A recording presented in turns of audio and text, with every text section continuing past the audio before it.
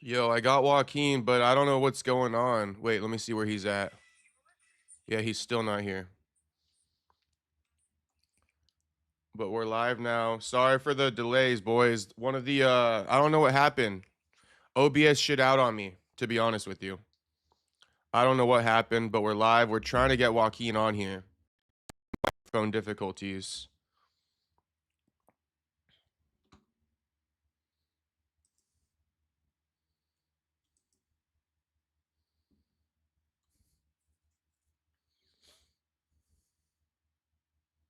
I think I know what the problem is. And I think he fixed it already. I think he's onto it. I think he's onto it.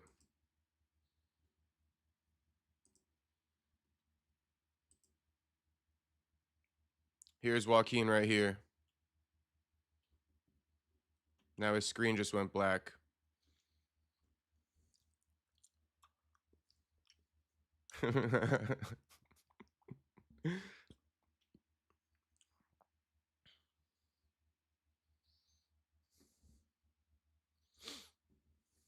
So yeah, we got Joaquin live in the flesh, but his microphone ain't working for the life of him.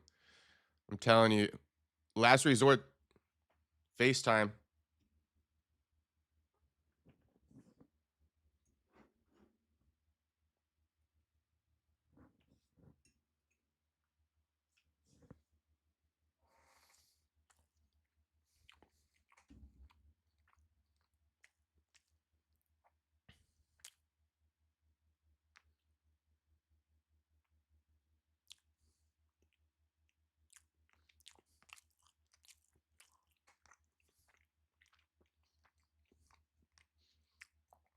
Big buck if he could get his audio to work.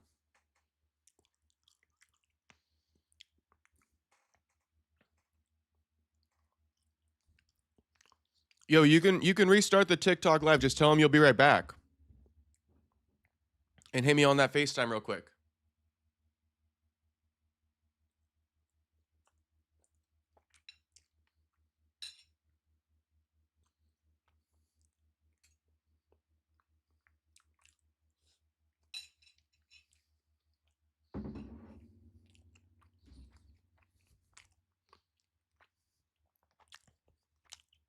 I got you. I'm here.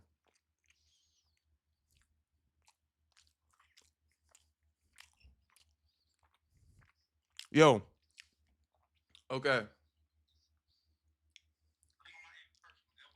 All right, all right. Just flip over the camera so I can see your screen, please. Okay, perfect. Click on that arrow.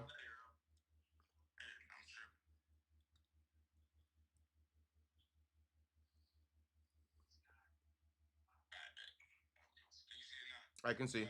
Click on that. Now, microphone. I don't think your microphone's even plugged in, bro.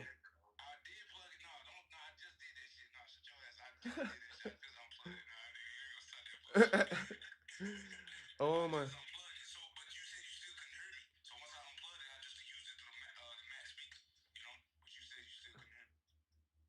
Yeah, try same as system at the top, the very top. No, not that one. Okay, go back. That one. No.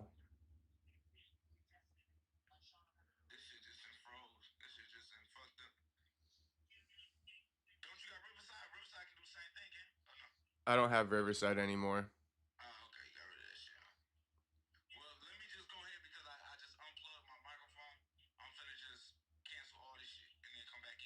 Okay, but let's just stay on FaceTime so we can try to figure this out real quick. Okay.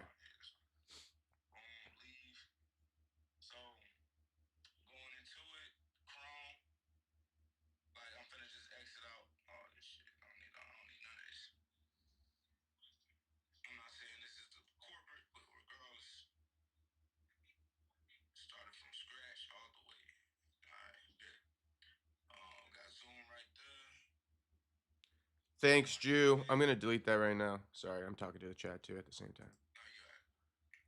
I guess I have two streams going. One of them like malfunctioned on me, bro. We're all good. Okay, let me delete this one. That's probably where everyone else is at right now. Okay, yeah, let's delete this one. Yes, I'm ready for you to join. Let's see what happens. So now I'm gonna have no mic, everything coming through the MacBook. Okay. Everything coming through the MacBook. Because even my camera wouldn't work. Yeah. Still don't hear you, but you hear me.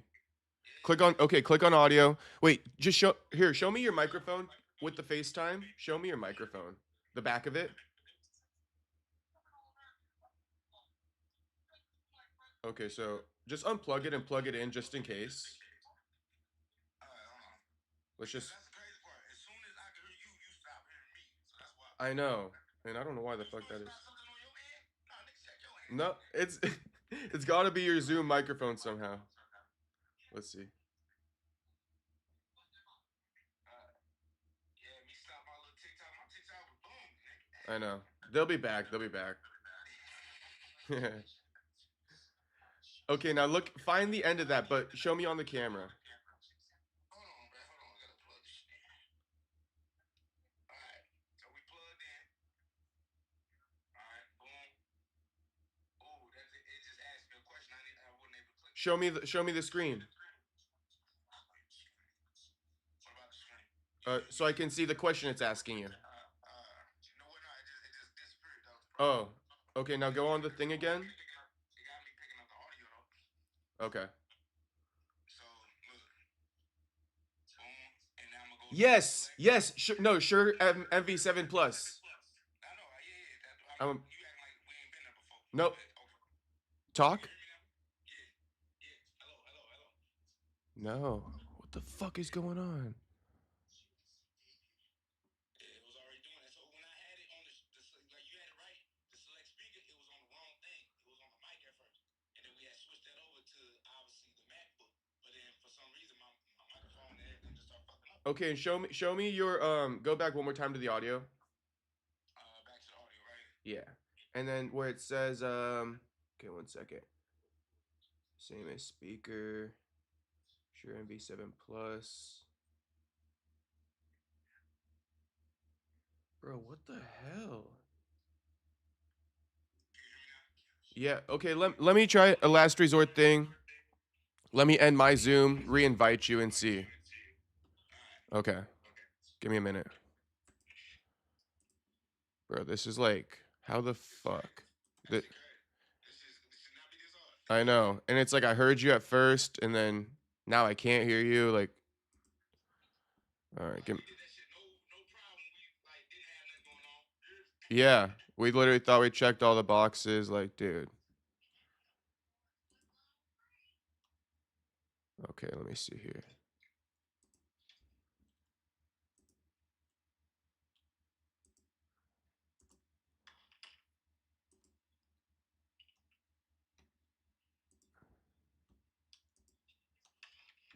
Okay.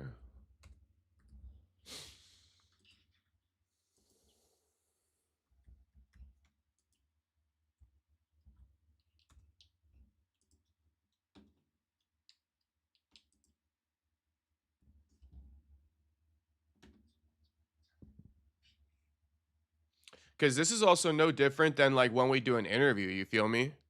That's what's crazy. Yeah, so weird. So you resent the link? I just resent the link. Yeah. All right.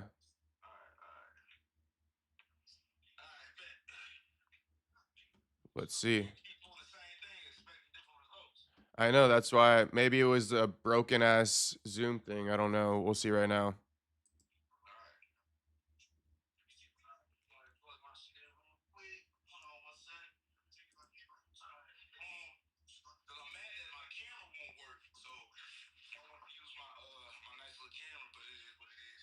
It still looks pretty good. But what happened? You're just using the MacBook camera right now? Yeah, I'm using the MacBook. I see. I'm trying to use my actual Sony camera, but I think the cable messed up. Oh. I won't go through. But anyway, so you sent me a new link though, right? Yeah. You're just by yourself today, huh? What you say, bro? Like you don't got any of the homies with you watching the fight? So it's a snowstorm. It's a snowstorm already. Oh. I said, fuck it though. I made commitments,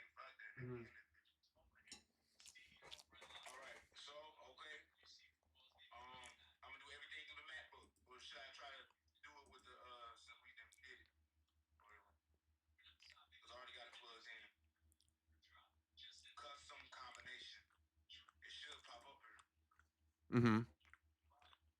Fuck it, I'm just gonna go to the MacBook. Fuck that shit. Alright, you should have me on right now. Okay. What's the word? What's the word? Damn. Bro, how can this happen to us? Can you hear me now? No. Damn, that's crazy. I don't even know. That's wild. Let me see. Give me 1 second. Okay, let me like pause. Let me X out of this or something. Say something. What's the word? What's the word? What's the word? Okay, show me your screen one more time. We're gonna do the same thing and expect a different result. And shit, I don't even know if I got an answer after that. Oh, actually, I do. Maybe we could do Discord. Alright, Discord. Yeah. Yeah. You gotta send a link though, and I think I gotta download it on her. Okay, perfect. Okay, so you're showing me your screen. Go to audio again. Audio.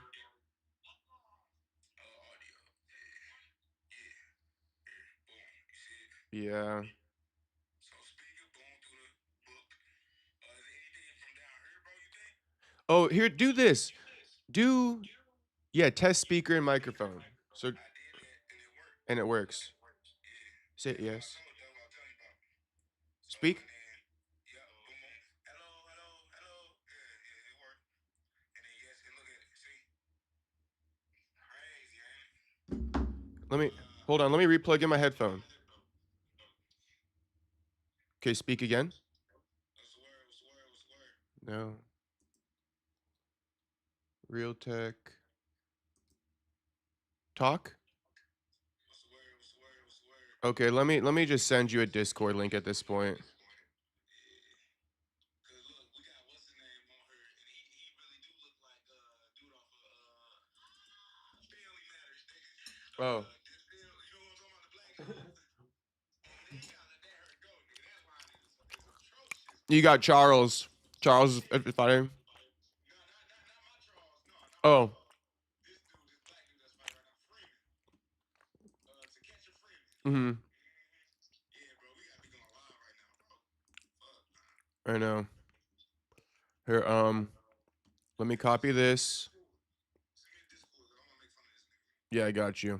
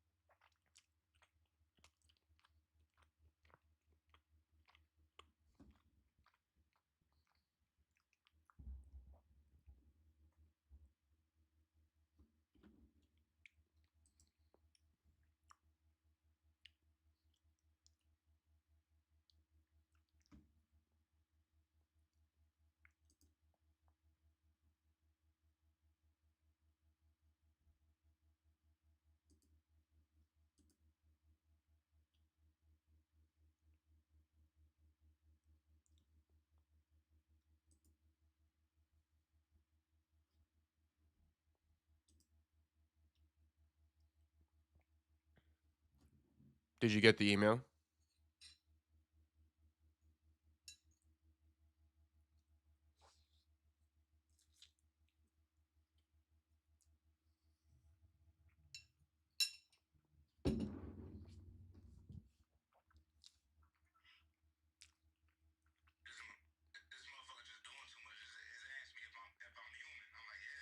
Shit's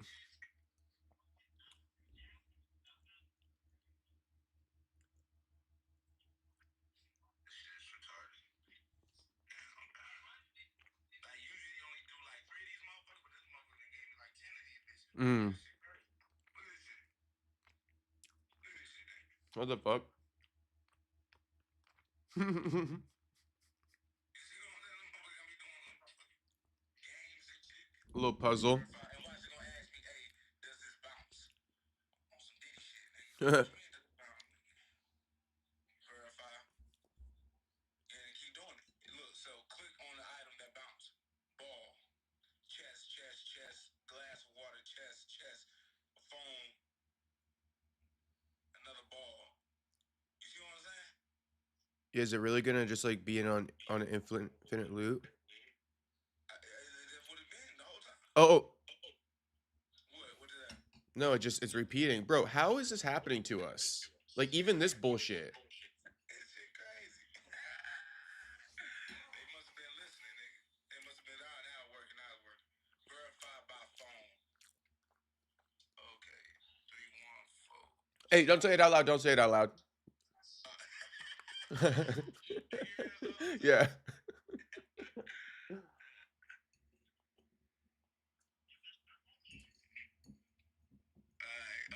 We got it. We should be here.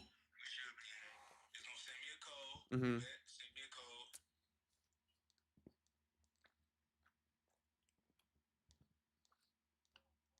Okay, log in.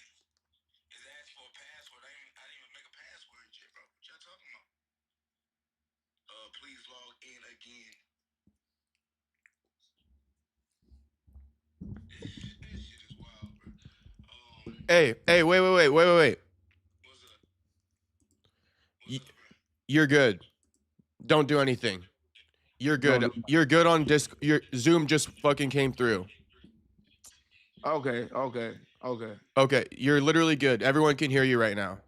Everybody. Everybody can hear you. Not through the phone. The world can hear Joaquin Buckley right now. We live. We live. My message, I can say it to the world. Yes, you can. Here, I'm free. I'm not a slave. Okay, cool. Damn, and we just missed another knockout, I think. Yeah. Yeah, Poe Freeman. Damn, catch Freeman. Hey, but if you do want to fix one thing, let's fix that Zoom thing that's happening on your face. If you go to the video settings. All right, bet. Hold on. Let me maximize this. The settings with more. Yeah, hit video settings. All right, did it. And then scroll down and deselect auto framing. Yeah, I remember you said that. Where that's at? Come on now. I think it's off. Okay, it's off. Yeah, it's off. It's off. Okay, perfect. Just checking. Oh, No, yeah, perfect. Just like that. There we go. We got him. Man. Dang, bro. I wanted Freeman to get that win, man. Even though his hairline was atrocious, nigga. That's a big old dude, though. Did Hockett beat him? Who? I said, did Hockett beat him? That's a big dude. Yeah. That's supposed to be the crazy dude that's gonna say something wild, ain't it? Yeah. What did he say? I don't know. You didn't hear? Nope. Missed the knockout. So we missed 2 good knockouts. So that's 25,000. That's a good little quarter out of Dana pocket. Yep. Hey, that's right. What do you think about all that? I was just talking about it not that long ago, but my thing is, hold on, before I get started, what's your thoughts, man? Because you want to break it down to the folks. You know what I mean? What it's looking like? Yeah. Okay, so what is it? It's 100K knockout and performance bonuses, probably like submission too, I'm assuming. And then it's 25, but for people who don't get it, you get 25K if like flat out submission knockout bonus, right? But they're upping the performance bonuses to 100. So 6 figures now, doubling it up. Right, 100%. But the thing is, though, are we still able to get 4 people that get it, or is it just one person that get it? Right. I think that's one thing that a lot of people didn't clarify. So is it only one performance of the night? Right. We know it's only one fight of the night. One fight of the night. That's also 100K. That's also 6 figures. Yeah. But then, like you said before, every finish, whether it's a submission or a knockout, is guaranteed 25. Now, see, my personal opinion, right? It's cool that everybody gets money regardless if it's a finish. Yeah.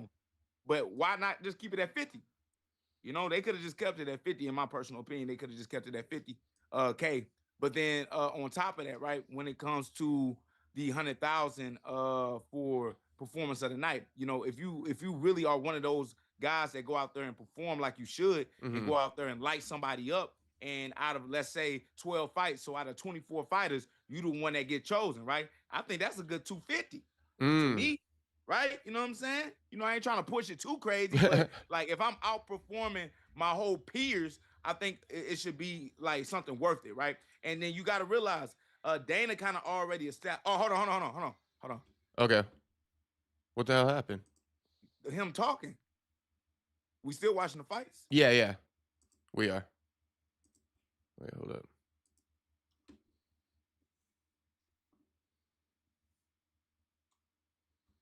Okay, here's what I'm gonna do.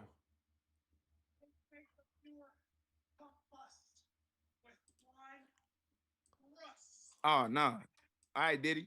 Who that? Damn.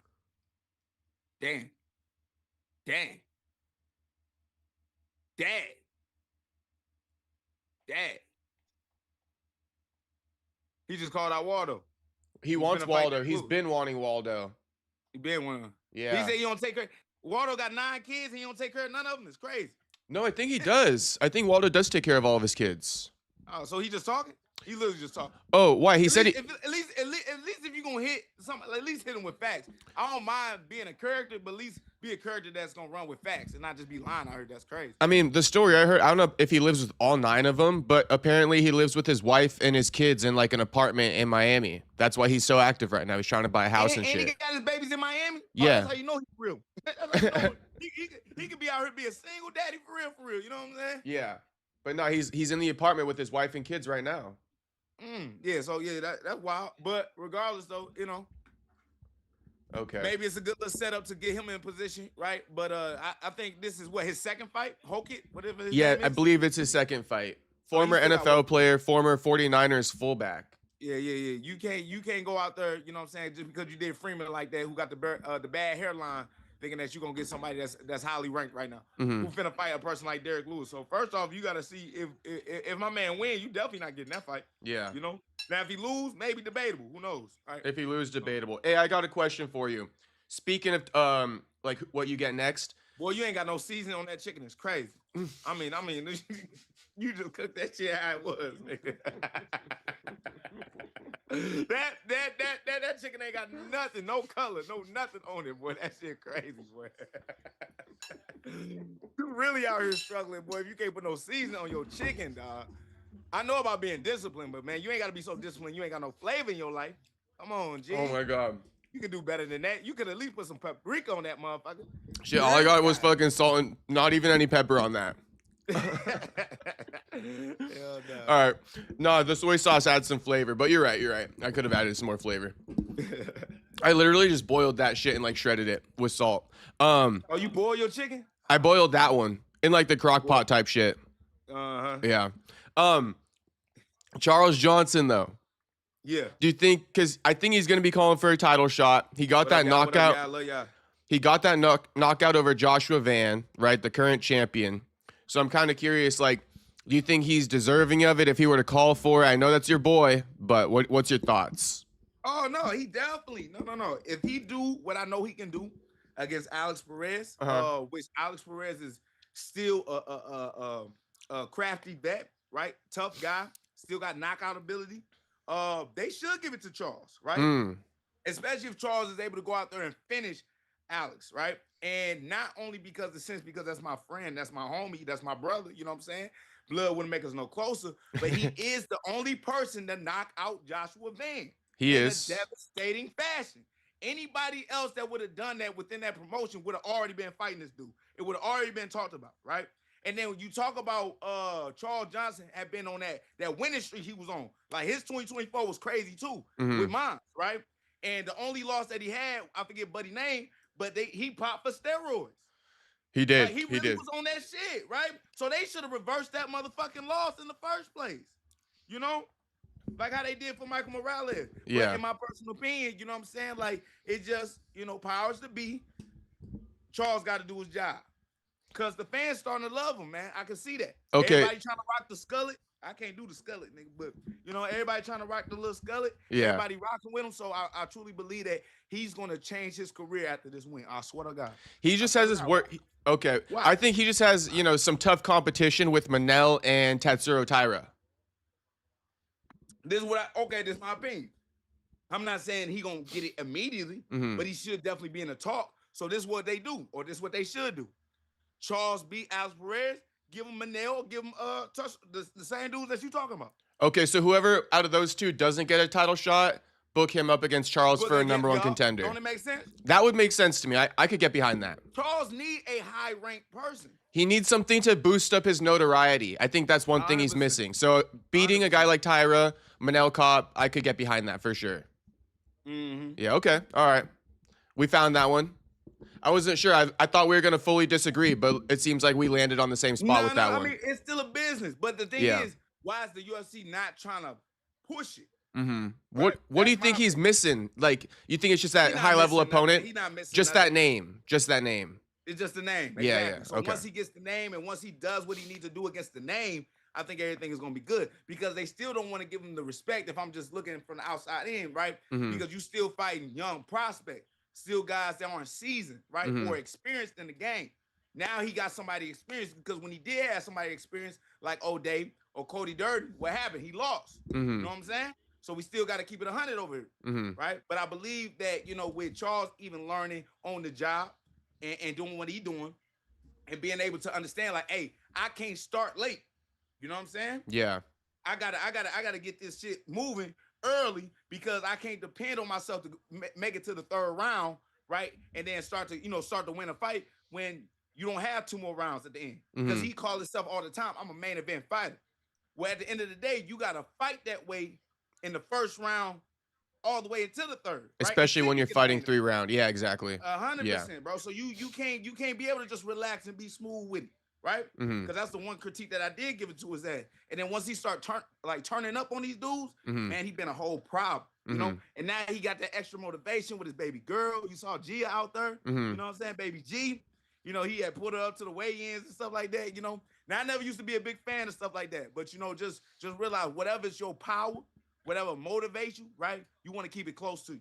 Would you ever do something like that? Bring out your kids to the weigh-in? I don't know about me, but I can't speak for nobody else. Yeah. I can't do that. No, I'm just curious if you would. You probably wouldn't want to do that. No, you just got some strange people. I don't want a lot of strange people around my expose them to that. Yeah, I would be the same kind of way. I don't want a lot of strange people around my baby. But regardless, though, I already know Charles close to his kid. You know what I'm saying? He keep a close what they call a force field around his baby. You know what I'm saying? So she cool. Yeah. Yeah. I told you there's gonna be an issue with that guy Alex Perez though. I told you. He always got something. He missed weight. Oh, he did. Yeah, he missed didn't know weight. that. So Charles getting a little extra bag for that one. That's a blessing. Hey, how pull much up. you missed by? I'm just curious. I gotta look. But are you looking at the chat? Because I see some people saying like, can Buck see the chat? My chat on TikTok? Or no, I can't see your chat. No, I can't. If you can, pull it up somewhere. TikTok, what up? Abdullah Oblongata. Pull up the chat on your YouTube or something like that so you can see what they're saying to you. I can read out if you do. What about on your... Okay, yeah, that way you can see me on the laptop. All right, fine. Yeah. Anyone got any questions for Buck then? Let's see what they're saying. Just read it to him. Okay, let's see. Oh, what's on his hoodie? Duct tape? What up? He's funny as hell. Yeah, this one of my old ones. This is one of my old ones, man, that I got from my man from Pakistan, bro. This is one of the solid foundation shit. There we go. So I gotta drop the bricks in the chat. Drop the bricks in the chat. Drop the bricks in the chat. We building something special over here in St. Louis. Definitely doing something a little bit different. Y'all already know that I'm training out of SEL Boxing Academy full time right now. And yeah, man, the foundation is strong. The foundation is strong, 100%. How about they say all right, let's Joaquin, Joaquin, did you get 150K fighting Usman? Yeah, your pay did get disclosed. Did I only get paid? I didn't beat Usman though. No, they're asking you if you did get 150K to fight Usman. Yeah. That's what I got. Yeah. Okay, that's what you contracted. So it would have been I mean, 300. you said it was already out there, so ain't It no was reason to already lie. out there. You know what I'm saying? Ain't no Yeah. reason to lie. Okay. Shit, I Yep. would have made more if I would have beat that nigga. All right, so Now, Buck they got really want me to 150K. disclose that number. I don't want to do that. It's gonna hurt my feelings. Goddamn it, it's gonna get me mad again. Shit. Yeah. Okay, someone says, "Damn, you pocket watching." But when you fighting again, Joaquin? That's a good question. Just point blank period. That's a good question, man. Whenever they ready for me, I'll be out there. Okay. You know, just waiting. I would like to get out there soon. I would like to put a date on it, but at the end of the day, I'm in no control of that. That's a promotion job. So we just stay ready, man, and we gonna keep doing stuff like this. Actually, matter of fact, I shouldn't even do this, but I'm gonna do it anyway. Ooh, excuse me. Damn. I want to do something special, man, for the fans and with the fans, or just with any other martial artist. You know what Kyokushin karate is? Kyokushin or something? Yeah.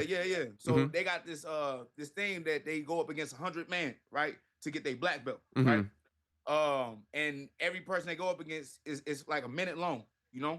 I want to do some minute scraps with me, to kind of stay in shape. You know what I mean? Be fans ready. type shit. Fans and fighters. You know what I mean? But you're gonna have to pay to get in. You gonna have to pay to get in. You know what I'm saying? You gotta get the funds right. But regardless, though, I want to do it in Vegas. I think it'd be fun to do in Vegas. Where at? In a local gym out there? Probably at a local gym somewhere. Yeah, I'll probably set up at a local gym. I think about what gym I want to do it at first. But yeah, y'all let me know if that's a good idea. You know what I mean? If anybody be down, right? In this downtime that you're in right now. I mean, yeah, it's a downtime, but I'm still in shape. You know what I mean? I'm still active. And I think it'd just be fun. Okay, for sure. Okay, Soda Pop. Shout out to Soda Pop on this one. Soda Pop. He says, Soda Pop, what's your real name, nigga? What you look like, nigga? Man, great Soda Pop. I think Soda Pop's Mexican, if I'm not mistaken. And he lives in New York. He says, best movie Buck seen on Tubi. Oh, me? That's it? Oh, bro. You fuck with Tubi or what? Man, I love Tubi, nigga. Yeah. That's where I be getting all my ideas from is Tubi, nigga. Tubi movies. Best movie on Tubi. That's a good question, man. Shit, what is that movie called? It's actually it's an old movie. It's Devil, like a Devil Wish or something. Hold on. Let me make sure I'm getting this right. Hold on. Because it's an old movie about this dude that signs the deal with the devil. And he pretty much gives the dude everything that he wants, you know what I'm saying? All this type of other stuff, right? And then God also intervenes throughout the whole story, And his whole thing is that he's like, well, the devil gives me what I want, so why would I come to you? You know what I'm saying? Well, yet again, right? Salvation, everything of that nature, right? But it's a religious movie, you know what I'm saying? So if you're not really into that, I guess you won't watch it. But it's a good movie, man, you know what I'm saying? And it really depicts, right? What are you willing to do, right, in your principles, in your morals, in your character? Right? How far are you willing to go, and what would you change about yourself just to get what you want in your desire, right? I see. So you know what I'm saying? That there's a lot of just what's the word? Like symbolism in that movie. What is it talking about? Like the temptations of the devil, like to join the dark side or something, or something like that. So it's almost he's like a manager, right? And he makes him sign this contract, right? You know what I mean? Yeah. But he get like everything that he gets out of it, right, is giving up his soul. You know what I'm saying? So everything that he gets, it gets worse and worse and worse. Oh, I see. Giving up a little bit of yourself to him. Yeah. It's cool. It's a cool little movie. I ain't gonna lie. That is kind of how life works, though. That's kind of how life works in a way. In some ways. No, not some ways. A lot of ways. You see it a lot unfolding with people who get famous and shit like that. Yeah, I think they took real life and just put it, biblical, messages behind it. Yeah, I got you. Okay, let's see. Oh, ask Buck if he would ever train with SD. Yeah, I train with SD. Yeah, no problem, right? Joaquin, what did you think about fighting Imavov? Man, that was one of my funnest fights right there. It was a lot that went on being out there in Paris.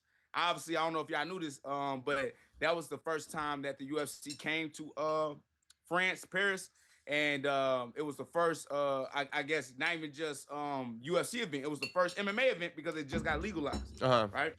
It was illegal at one point, and for me to go out there and fight Imavov, I think what was even special about that, even more special about that, all the work that we kind of put in, we did a lot of things that was unique. So they had an open workout for certain guys. They had open workouts for what's his name, Tuivasa and Cyril Gane, which obviously they the main event. But they had other fighters out there that I felt like if they could be out there, why couldn't I? So I said, F it, I did my own main event, right? Or not my main event. I did my own open workout. So we went out in the middle of downtown in Paris, where you know what I'm saying, they had like this cool museum and everything of that nature, where just showing the architect of Paris and how it got developed. But we just went out to this like this open area where everybody was eating, you know what I mean, and just chilling, kicking back.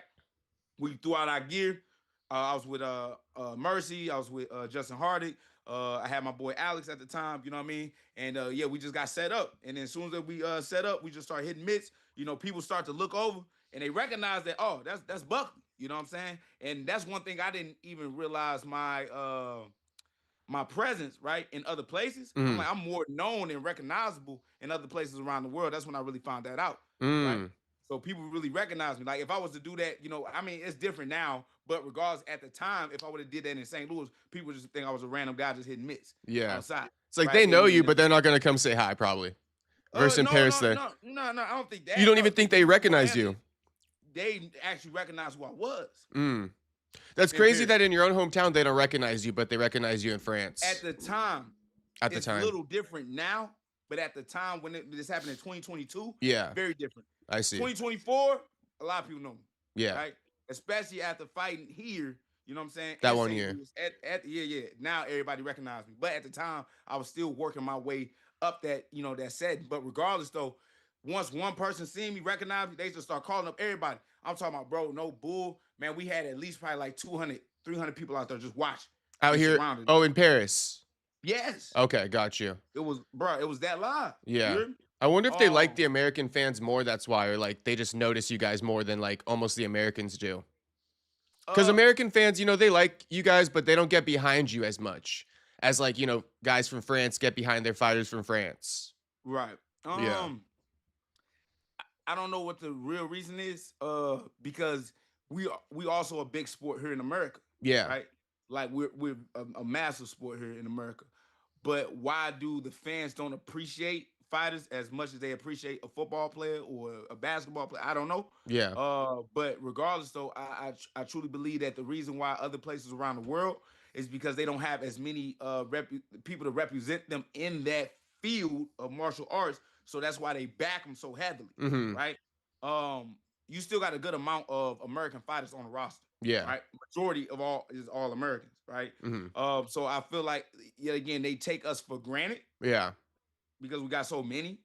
But then other guys that come from different places around the world, right? Whether that's Pakistan. Remember the Indian dude, right? I can't remember his name. Jubilee? Yeah. What happened to him? First off, what the fuck happened to him? I think he lost a couple and like disappeared. You know what I mean? Yeah. But he had a whole nation of people behind him, and it was just him, right? I think he was the only signed Indian or the first signed Indian, whatever it was. But like, imagine if he would have stayed undefeated or became a champion, bro. He would have been the biggest thing out there. Yeah. Only because he came from a region where a lot of people aren't seen in our field. Yeah. So that's what it might be. I don't know though. I think because also in the U.S. we take pride from like some of the states more so than we take pride from like USA, because the U.S. is so big. So some people get behind people from like St. Louis, Hawaii, like these parts of the U.S. But just because you're from the U.S. and you're American doesn't mean like all the American fans will kind of like get behind you. Versus like if you're from Russia, all the Russian fans get behind you. You know what I mean? Well, and then also you got to realize like people enjoy the luxuries of life, right? And people love to what's what I'm looking for, like live vicariously through others. Right? Yes. As a fighter, I got a regular ass life. Like nothing special. Like I don't ride in a luxury car. I don't walk around with jewelry. You know what I'm saying? Like all that stuff. I don't walk around with wires of money in my pocket, right? But you see a lot of athletes from basketball, football, right? Whatever, even golf. You know what I'm saying? Like even if they don't have that flashy look, they still, when you look at them, it's money, right? There's a presence of money. Is influence, right? Affluence. And with that being said, that's what I think really attracts us as Americans, right? Is what are you able to acquire right through your field and your what's the word I'm looking for? Your field In of work your or something, and occupation. your Yeah, profession. yeah. Yeah. You know what I'm saying? So if you're able to acquire much and a lot, that's what people I think kind of really look up to. Mm-hmm. And but when you see a fighter, it's not like nothing but him going out there and beating somebody else up, but he making crumbs for it, right? Essentially. Mm-hmm. And a lot of people can see that. And I guess it's not very Inspiring, right. almost. Okay, somebody just came through the gym. I had to make sure. Oh. Anyways, no, it's not inspiring. Yeah. It really not. And The only people thing like to that's be inspiring, inspired. yes, they do. Yeah. But the only thing that I would say that's false about that Yeah. is that people can still respect us for stepping out there though. Oh, they do Right? for sure. Yeah. When we step up into the cage, and I think when you see two guys go out there and go to war, and they really I mean I'm just talking about battering each other, Mhm. right? Bloody war, bloody mess, and you still see two guys are unwilling to quit or surrender. That's where you can find inspiration. But then when you see them leave out that thing, yet again, a regular person, that's where it gets okay. That's why I You know? think, the UFC could benefit actually in a roundabout way by investing in you guys, because by investing in you, people become more attracted to you because you have this image of being rich. I think that's what they do for like the boxers, Yeah, and it to a gives them certain this illusion that, they're worth watching because they're these, they live these lavish lifestyles like Ryan and Devin Haney and shit like that. right, But for right. even like Shakur, he lives a lavish lifestyle. People believe that he's rich and stuff. So I think like if the UFC would do that for you guys, people would just gravitate more towards you. But also when you give them more money, now you guys kind of like it opens up this other thing where you guys can get into more trouble, and you might be seen outside of nightclubs in your Rolls Royces and stuff like that. Yeah, And so right, like right, these right. are Look, all that, attracting headlines by doing yeah. that. 100%, right? Yeah. So that's accountability. That's self accountability, Mhm. right? Because you got guys that made good money in boxing that haven't done anything crazy. You Or got like Mike Andre- Tyson when he bought a tiger. Like shit like this, you guys are able to do. And these are headlines, though. These are stories that we could talk about. Like, come on, we can't talk about much with you because you said you live a regular lifestyle. If you were to do some other crazy things with your money, some lavish things, it would just add another thing to talk If I about. make money like that, I'm still gonna live this boring lifestyle. I'm not gonna lie to you, brother. But you know how Floyd even gets headlines with driving the Rolls Royces and stuff? Like you could be doing nothing, just pull up in like $1 million car, people talking about you. You earned that. Yeah. Right? And not everybody can have that. The people, exactly, right? Yeah. The people that you get to influence on a daily basis, right? You know what I mean? And they tune in to watch you and everything everything of that nature, right? That's what your fruits of your labors come from, right? Is what you were able to give to the people, right? Which is a service. Every one of us that's an entertainer or that's a fighter, we're giving people a service, right? Yeah. To be able to entertain them with our fight game. But with all that being said, it's just like when you give fighters the opportunity to make more money, right? Yet again, it's self accountability, but then you have more issues where guys don't want to show up and fight. Where you got guys that are now living a lifestyle that they normally don't live, and now it's putting them in a position where they're not training, right? They're not eating what they're supposed to be eating because they've been going out and drinking, right? And all this other stuff, But yet again, I still can't make that as a reason why the UFC shouldn't pay guys because it might make it more of a problem for them. There's risk with everything, you know what I mean? Right. But then, like you said, like what you gain from that is more exposure, right? From the fighters, right? And then the exposure to be around certain folks too, right? Right. You can now be around famous people. Because money like to be around money. Yeah. Right. Yeah. Because you see where these football players, the parties that they end up at, and Diddy. I ain't ended up in no Diddy party. But like at the same time, when you are a symbol or a status, right? That's affluent, you're gonna be around people like that, But you don't see a lot of fighters or UFC fighters around those, right? Until you get to a certain echelons. But like, how many guys are like that? Not many. Right. Like we need to see like a UFC fighter, getting with some like famous chick to some degree, but we never really see that because they're not in the same circles. Got one of them. Yeah, he did. Demi Lovato, right? Yeah. Shout out to Luke. Shout out to Luke for that one. I don't even know if it's that deep though. I don't even know if it's that deep. But I mean, but it will all come with that. I guess it would all come with it. You know what I mean? It would be a broad spectrum of these random ass headlines. You feel me? Right.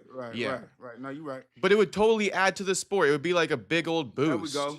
Yeah, Charles up next, y'all. Let's Yeah, we're go. just waiting. Whoa. We are straight Putting waiting. people to sleep. Like these highlights. Ooh. Yeah. Let me Yeah, Charles got to put this dude down. I'm sorry. You got to put this dog down, man. You got to put this dog down. I'm actually gonna post to my What up, story Lord? real quick. Tell other people from Instagram to join. I'll tag you in it. All right, that's a bit. Yeah, so yeah, man. I mean, just at the end of the day, man, like it's just the fight game is where it's at. Mm-hmm. But I truly believe that we got so much room to grow, and so much opportunities, out there now being signed with Paramount, but you got to be a hustler. You got to be a true hustler, man, to figure out, where you're gonna be and where you can place yourself. Mm-hmm. Because there's money out there. Don't get it twisted. There's money out there. Yeah, there is. I feel like to some degree, if you're like a top 15 ranked guy, maybe they should be paying you guys a bit more, like a minimum $500,000 a fight, half a ticket. Hey, I mean that sounds. Would you be opposed to something like that? Why the fuck would I be opposed to that? I mean, it sounds nice. It all sounds nice. I mean, okay, but I still say this. Even if that was the case, it still never be enough, right? Mm. Like when you got the Floyd Mayweather and we know about him, right? How much money did he make? I want to make what Floyd made. Like 90 right? million. Am I ever gonna make what Floyd made? Probably not, but that's what I want. Yeah. I'm putting my life on the line. Matter of fact, Justin Gaethje and DC was just talking about it. Probably yesterday. You know what I mean? They just posted they interview. Justin Gaethje, felt some type of way about DC. He called him out, yeah. Saying that DC was saying that everybody was gonna get more money, right, out of this deal. And Justin Gaethje was like, I ain't making a cent more, right? And he was like, well, I didn't say everybody. He said, yes, you did, right? So you lied to everybody. But regardless, though, right? I can't say what DC said because I didn't see it. But what I'm saying throughout this whole situation is Justin Gaethje was able to make a good amount of money with the UFC. Yeah. I don't care what nobody said, right? With him having 15 fights within the organization, within the UFC, out of all 15 of those fights, 14 of those fights, he got the bonuses, right? Correct. And one thing that he said about those bonuses, they didn't equal out to $1 million, And he said, regardless of, if I, made some good money or not, I spent some money here and I put money there and, I didn't make, some of the smartest investments. But regardless, though, I feel like I'm not getting paid, enough. Regardless of that, right? He still made more than a lot of guys and it still wasn't enough, right? So as a person, as an individual, it's always going to be relative. Because if I got what Justin Gaethje got, I'm good. Yeah. Because I'm going to live a certain lifestyle, Out of the 8 knockouts that I got, I only got 5 performance bonus. Out of the 8, but out of the 14 fights that he had where he even been knocked out, he still couldn't have been appreciative that he even been blessed with those, but he still complaining, That's all I'm saying, right? Not to mention he'd be getting like $1 million a fight, allegedly. Maybe. Allegedly. Yet again, right? It's nice. It is nice. Still when we say this, right? At the end of the day, we putting our life on the line, right? So how much you willing to go out there to sacrifice your life? Good question, ain't it? Yeah, it's a great question.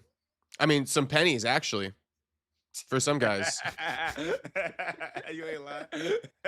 So it's relative to everybody. Yeah. So it's never gonna be enough to whoever. What did you think about this whole thing though? Because I did end up seeing it, the Ally Quinta text messages, and it all makes sense to me now. I'll read it out to you, and then we'll get your reaction, I guess. But Al was saying, they need us to headline this card. I want 150 and 50 to fight you. That's not unreasonable. Headlining a card. Whose side are you on? And then Gaethje's like, I'm on my side at the end of the day. Remember, in the past we've talked about that. Like, you guys need to be on each other's side, not your own side. But he said, I'm on my side at the end of the day. They need me for the card, and we'll find somebody to take it for a lot less than you, which is also true. That's also true. Right. 150 and 150 and 50 is not unreasonable. And then what's his name? Al says, I'm on my side too. Right. But I'm also on our side.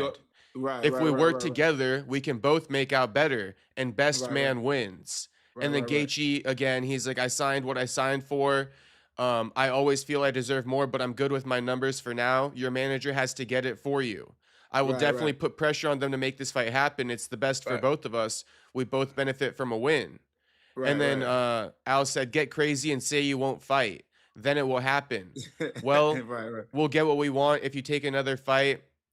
But me, I will have no respect for you. I have all the respect for you in the world. You think you're looking out for yourself, but you really aren't. You're looking out for them. Let's take a stand and get this fucking thing back. Right.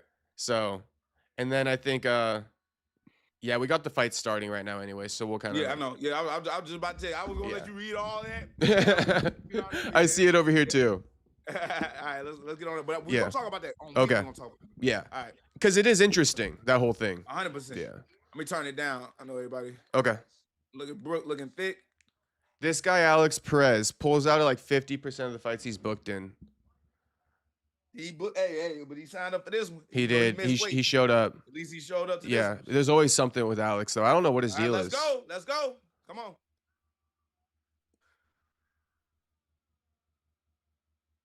Man, Charles' head looking extra shiny today. I ain't gonna lie. Good shit. Boom, bop. Hey, easy money already off the bat. Good pivot turn. Straight to the 3-2. Oh, damn. Your stream's like ahead of mine. It's already started over there? Yeah, I'm on it right now, boy. Mine hasn't even started yet. Ooh, good head kick. Stay long on him, Charles. Stay long on him. Pop that jab on him. Pop that jab in that. Oh, my stream was behind. What are you at? 432? 420. I'm on 420. Okay. Boom, pop his ass. Don't let him just touch your calf like that. Yeah. Move them legs. Footwork. Good footwork. Yeah. You know what you need. You know what we came here for. Fuck touching hands, man. Fuck that shit. Let's go. This Joaquin's boy right here. I like that high guard. You know, usually sometimes Charles keep them hands too low for me sometimes, but you know, he definitely, as he's getting inside, he's keeping them hands up high. There you go. Good guard. There it is. He already blocked a couple shots with that. 100%. And right now, you know, all he got to do is pepper him up. Just pepper him up a little bit. Just touch him. Good head kick. He gonna catch his ass with that head kick. Yeah, he gonna catch his ass with that head kick. 100%. Oh no. You right. Come on now. No. Fight out of that. There you go. Woke up. Good job. Let's move, Charles. Damn. Damn. Let's move. Get out of there. No. Damn, I just saw it.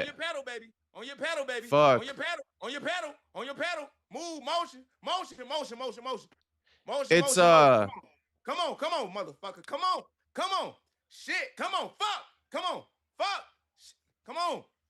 Pop that jab. No kicking. Fuck. Pop that jab. Damn. Oh, he's getting Charles good. Grapple. Damn, he keeps catching him. Second down. Dang, man. Fuck it. Go for the shot. Come, level change. Damn, he keeps catching him with that left hook. Yeah, he do, because he's still dizzy. Shit. Whole room. Come on. No, get out that cage. Fuck. Come on. You think he needs to shoot for a takedown? Come on. Fuck. Come on. There you go. But you should have been down that shit. Ooh, left hook again. Going to the body too. These 4-5 punch combos are getting Charles. Shit. It's these long combos. Damn, he shot in. Taking his back. You gotta move. At least they're on the ground now. Damn, he's getting up. Come on. Charles getting up. Come on. Give me one good big shot out of you. Fuck them kicks. Use them hands. Damn, again. Use them hands, bro. Should have stayed down a little longer. Use them hands, bro. He keep. Damn. Oh my God, he keep doing the same fucking shit. Fuck, he stopped the fight. Oh, it's over with? Fuck. I'm behind a few seconds. God damn. Let's see it. Let's see the finish. Oh, that left hook again, bro. Yeah, but it was off that knee. Yeah. Oh, damn, he's still going after him and shit. Yeah, the fight's done. I mean, I wouldn't have stopped it off that left hook, but I mean, I get it. I mean, it's hard, you know what I mean? Because it's your responsibility to keep yourself safe. Yeah. It's your responsibility to keep yourself safe. Yeah, no blame on the ref. I just personally, if I was the ref, I wouldn't have stopped it yet.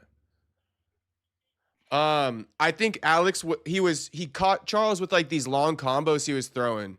He was mixing in Nah, these 4-punch yeah, combos and then these like 2-punch combos. I think Charles like couldn't get his timing right. And then it yeah, was just fucking left hook was a magnet to his chin there. yeah. But not as all. It was off the kick. You know what I'm saying? He What was doing a kick? good job. Body He was kick? doing a good job. He was doing a good job setting them up with the hands, right? Yeah. But then stop throwing the hands and then start throwing empty kicks. You can't throw empty kicks. Oh, Look right you here. know Even that. with that knee. You saw that knee right Yeah, there? yeah. You can't do that. So You gotta Charles was set. throwing empty kicks at Alex. Yeah, That was man. the beginning of the end. Because you told me that about the loss to Chris Curtis one time. That's when you learned Yeah. no more naked Uh, kicks. no more naked kicks, Yeah. man. Can't, bro. Also, something about kicking to the same side. What'd you tell me about that in the past? It leaves you open, just like you just seen. So if you guys Just have like the you just same seen. stance, you can't kick to the open side. It's not that you can't. It's just not. You know, You got to set it up not. more. Yeah, man. You got to set it up, man. How you feel You gotta about this set it up, Charles loss? man. How You you think I sad? feel, man? How Well, the fuck you think I let feel? them know. You Let seem them over know. here. Charles might see this. What you mean Charles might see it? I know Charles gonna see this shit. You got a message for him? Ain't no. It's back to you know what I'm saying, the gym. Back Bro. to the Like, basics. this shit, yeah, bro. This all this is. Yeah.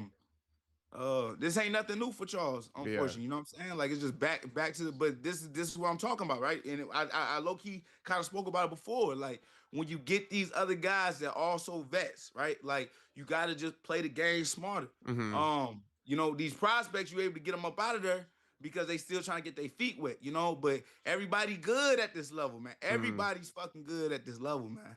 So you know you just got to go in there with more respect, but then also like having the intentions, bro, to fucking put a nigga out, you know? Yeah. But you gotta set everything up. That's it. I hear what you're You know? saying.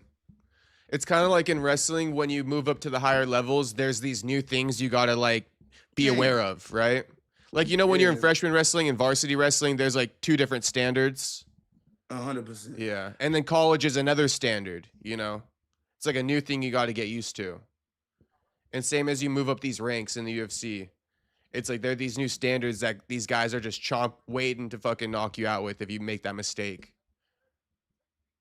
I think 100%. Charles low-key upset that's what like even Chris Curtis, you know, it was like a veteran move he did on you. But what's it called? I think Charles Johnson, he's a little bit upset about that weight cut or something. He appears to be. I don't know what you mean. What you talking about? Because Alex missed weight for their fight. They ain't white. No, he just got knocked out in front of the family, bro. That's why he upset. He ain't upset about no damn weight cut. Oh, okay. That's the last thing on his mind. Well, because Alex was trying to be nice to him, but he's like turning it down. He in the midst of the moment, you very emotional. Okay. You know what I'm saying? Yeah. Because he went back and checked himself and then showed Alex Perez some love. Oh, he You know did? what I mean? Okay. Everybody else, he like Jason Herzog, he like, bro, get off me. The doctors, get off me, right? He did the same thing to Perez, but he didn't realize it was him. He like, I don't know. At the end of the day, we all in there together. Okay. You know? We both, you know what I'm saying? So it just is what it is. But that's not why he upset because the dude missed weight. He just upset because what just happened. Yeah. Damn, Alex Perez. He is a crafty vet, that motherfucker, when he shows up. Everybody dangerous, man. Yeah. Everybody dangerous. What's up, y'all? Good shit. Yeah, Perez man, a I can't wait to beast. jump back in there. Buck speaking facts, they said. What's Buck's favorite kick to throw? Sidekick. Sidekick. Buck has aura. Eventually.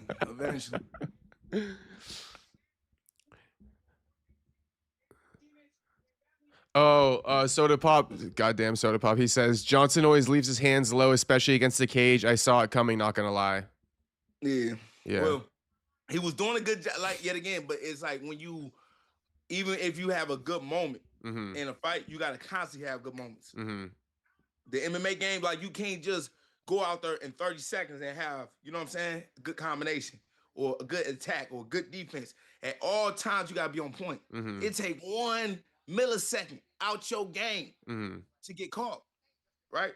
So that's why when training is so important, it's not just preparation and going out there sweating, but making sure that every detail, bro. When I'm training, I'm working frame by frame, right? That's why I love working out in the boxing gym, and I'm giving out some free game here. When I'm working out in the boxing gym, we doing every combination slow. boom, slip, uppercut, knee, right? And it almost looked like some kata stuff, right? Where you see them doing like the little movements and stuff like that. But why is this important? It's because I'm checking myself every time I throw a jab. What am I doing with my backhand, right? Am I leaving it here? Am I leaving it there? Am I up here high? No, I'm covered here, right? Just in case. If I pull this back, where's this hand shifting to? Here, right? To keep that high guard up. If I'm throwing that hook, where is this going, right? Blocking heavy, keeping that shoulder up high. Everything that you do got to be frame by frame. Because if you can't do it slow, if you're doing it fast, you're being sloppy anyway, right? You're like creating And those habits too. A lot of people are not disciplined enough to do the boring stuff. But I tell people the basic boring stuff is what's gonna keep you safe. Right? Everybody want to spar. Everybody want to look cute on the mitts and shit like that. But don't nobody want to look in the mirror and just shadow box for an hour. And to check their frame. The boring stuff. Yeah. The tedious stuff. The maintenance, if you will. That matter. Yeah. That's the stuff that matter. I feel you. That's whatever though. That creates good habits too. And it really slows it down versus like a lot of people, they don't look at it in like a slowed down aspect. And there's a lot of things you're probably missing. There's a ton of things that you're missing. Same reason why people rewatch fights in like slow-mo, so to speak, so you can watch it frame by frame. Yeah. Buck the scholar, they say. Buck the scholar. Nah, I like when people think I'm a little slow. Which I am a little slow, I ain't gonna lie, but the thing is, I know about fighting. Aries says, I've been saying this. I told SD, even though he might not see this, stop throwing kicks up close in MMA. It's better to use your boxing until you know you have the opponent rocked. They asked me to read that one out. Any thoughts on that one? Shout out to Effie Aries. One dude, I don't know his name, but he a brother. He makes some good content on Instagram. I end up following just because of his takes on the game. But he mentioned something that I haven't really heard before, but it does make a lot of sense.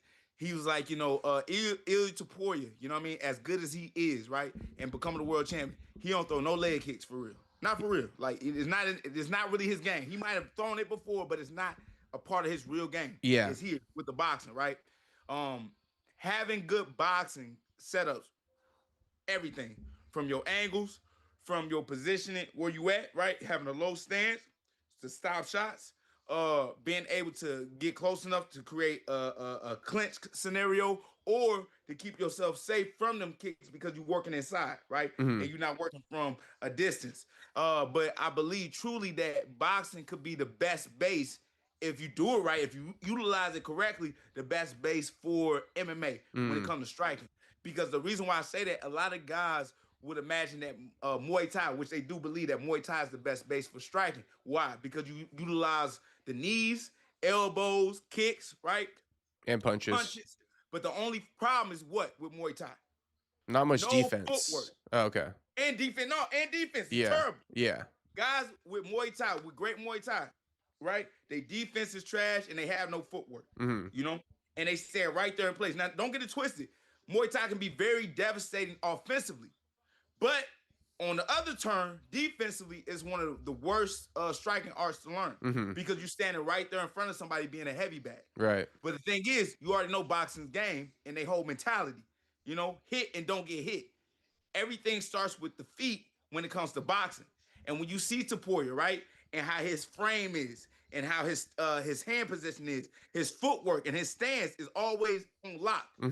He's more of a dangerous opponent because how am I going to get inside on a person like that? Because I got to watch out for uppercuts, hooks, you know what I mean? If he do want to add those knees in there, he in good position to throw them too, right? He got his hips loaded back for if he needs to sprawl. But in the Muay Thai stance, you standing straight up. You don't even have an athletic stance. Right. So to me, I think that a lot of guys, they train in the wrong form of striking and they get exposed a lot of times because of it. And if you just work, oh my God, the basics in boxing can save a lot of guys. And that even my brother Charles, right? Basic hand placement could have saved him.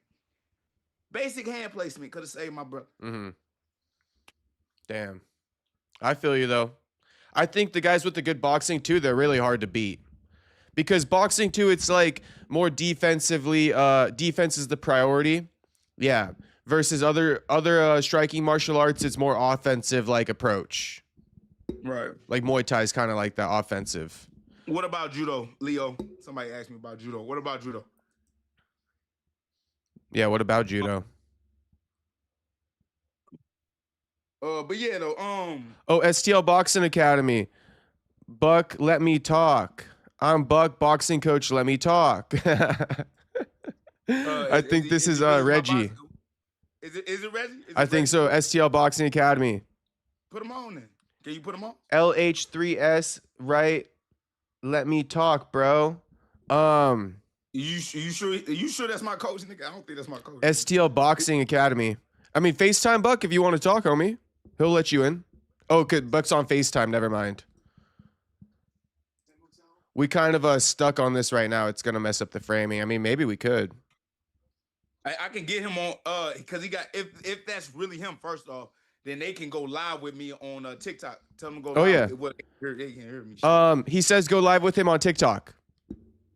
He'll accept you in there on TikTok, Coach. Shout out to Coach. Yeah. Shout out to Coach Reggie Thomas. Somebody just drew a penis on it. Man, I'm blocking you.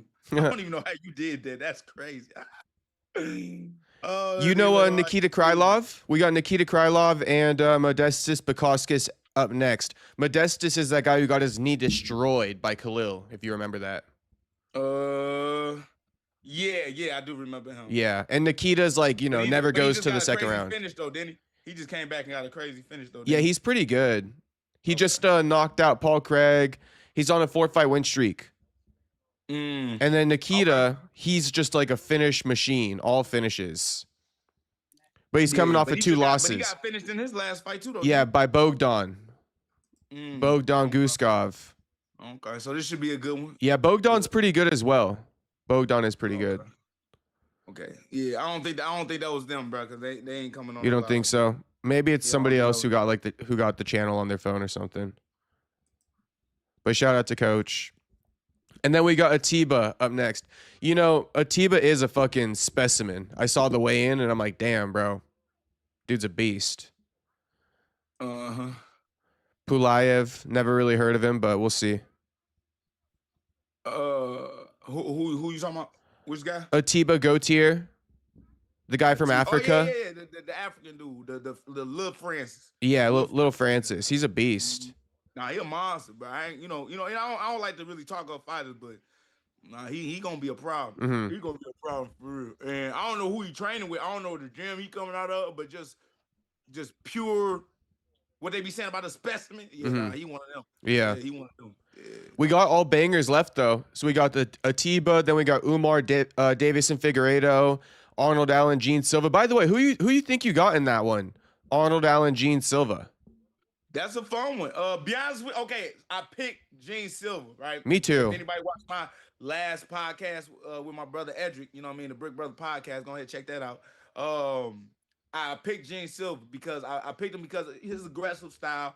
He was on that streak before he lost to Diego, and I felt like he'd just be more motivated, especially after seeing that nigga yell at the belt. Wow, that's some real manifestation for your ass. That was insane. Arnold Allen really showed his personality, man. I'm not going, and it didn't seem fucking casting a spell and shit like that. But it felt authentic. Like it felt like somebody that was just never really sharing who he was. Yeah, just said fuck it. He was hiding the quirkiness. Now he's like embracing it. Bro, yeah, I liked it. I love it too, man. So I'm pulling for Arnold, nigga. I want that dude to win. Honestly, I'm kind of the same with that one. Like Arnold's been winning me over all week, but I just think skill wise, Gene's got the advantage. Yeah. But yeah, I ain't gonna lie, Arnold been cracking me up lately. Yeah. Because Gene Silva was doing the whole barking bullshit. I know. He said. So he hit him with the fucking spell and shit. Everything he was doing, bro. Yeah. Classic, bro. Even he's like, I don't know what the fuck's going on. We got like 2 translators. Like, I'm not understanding shit. All right, here we go. Yep, here it is. Now, if Nikita loses this one, it might, he might be coming to an end here. He's been in the UFC for a minute. Damn, you really feel that way? Kinda. Because I feel like in his prime, he wouldn't lose to a guy like this in his early days. No offense to homie, but I'm just saying, like Right. Nikita was Right. pretty elite when he first joined the UFC. Right. You know, once that hairline start receding, bro, you know what I'm saying? Shit, Yeah. careers just start changing. Mm-hmm. Hey, you know that the Asian ring girl? That's wait. Oh, I've always meant to kind of confirm this with you. The Asian ring girl is Wonder Boy's girlfriend, right? I don't know. But didn't you see Wonder Boy with his girlfriend at the pool one time? He was with his I think that was his like, oh shit. I think that was his sister-in-law and his Oh, brother. his brother and his brother's Yeah, girl. yeah. But I heard they messing around though. Yeah, I think Wonder Boy's dating the can't Asian make ring that a girl. fact. I don't know if that's a fact. You know what I'm saying? I'm pretty sure it's a fact. Shout out to Wonder Boy.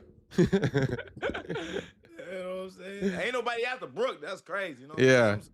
Nobody after, you know what I'm saying? They be like, hey, Buck, what you know? I'm good. Bro. You know, I'm good, bro.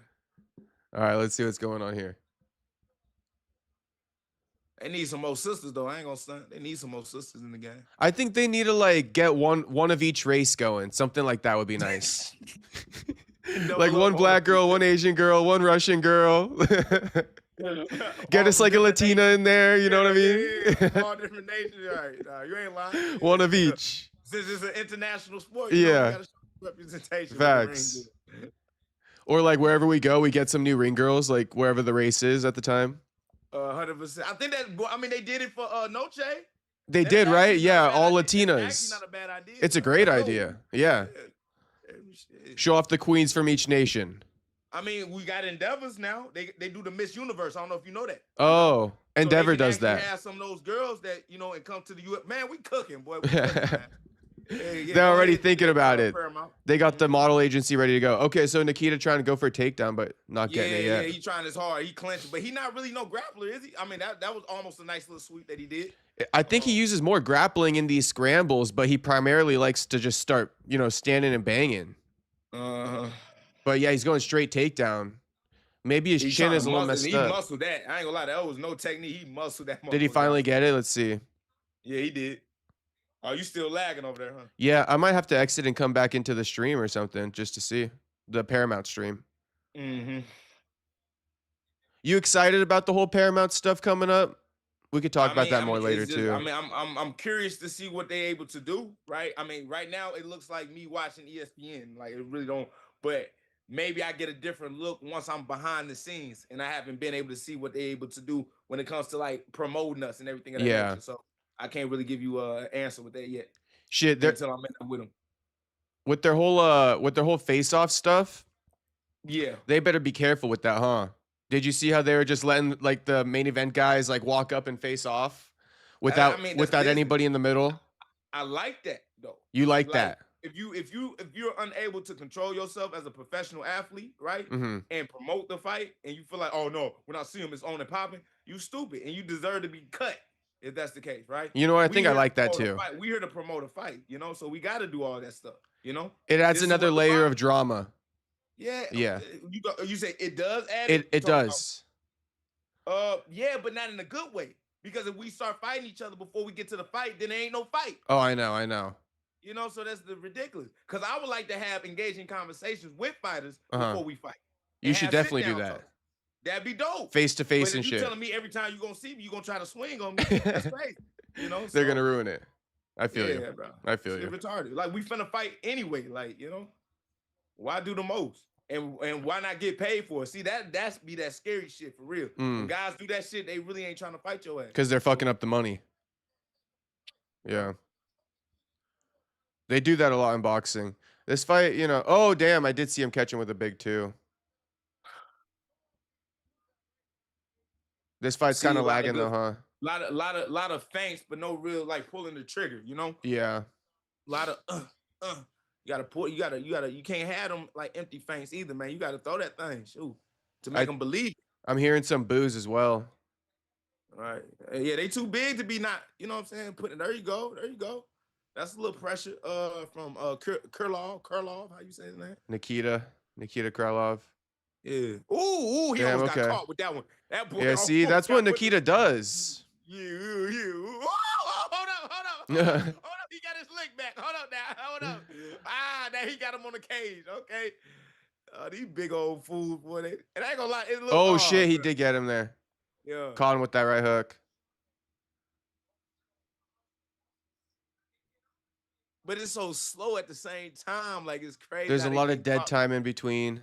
Yeah. Yeah. Hey, I'll be back, y'all. I gotta use the restroom real quick, man. Let me know what happened. Hold on, I gotta use the restroom. All right. Oh,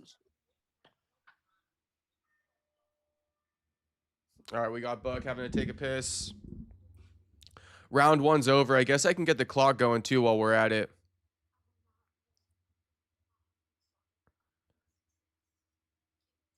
What if a fighter is misbehaving really bad and you have to get physical with them? I mean, I agree.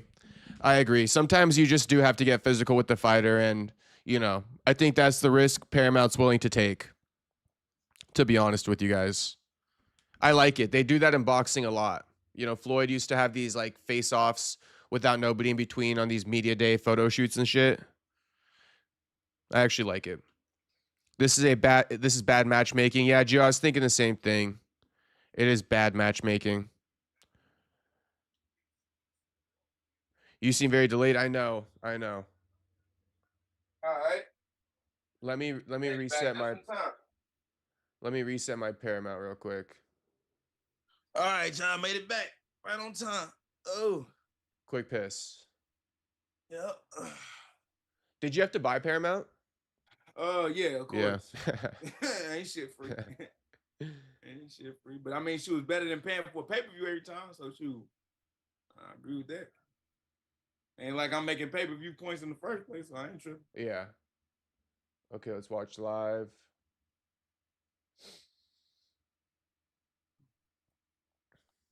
I haven't seen nobody really go to the body. I think ooh, nice little hook, nice little jab. What time does it say on your TV? 4:23. Oh, yours is 10 seconds ahead of me still. Yeah, he keep getting caught by that hook too.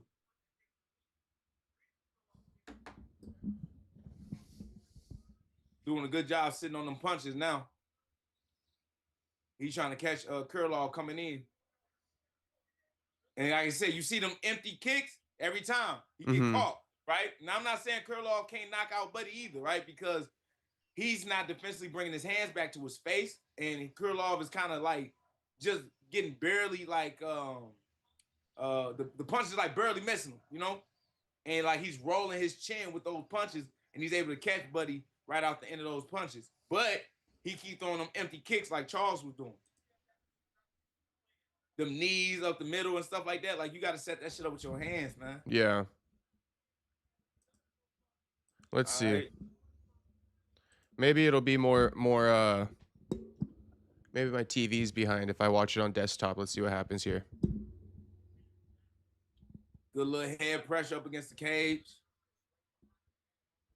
Now, a good little elbow over the top. Introducing UFC Ignite, the UFC Performance Institute engineered meal delivery program. Order today at UFCignite.com or scan the QR code. Good knee. Okay, here I am. Now I'm back in it. This people don't realize how grueling it is, like, just to be hugged up like this, up against the cage, man. Like, this got to be one of the most stressful positions to be in. Because it's just constant pressure and grind up against the cage the whole time. But I feel like a lot of guys aren't as vicious as they could be, in these tie-ups. There we go. It's more tired for the guy getting pushed up against the cage. I mean, it's both for both guys. For both guys. Be the guy that's pushing up against the cage, right? Like, you just see him switch positions right now. Yeah. You know, which is good. It takes a lot of energy. But this takes a lot of energy. You see the digging, right, that they doing. Then you eat a couple knees. Yeah, 100%, right? But a lot of guys, they always go to the body. You can attack those knees too. Yeah. Right?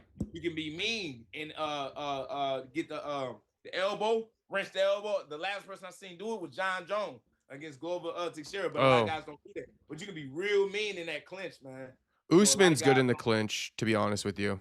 Yeah. To me, the good takedowns. Yeah. Takedown in the clinch. Yeah. Up against the cage. Yeah, 100%. Shout out to Polymarket. They be fucking. What is Polymarket? That's like the UFC's new sponsor, but they also be sponsoring the like us media pages too. Well, what is it though? Oh, it's like a gambling sports book type thing. Yeah. Who do you got winning this so far? Shoot, man, it's hard to say, man. I don't know. I was kind of caught up on my My clock over here. No, because they kind of both catching each other, you know, like, yeah. Because like I said, even with Kirilov doing some dumb stuff and like just coming in, Buddy, what's how you say dude in the green shorts name? Bukowskis. Bukowskis. What's his first name? Modestus. Modestus. It ain't any easier. Yeah, right. No, not at all. But he's missing some of these big shots that he's winging. Because he could have been knocked out Kirilov. If he would have just landed clean, he could have been got Buddy up out of here. But he's missing. And every time he misses, he get touched. Yeah. So it's back and forth right now. It really, somebody got to take over. Yep, Kirilov, he up on the body count and the leg count. Yeah, I see that. They got him up on the numbers. Yep, they got him up on the numbers. Yeah, he's racking up those numbers, actually. Damn. Yeah, it is. Like, every time they throw, they each fucking land on each other. Just depends which one lands harder or something. Kirilov just throwing. Like, he not really setting up nothing. Yeah. So a lot of those punches are just being deflected, right? Off the top. But he hasn't landed anything significant, in my personal opinion. That would have been crazy. But you see how he missing all these shots? Yeah. He's some beautiful shots, but he keep missing. Like, he ain't got no aim, no precision. He needs to land them with more pop. A lot of people talk shit about me, but you know what I'm saying? At least when I'm winging, like them be like deadly shots. You hear me? You know, and eventually some gonna make his mark, you know, but it ain't nothing made his mark for him. Shit. Monster, zero sugar now. All right, let's see. How you get a monster? Like, how do dudes get the little monster sponsorship? You gotta be like one of these like industry guys. Like, I don't even know, bro. You know how it is. You gotta be one of the teacher's pets, so to speak. You notice that only the teacher's pets get it. You know, Alex Pereira. Like, not that he's a teacher's pet, but it's the people that everyone glazes. Somebody was just talking about the industry plants. Yeah, you got a couple of them. Yeah, I can't get no names. I don't know who legitimately is an industry plant, but I know you got some in there. I mean, you got some in there. Ooh. Bro, I was about to say Kayla Harrison is an industry plant, but I called my mom the other day, or my mom called me, and then like her boyfriend was on the phone too, so he said hi, and then the only fight he asked me about, because he knows like what I'm up to, he's like, when's Kayla Harrison and Amanda Nunes fighting? I'm like, bro, that's the fucking one you're like waiting on. Like, you don't ask me about Paddy versus Gaethje, you're asking me about fucking Kayla versus Amanda. So maybe, you know, there is a fan base. That ain't never happened. I know. Yeah. We'll see. She faked that neck injury. I don't care no that. I don't care no that shit. Give her an Oscar for that one. Yeah. That was kind of fishy, low-key. Pulling out the week of.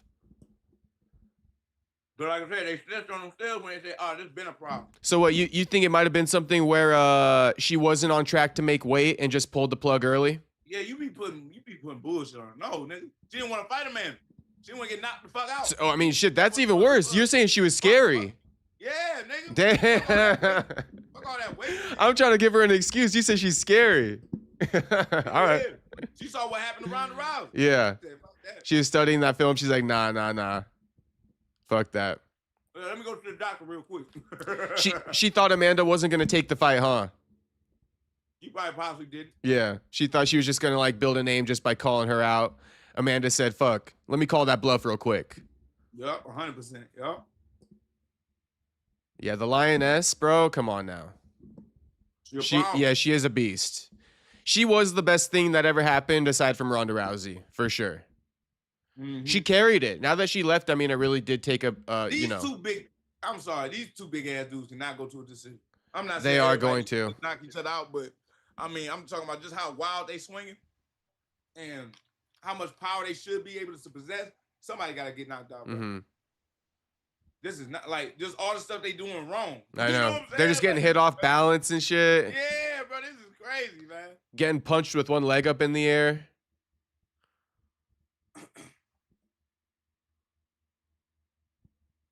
Let's see here. Yeah, Nikita definitely got to shave that fucking head, though. I mean, that hairline is just... He got to let it go. Yeah, he got to let that shit go. Let it go. Or get the skullet. Yeah.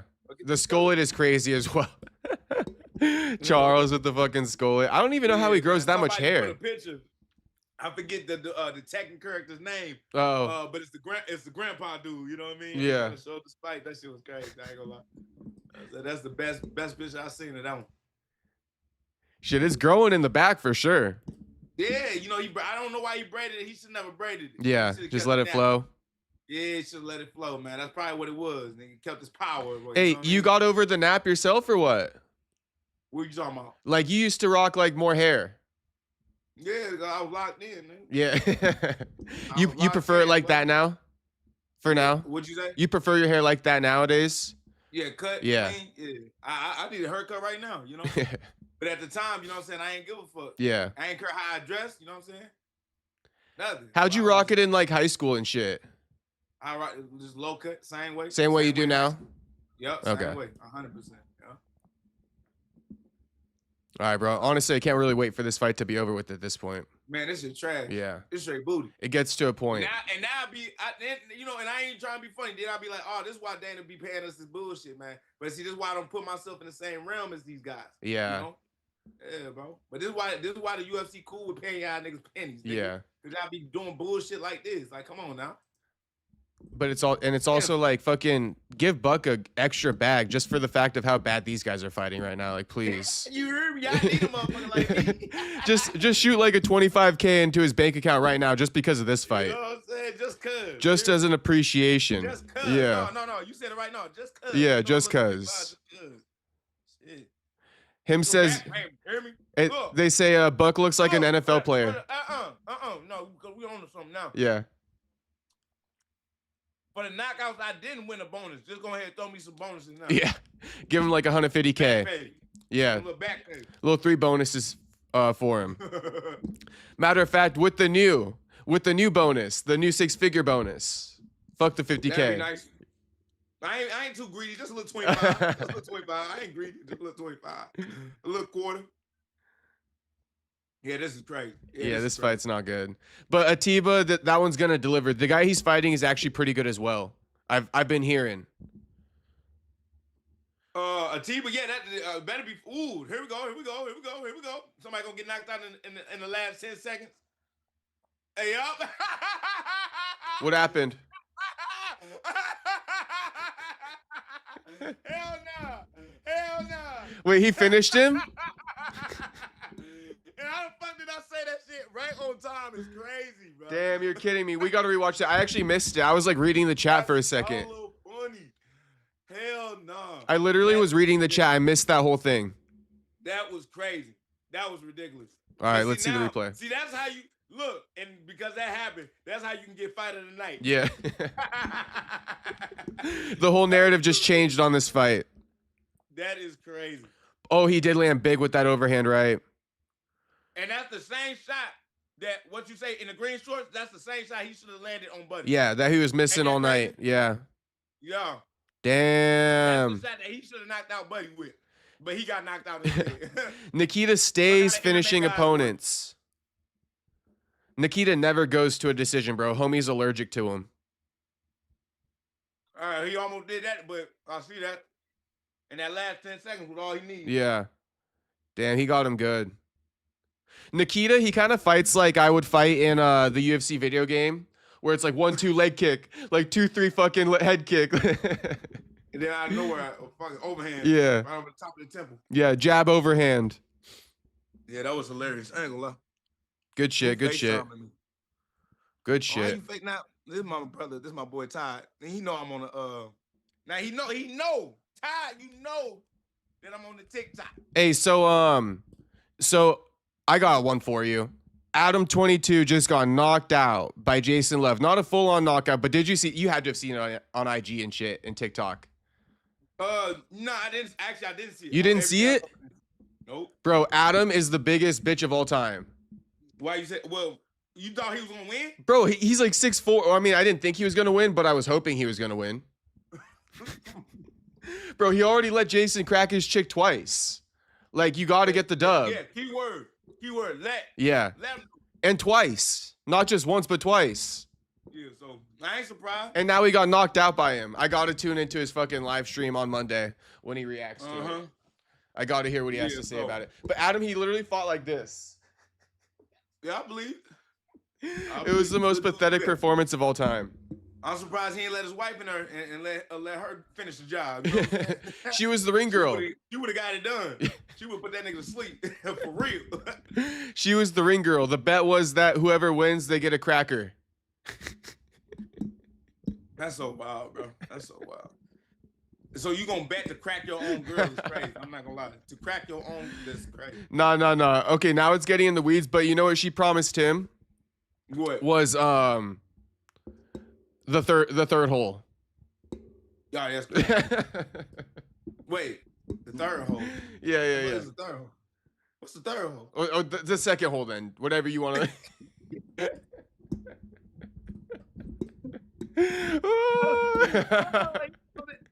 What's the third hole?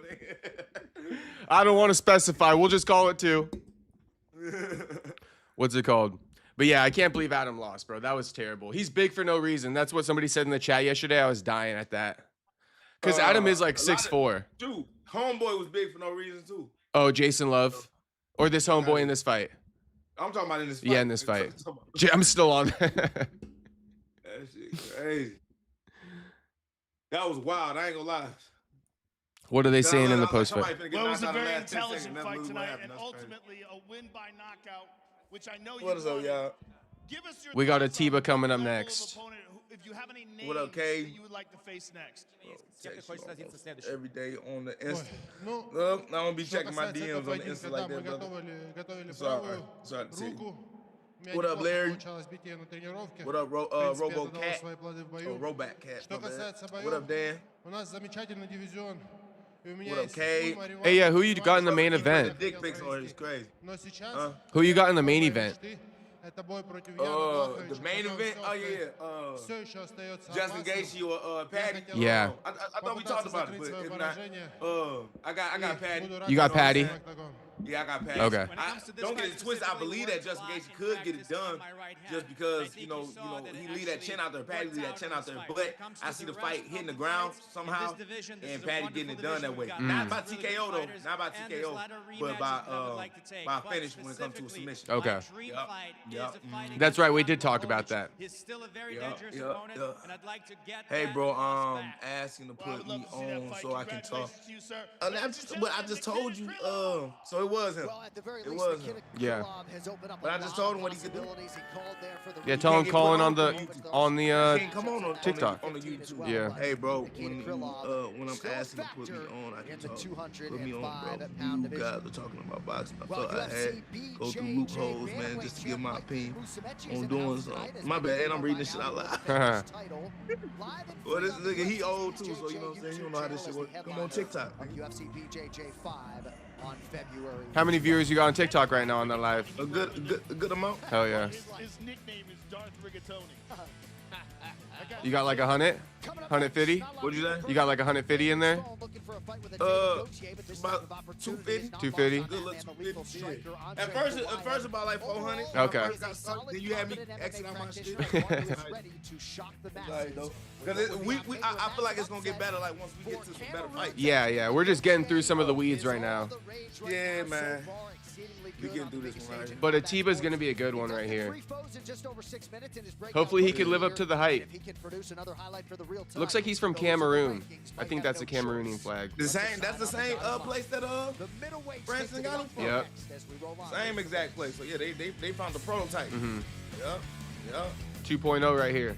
And the thing is though, he's not just a pure striker. Like he come from a sambo background. Oh, does he? Yeah. Interesting. Yeah, legit. Yeah. World class sambo. Yeah, homie is shredded. But good hand placement, good footwork. He's not as wild as Francis. Even though Francis was a talent too and a specimen as well, he was so wild. Everything he'll open everything up, right? And he would leave himself open and get caught. But the thing is though, if you miss Francis, if you got caught, you was going out. Yeah. You know what I'm saying? Like all he needed was one shot to kill you. But this dude, he's sharp. And he long too. He more technical. He got, good, real technical, real range, right? So you gotta really know what you're doing in order to pretty much expose, because yet again, this kid really hasn't shown his hold. I got you. You know? Yeah. He hasn't. Let's see. He might not have too many. He might be like the Carlos Prates of the middleweight division. Well, tomorrow at 3 p.m. Eastern, the AFC You know, like a big old dude who can move up in the future. Right. As the New England Patriots, led by MVP candidate Drake May, meet the top-seeded Broncos and their mighty defense. I lost my train of thought. What'd you say? Oh, my bad. Fuck. They just told me apparently I was accidentally playing the sound on my laptop. I gotta take that off. My bad on that.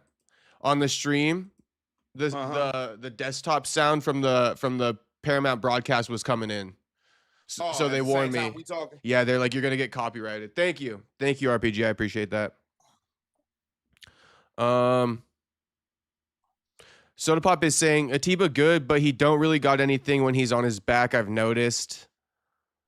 Looks a little bit lost on his back, so we'll see. So you talking about when he get taken down? Yeah, when he's on his back, I guess he kind of like concedes. Struggles a little bit. Yeah. Oh, okay. I guess I ain't watched enough fights yet. Hey, they said ask Buck to read his high school senior quote from his yearbook. Did you? I don't even know if I remember. I don't know if I remember what I wrote. I know I wrote something. You wrote something? I know I wrote something. I didn't put anything. I was one of those guys who didn't put anything. Yeah, I know I wrote something. That would be funny to see what you said about it. I know I said something about probably some tick old bitties or something because I was a little goofball back in the day. You and Charles went to high school together? Not together, no. But the same high school? No. Oh, okay. That's me and Edric went to the same high school. Where did Charles go? I think Charles went like to Hazelwood or something. Yeah, he went to Hazelwood. You guys both grew up like nearby though? Like fairly close? Yep, 100%. Got you. 100%. Oh, I'm getting on Reggie too, boy. I'm getting on his ass. What's he saying? Is he trying to get in there? Yeah, no, I think he's gonna get on. All right. Yeah, cause he acting like we gonna go, I got you, I tried, brother. Looking at you didn't. You didn't try to get on Instagram. I don't even see him on here. He probably doesn't know how to request it or something. Yeah. I'm not mad or nothing. I just wanted to talk. No, you're not mad, nigga. It's like, come on, bro. Of course you're not mad. Still trying to get him on though. Cause he was trying to get on the YouTube, wasn't he? Yeah, he was trying to get on YouTube.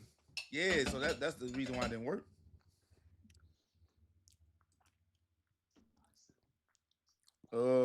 Yeah, I don't know how to work this shit like that, bro. Cause I should be able to send it. Oh no, I can send an invite, can I? Yeah, you can, I think. Yeah, okay, that's what I'm finna do. Okay. Coach Reg. There we go. I wonder what technique he wants to speak about right now. What I just do? What the fuck I just do? Hold on, nigga. I gotta. You baited him into this. Somebody just came into the live. Oh, some random ass person? Yeah, quick invites. I don't know what this is. What's quick invites? Explain this to me real quick. I got no clue. Oh, this is random folks. I'm on here with random folks. Oh. Yeah, I'm not no TikToker. I'm not a big on TikTok. All right, so this ain't what I'm looking for. Coach Reggie got to join your live and then be like request to get in there. All right, bye. Thank you, appreciate you. Now, how do I turn this shit off now, nigga? Soda Pop asking if I'm still eating that chicken. Yeah, I just finished it. All right, on your side, because I see you got a pink button. I can follow you? I'm going to follow you. Fuck it. Yeah, because I already followed you. On your left side of your phone. Soda Pop asking if I watched Ty Miller's fight. No, I didn't, homie. All right, I'm looking on this side, down here at the bottom. 3 dots. But I'm tapped in on Atiba. There's literally a door like right here. No, I don't see no damn doors. You must be on the laptop. I'm on my phone. I don't see no door. Huh? Okay, I don't see no door. Okay, I'm going to take a piss before next fight, too. I'll be right back. Pink and blue circle. Yeah. Joaquin Buckley. Everybody like the stream. Yeah, who is that? No matter who I am. No, I ain't famous. You famous. You're famous. All right. Yeah, so look, I'm over here struggling, so you stuck. Now I gotta charge their ass. Now we charging people over here. What you mean? We're gonna make some money before we start that, before we do the questions and shit.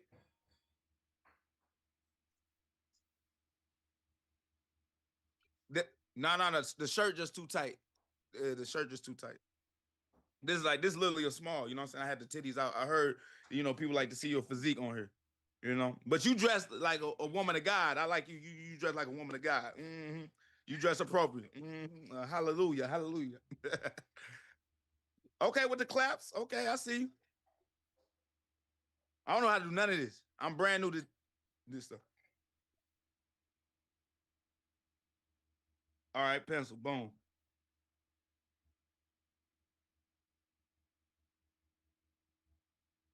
You just made me put a face on myself. All right, bro, you lying to me. So I'm on the facial features. See, now I know how people be feeling like when I do this with my granny. I'm like, grandma, like all you gotta do is just go to HDMI. You know what I'm saying? And just now I know what she be feeling. So here we go. All right. So you got music, sound effects. There it is. Okay. All right. Bet. I'm learning. Okay.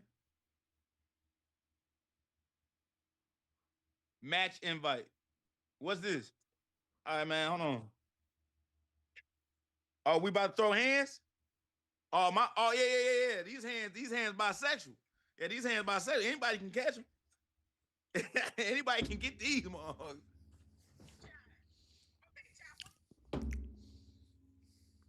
Hold on. This is a stream. I gotta watch this fight though. So this is what I'm doing. So I'm watching the actual fight. So people that's on my chat, they can hear this too. Obviously. Right? So we all watch. All right, we back in here. Let's see what fight's coming up right now. You got Coach Reggie. Oh shit, the fight's on right now. Okay. Yeah. Boom, they just started. All right, Atiba, let's see you get a good knockout. I mean, you're like twice this dude's size. Yeah, they're like the same height. Yeah. Bit skinny, right? Atiba got like twice the muscle. Oh, lets him up. He doesn't give a fuck. Oh, again. Then followed it with the left hook. Oh, shit. Atiba's a dog, bro. Damn. Homie's mesmerized. He can't even get out the way. He's too busy tripping to slip. Let's end this shit right now.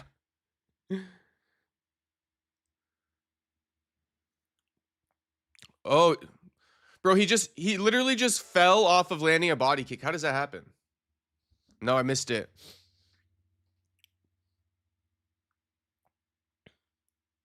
I would say, where did they find him? They got him on a Contender Series.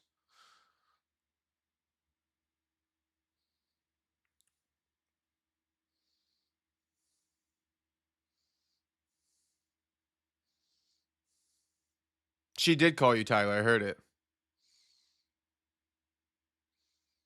Atiba, what's he missing on this? He like, I don't know, is Pulayev like slipping out the way or like angling off when every time he throws that right hand? Damn, he's gonna put his ass out, bro. He's gonna put his ass out.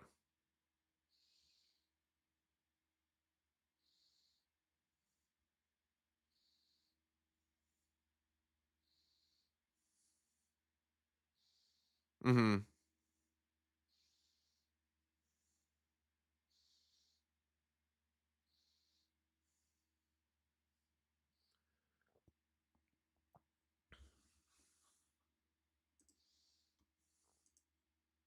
This type of pressure from nobody ever in my life, You know how deadly afraid I'd be if I just felt like I can't do nothing?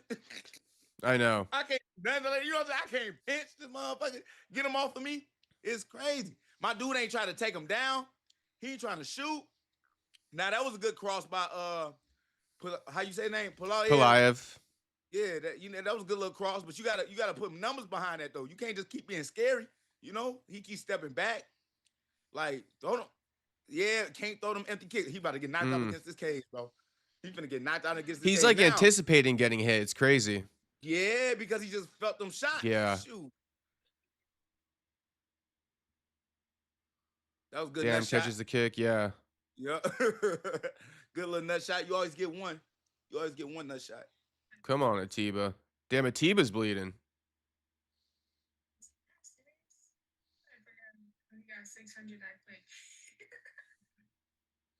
Six 600 what? What are we playing? I'm winning already. It's crazy. And I don't even know what we playing. That's crazy. I don't even know what we playing and I'm already winning. That's wild. Ooh, let's go. Appreciate you. Hey, I need to do this more then. I need to do this more. Oh. Damn, half. Well, shit, nigga, that's better than what the UFC. Oh shit, big overhand left.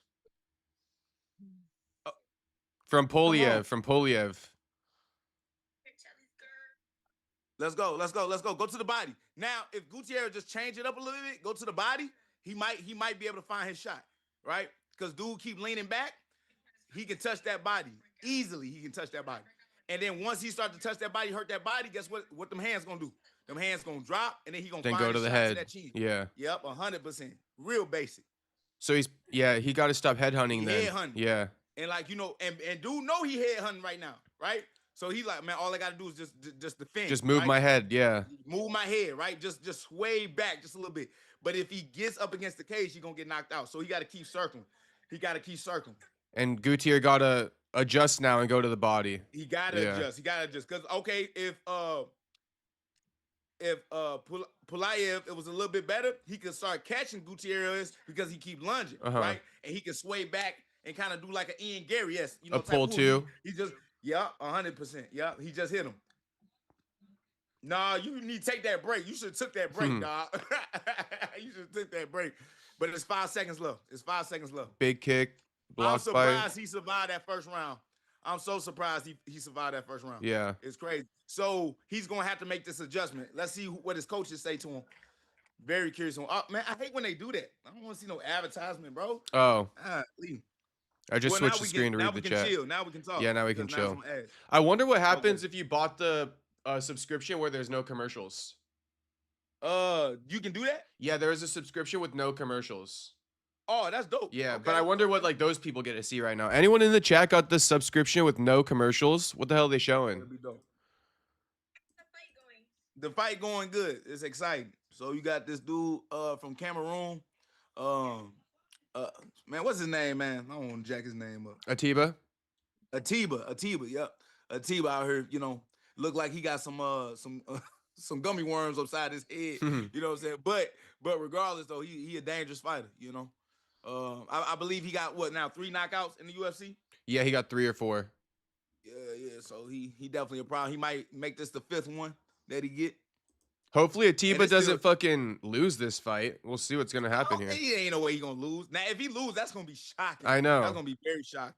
Yeah. I don't think he's gonna lose. Soda Pop is saying Atiba lost his steam, not hitting the same, might be Pulayev win. Oh, and somebody said you pushing on that one. He tripping. Soda Pop, you used to be hitting it. You missing on that one. Now I'd be very surprised if that do happen though. Yeah. I'd be very surprised because all you got to do is make the adjustment. That's all. Now you see him going to the body. Yeah. That's the good adjustment, right? That's him listening to his corner. That's him listening to his coaches right there.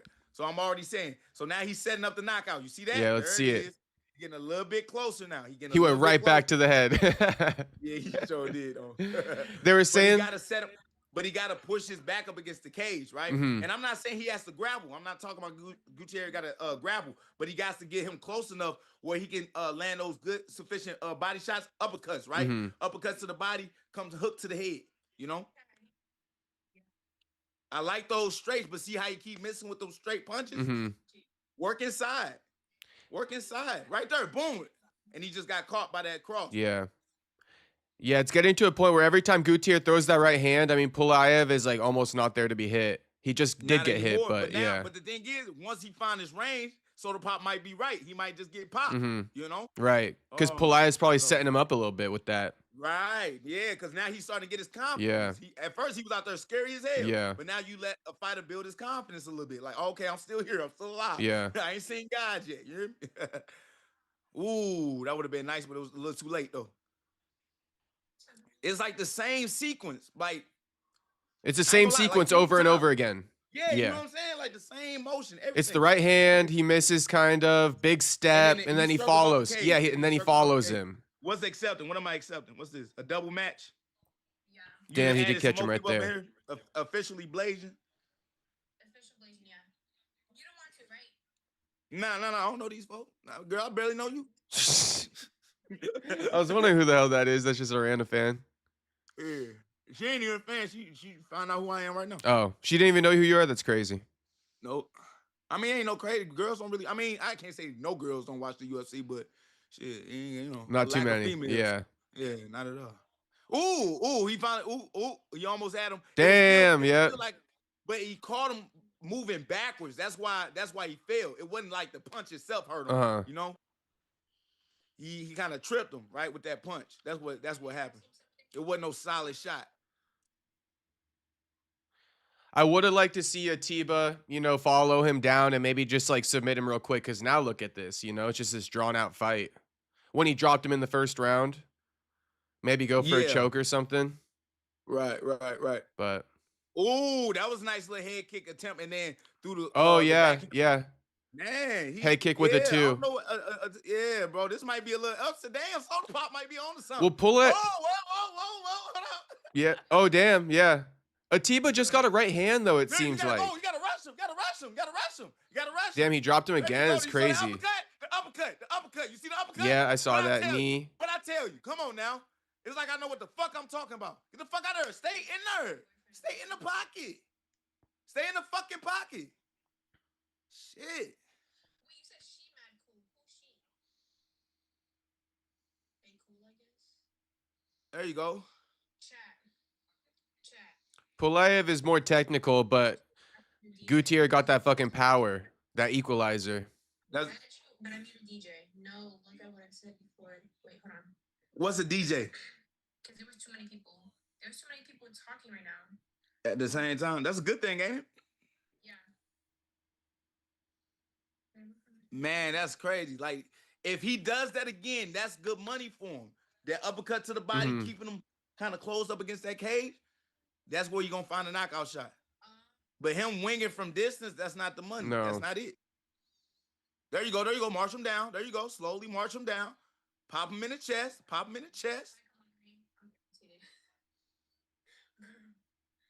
wait. Add me on. 40 seconds left in the round. That's crazy. And I think Gutierrez stole the round by dropping homie and unloading on him on the cage. A little bit. Yeah. But it's definitely some holes now that we can see, right? Yeah, but 2-0. Definitely some holes. You think 2-0? Yeah. Huh? 2-0. 2-0. Yeah, 2-0. For sure. Who's your boyfriend? Oh, let me do a poll. Let me do a poll in the chat and see what people are voting for the main event. Oh, he just took a nice head kick. Gutierrez just took a nice head kick upside his head, man. That was bad. Actually, before we do main event, let's do O'Malley versus Song Yadong. All right, I gotta see how I get my coach up in here. You know what? Let's just do whatever. You said it was a door on here, baby girl. Shout out, baby girl. I wanted to ask a question. I don't know what. I said that if he sends me a big gift, that he could come up here and ask you a question. Did he send you one? Yeah, he sent me. All right, bet. What's the question, Matt? I can hear him. What's it? What you mean came to St. Louis? I'm from St. Louis. Oh, fault. Yeah. Okay. Yeah.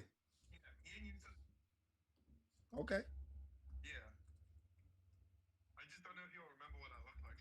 No, I don't, brother. I don't, brother. You can put yourself on the video, and I can see you probably, and probably remember.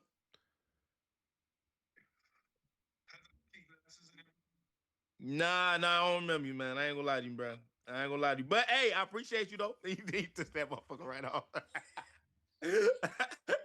But hey, I appreciate you. Hey, man, I appreciate you for showing love though. You know what I'm saying? You gotta realize how many people I meet, you know what I mean, and take photos with, bro. So, you know. But if we would have had a conversation, you know what I'm saying, it would have probably been a little bit more memorable for me, you know what I'm saying?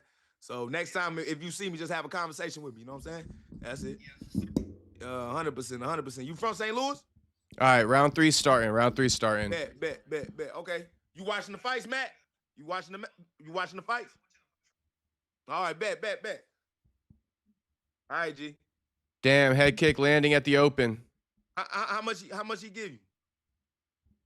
500 what? I thought she about to say $500. What'd you get? You definitely splitting. You definitely splitting that shit with my ass. Hell no. So how much is 500 coins? Like that? What is it? How much is it for real? Because it really all just depends on how many coins you get.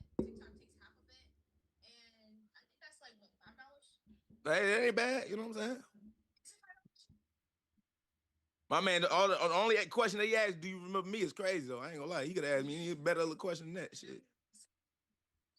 Who would have thought that this Atiba fight's gonna be like playing out like this? Nah, bro? I thought, man, especially with that first round. Now with the third round, it's just getting a little bit more slow. But it's all good. But let's see if homie can find a head kick. I'm not disappointed. This is the type of fights guys like this need to make that adjustment, right? Yeah. But you got to make sure you make that adjustment. Yeah.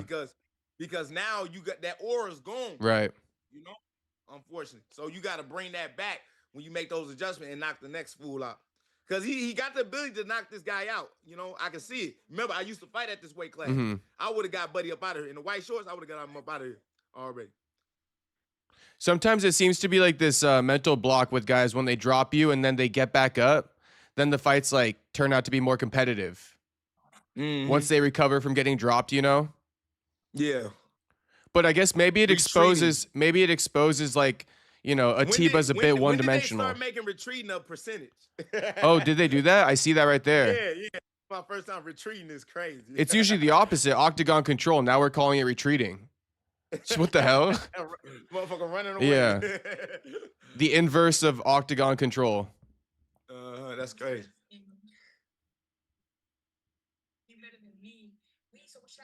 Yeah, Atiba doesn't even have much like kicks. I'm starting to notice.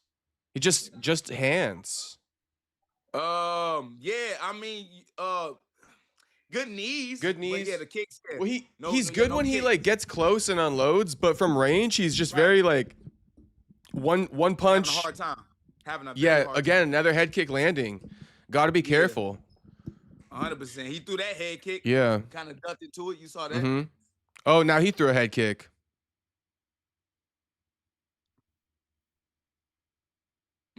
That hook would have been crazy. He should have came back with that right hand though.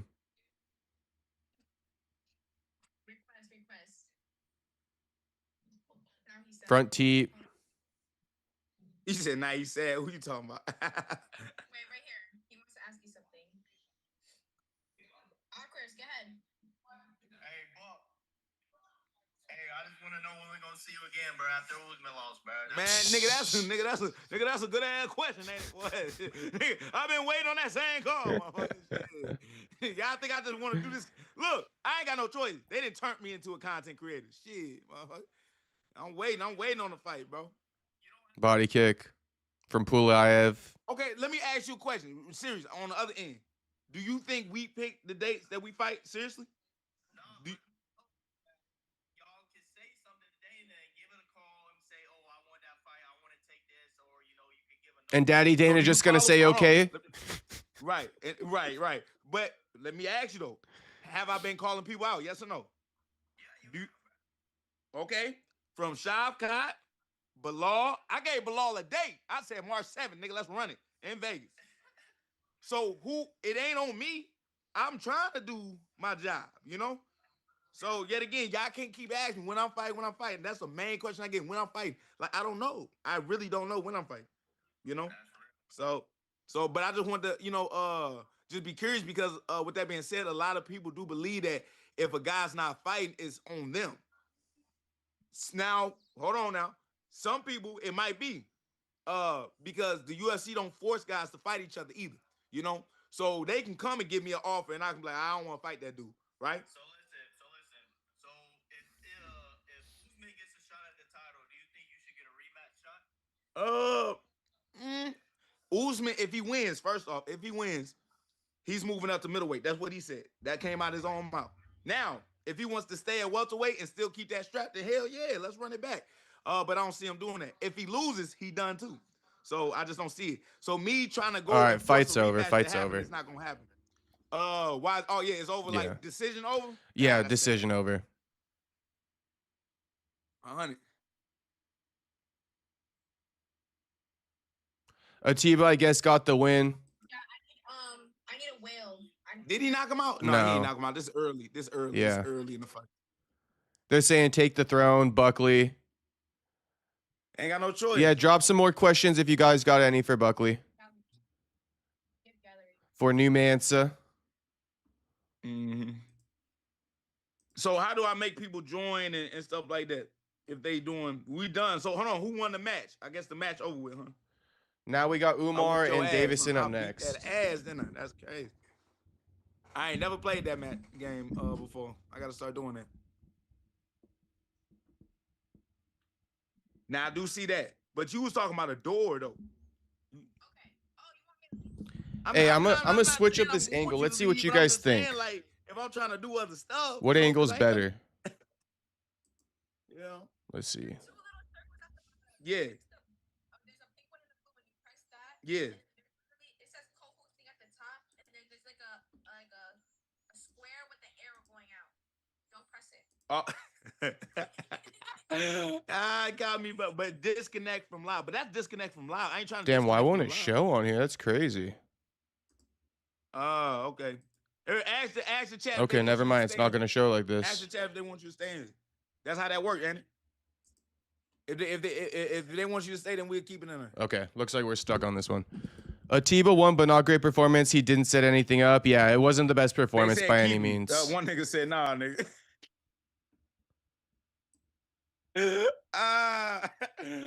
Everybody say she cool. I'm getting half and half. How we do a poll? You gotta put a poll on this motherfucker. You gotta put a poll. It look like we getting 50-50 on this bitch.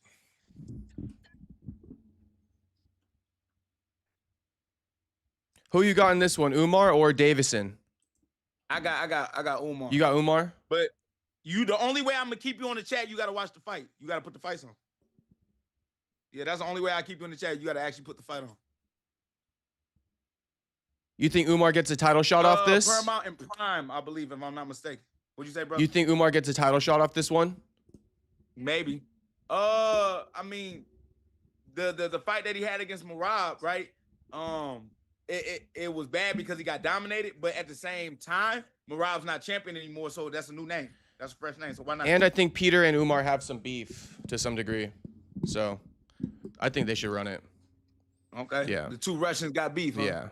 Two Russians got beef.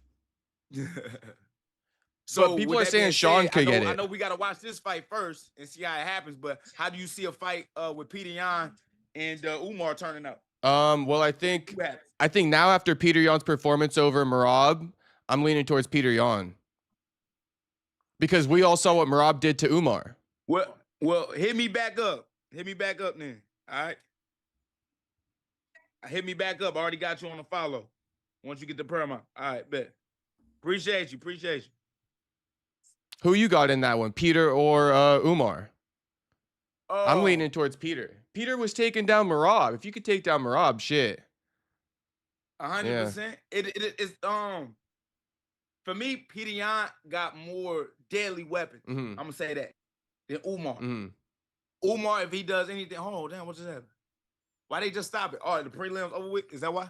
Why not just let it play out? Oh, we got to do a new stream now? Yeah, that shit scared the fuck out Oh, of me. yeah, I guess, all right. Thanks for the heads up. Let's see. But back to what I'm saying, though. I feel like with Umar, if he was just to win, it'd just be trying to hold Peter Yan down like Merab had did. But I can see Peter Yan getting it done. Yeah. You know? Yeah. Okay, main card English? Yeah, main card. Yeah.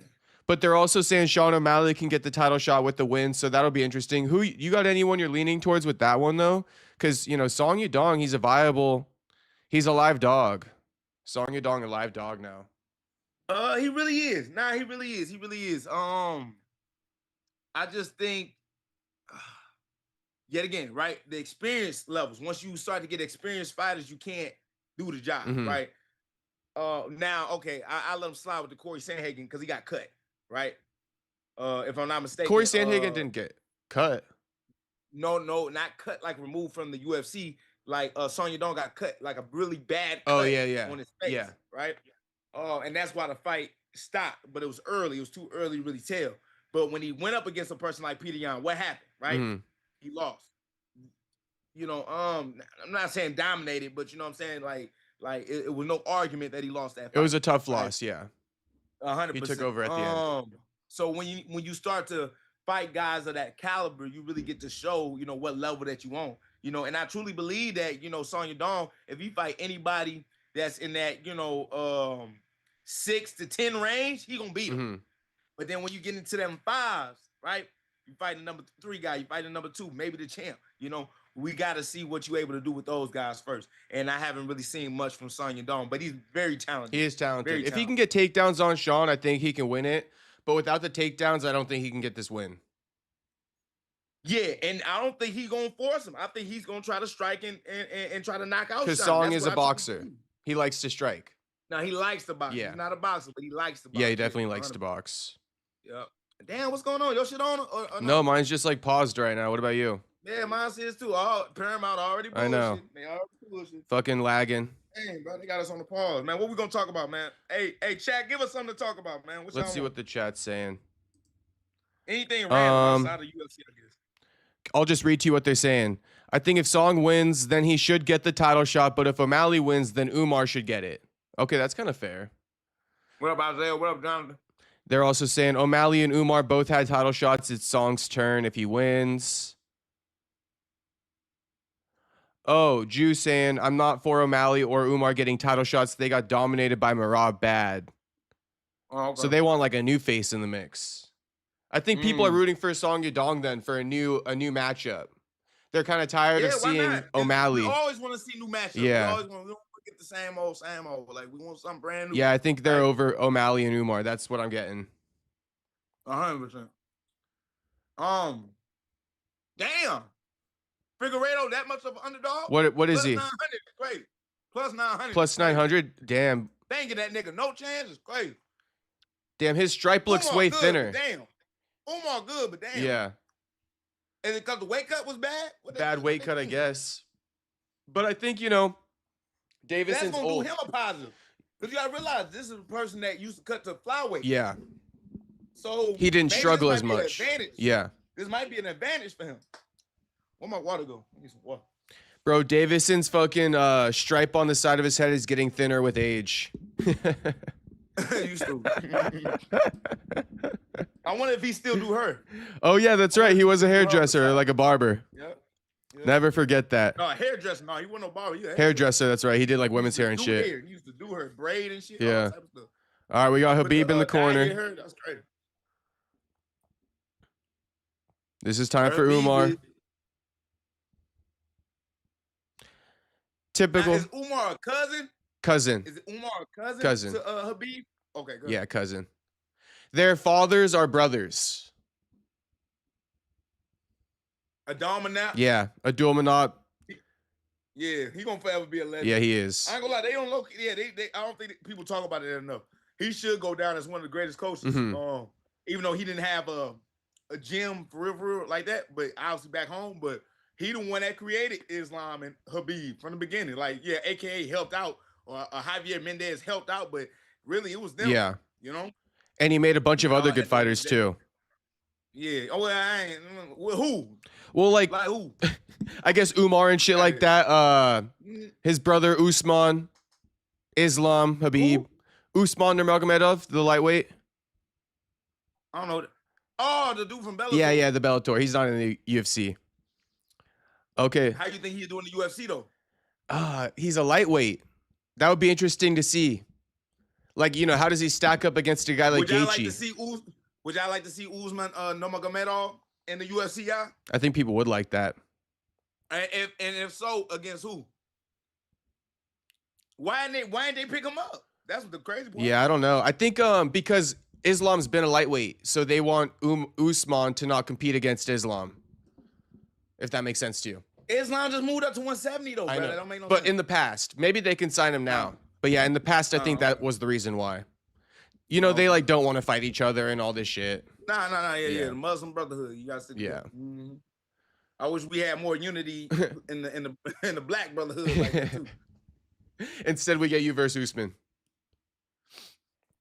Had to do it for the coach. Yeah. Looking ass.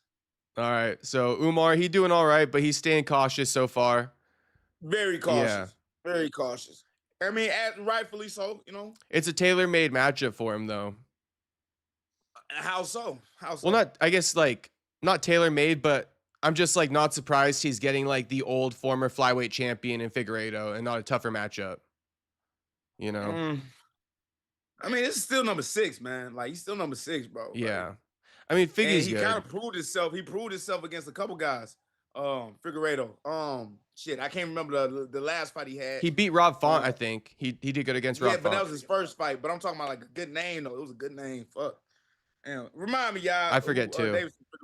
But Umar just landed a nice fucking 2-3 on the separation of that clinch. Let's see what Figgy got for us. And be honest with you, he got to be careful. Umar got to be careful going to the ground, too. And I'm not saying that Umar doesn't have decent enough striking, but he's not, to me, he's not that power guy. Like, he's not going to, you know, hit you with a crazy shot to just knock your ass out. Do we got knockouts? Yes, but very rare. Yeah. Very rare. I think it's tougher for him to get knockouts at this level. Yes, 100%. 100%. And he's not much of a grappler. He's like a Muay Thai guy. You talking about Umar? Umar, yeah. He's a grappler because of the gym, but his base is Muay Thai. Really? Yeah. Didn't know that. He lived in Thailand for a while. Even though Abdul Manap wasn't a fan of that. Yeah, he wasn't a fan of that for many reasons. See, look, this is what I'm talking about. Yeah, already threatening guillotine off the single 100%. leg. You see how he let that go? Yeah. And look how Umar let that go immediately. But you see how Umar isn't like the Habib or Islam when it comes to the takedowns either? Like, you know, Habib or Islam would have finished that shit. Everybody can't be Habib, man. Everybody can't be Islam. Yeah. Like, everybody act like the guys that train with them are like them. Like, no, it ain't like that, bro. You know?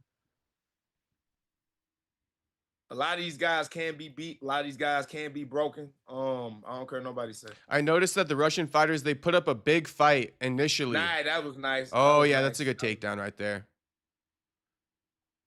You got to break the Russian fighters' spirit like early in the fight, and then it's easier to take over. The problem is breaking their spirit. 100%, because they overly confident a lot of times when they step out. And then once they like get that confidence broken, it's like, you know, they're in shambles in a little bit. It's a wrap. Yeah, it's a wrap. Man. I have noticed that. If you watch one of Arman's recent grappling matches at ACD, it was a tough match until he got the takedown. Then it was fucking easy for him. Right. All right, so Umar in what, half guard here? Looks like what up, half Danny? guard. What up, Jonathan? What up, Drew? Damn, okay. Figgy puts him in the full guard now.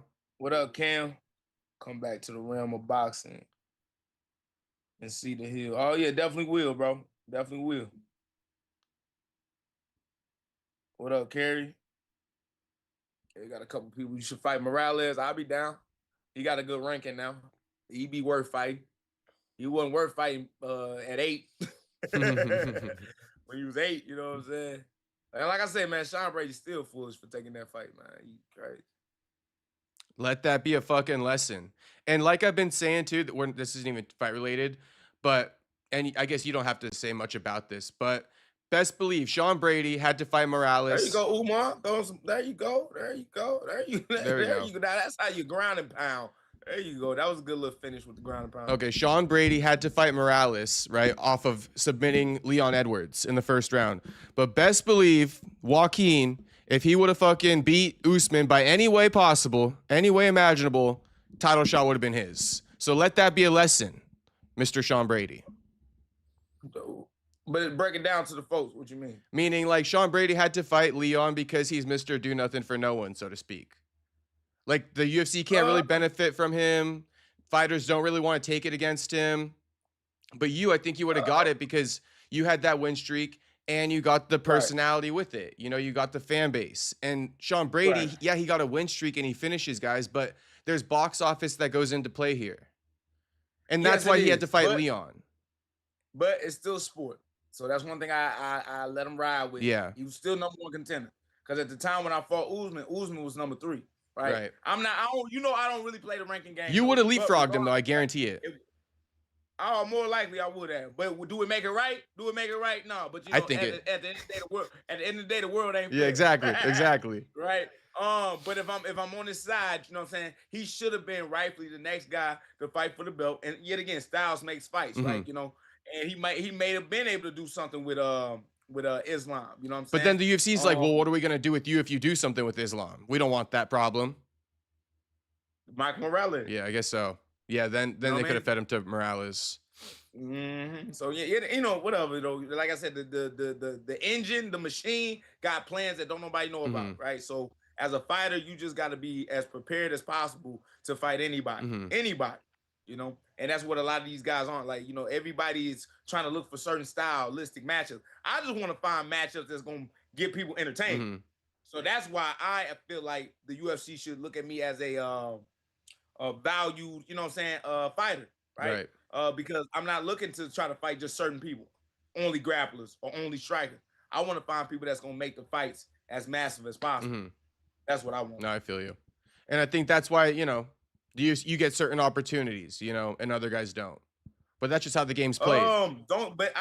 Like you said though, I work for those. That's the point. They ain't giving me shit. No, that's the point. Yeah, you had to work for it. Damn head kick. Get dropped? He landed a head kick, but he slipped. Yeah, the bottom foot slipped.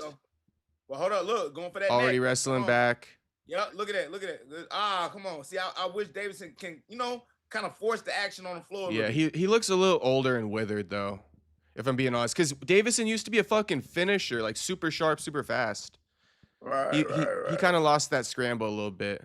It's understandable, but Umar looks another weight class, so a little bit more weight moving around. Yeah, Umar looks real young and sharp in there though. Very aware. I like the little footwork by Davison though, but he gotta throw something out there. Yeah, he gotta catch him. He's trying. But that's how you work in though. Yeah. That's how you work in. You just gotta, throw something behind it. That's all. Good big hard body kick right there. Those are tough to take. Yeah, I was gonna say those gotta be tough to take. Hell yeah. You gotta put on a poker face for sure. Yeah. Especially if it hits you in the forearm, not the elbow, but like right in the forearm. Oh yeah. Like, ooh. Damn, nice kick. Question mark kick. Real nice. Okay, Umar. Okay. He lifted up the knee and then fucking just like flicked it. And that's the thing. All you got to do is land that instep in that foot. Yeah. So you don't need to land the shin necessarily, especially if you're aiming for the head. All you just with the foot. Touch that temple. Yep, that foot. Touch that temple is done. Look at that. Man, take that was down. Yeah. shot. See what I mean? Elbow nice. Knee counter. Davison. But he's seeing everything. That's what the Figueiredo, he got his eyes, wide open. That could mean several different things, right? But I feel like he just got to calm himself. You know what I mean? Yeah. Kind of flow into the fight a little bit more, right? Like you said, anticipating a lot of shots. That can be a bad thing. He needs to go more offensive, probably. Oh, nice right hook. I would. Yeah. I would be a little bit more aggressive without getting yourself hurt, but I'll be trying to push Umar back, right? Or forcing some of them shots like he's been doing, so I can catch that neck. No, did he? How much? There it is. Nice. Oh, he should have used that. Damn. Could have got easy money takedown right there. Yeah. How much you think of like fighting is like moving forward helps you like win? Because DC always says that. He's like, going forward is how you win. Like, we don't go backward and shit like that. It depends on the fighter, man. It really depends on the fighter. Some guys are good at sliding back and fighting. Like pulling you into shots. Yep, and pulling you into shots, exactly. So, it all depends on the fighter, but more than often, some guys it's hard to fight on the back of the head. Yeah. So, for the majority of guys. 100%. Damn, double jab. To the clinch though. He should have doubled that up right there. Oh, he did. Okay. Yeah. Umar be trying for takedowns, but it's hard for him to get them. Yeah, but that was still nice. Yeah, though. Nice attempt. Oh, I see. But see, I like that from Davison. Ooh, now he's pressing. Yeah, hold up. Yeah, stay in the pocket. Keep him there, up against the cage. Both of them. Boom. The right hand is nice from Davison. Keep mixing it in there. Maybe set it up or something though. 100%. Yeah. Like I said, body shots, brother. Body shots is so you can land them at a higher percentage too. I'm always surprised people don't throw them more often. Because guys trying to get that knockout. They trying to get that little quarter. Yeah. They trying to get that little 25. That little 25,000. They need it. Yeah. Yeah, right. They're hungry for that. You know? They're like, this 12-12 ain't gonna cut it, bro. Fuck the body shots. Mm-hmm. All right, third round. Let's go. This fight's not gonna warrant a title shot though, by any means, in my opinion. What you mean? Like, I don't think. I mean, we haven't even got there yet. Damn. yeah, we're gonna see. I know. The, I'm already wrapping it up. No, Diddy, what? You remember what happened in that last fight that we watched with the light heavyweights? Kurloff. Yeah, I know. But we'll see. I think if O'Malley gets a nice knockout over Yadong, I mean, he's gonna get on the mic and call for it. Probably gonna be his. Oh, 100%. Yeah. And they definitely gonna give it to O'Malley for sure. Because, and to be honest with you, it's another good matchup because that'd be the second fight, right? And it was a controversial result the first time around. Peter thought he won that shit, so Peter's gonna definitely take that. Mm-hmm. That's what the UFC does, though. They put two kind of like #1 contenders on the card, and whoever performs better, so to speak, they'll get the opportunity. But you got to imagine one of these guys are going to get the opportunity, right? One of the winners of tonight. Yes, and I'm putting my money on Sean O'Malley. Definitely get it if he wins, 100%. So even if Umar wins, if Sean wins, that's a wrap. Like you said, definitely a wrap. And you can't even argue with it. Like the biggest star, you see well, they just put him on the main card. He lucky that Kayla and Amanda not fighting because he wouldn't even been on the main card. Or you know that, right? No, Sean would have, but they put him in the co-main. You mean the co-main? No, I'm talking about Umar. Umar was on the prelims. Oh, got you. So they did bump this fight up. Yeah, you're right. You're right. Ooh, that was a good body. Nice body shot. I know he felt that. Yeah, you know he felt that. Davison tough though, taking that. Yeah, bro, but he definitely shit himself. Ooh, head kick just missed. He tried to add a real red mark on this. It kind of grazed.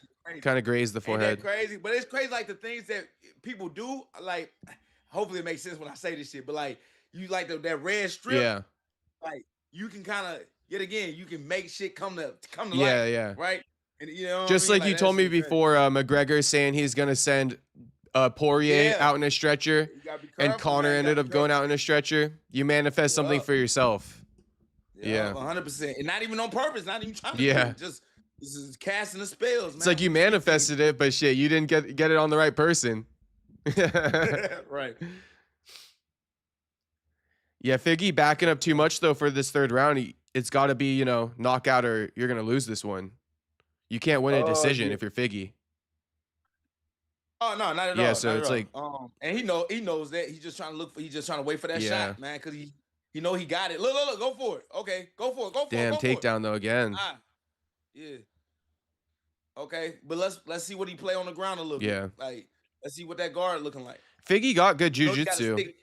Exactly. You got a sticky guard. Yeah. Like, slick with it. I wonder who we got coming up after this one. I don't even know. Let me take a look here.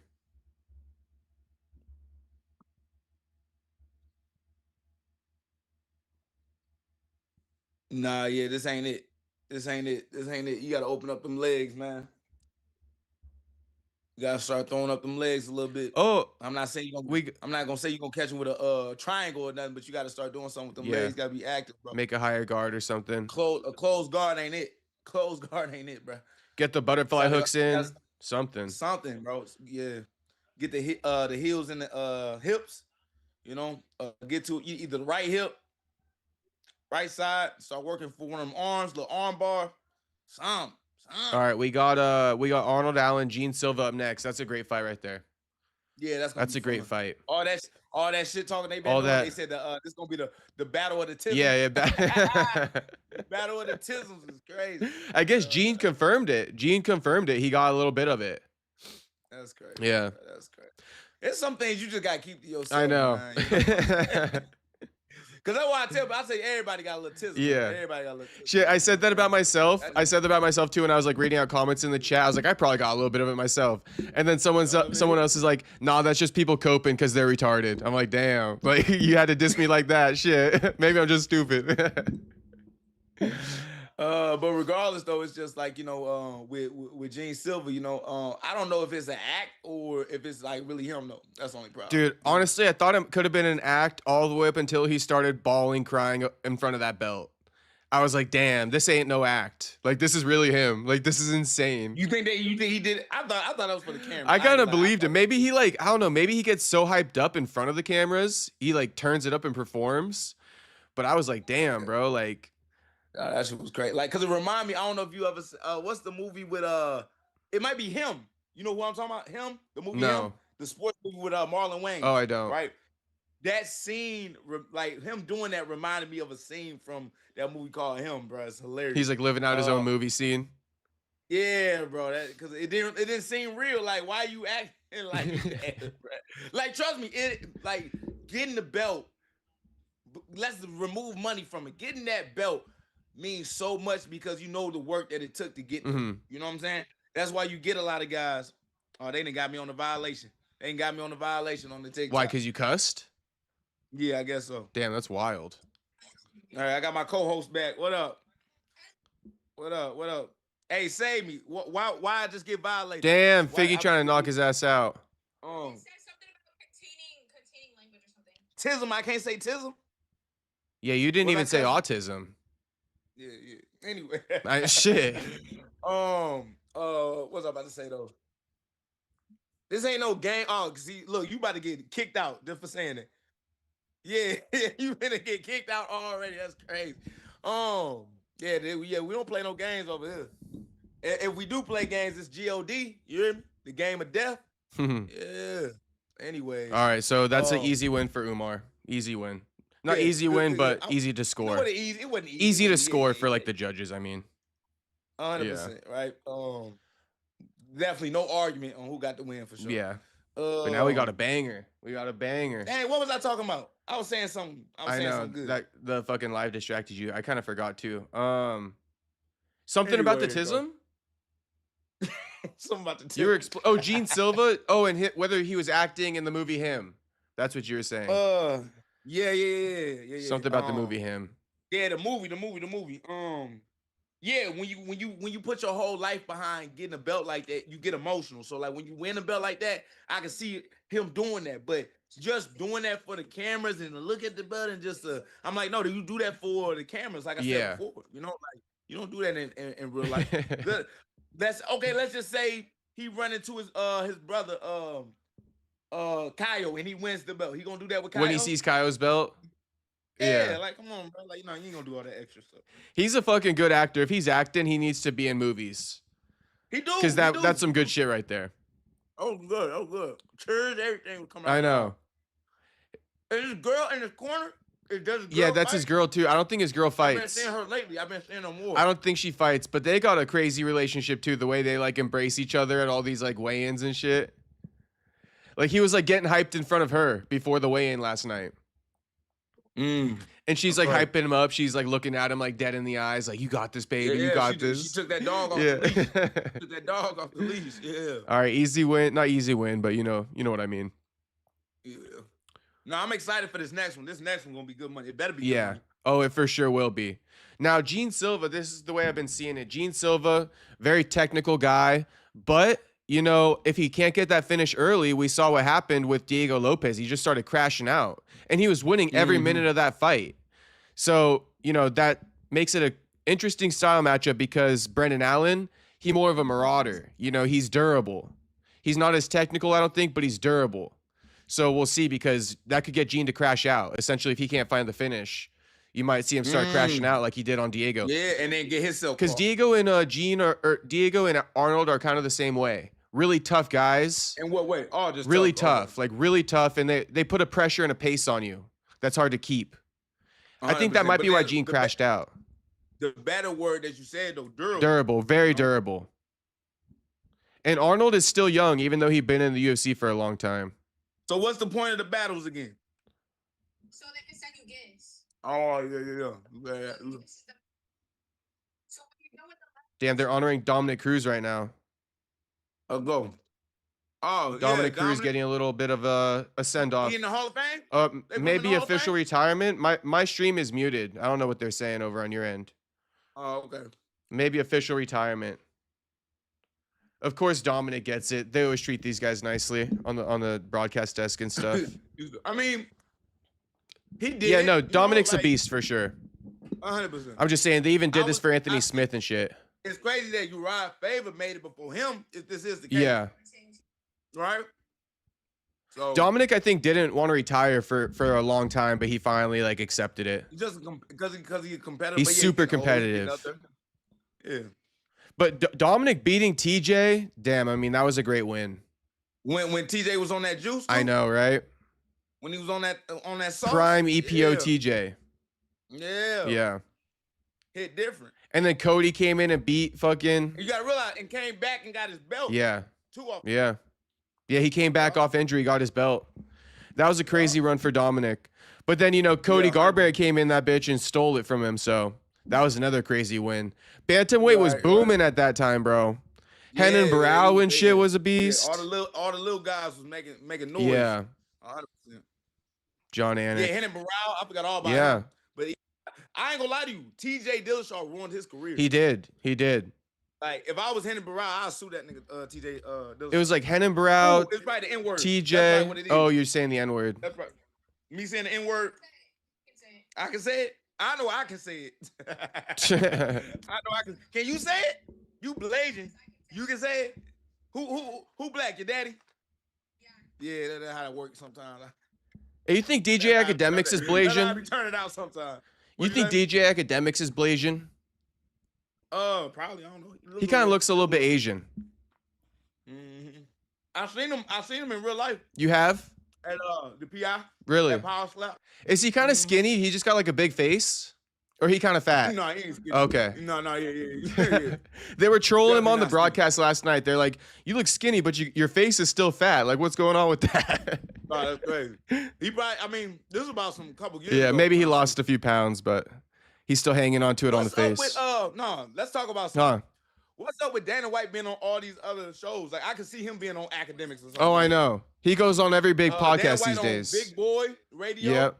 He on Club Shay Shay. He on The Pivot. Like, no, I'm asking you a question now. Like, why you don't think that we on these shows, bro? Because Dana's the biggest star in the promotion. They build in Dana. Yeah, you ain't lying. They build in Dana, for better or for worse, bro.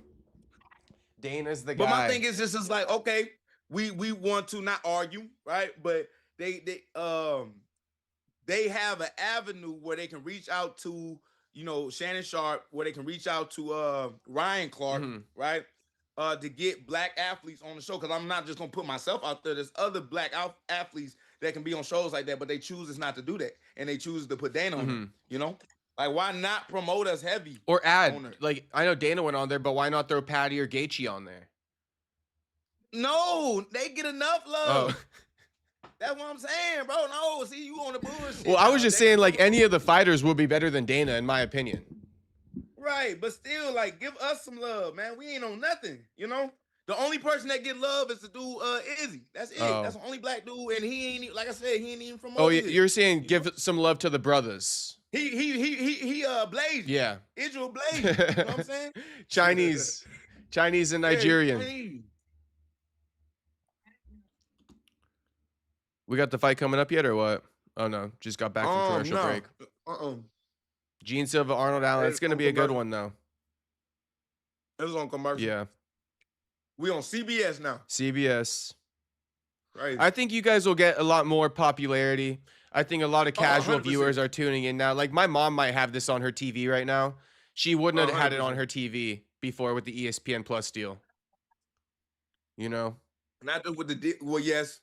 Because even if it wasn't pay-per-view, people still would have to have ESPN. Plus, the whole app thing. But now it just be on network television, CBS. Yeah, 100%. And people could be watching like a movie, and then they exit out of the movie. They're like, "Oh, UFC's on. Like, let me tune in."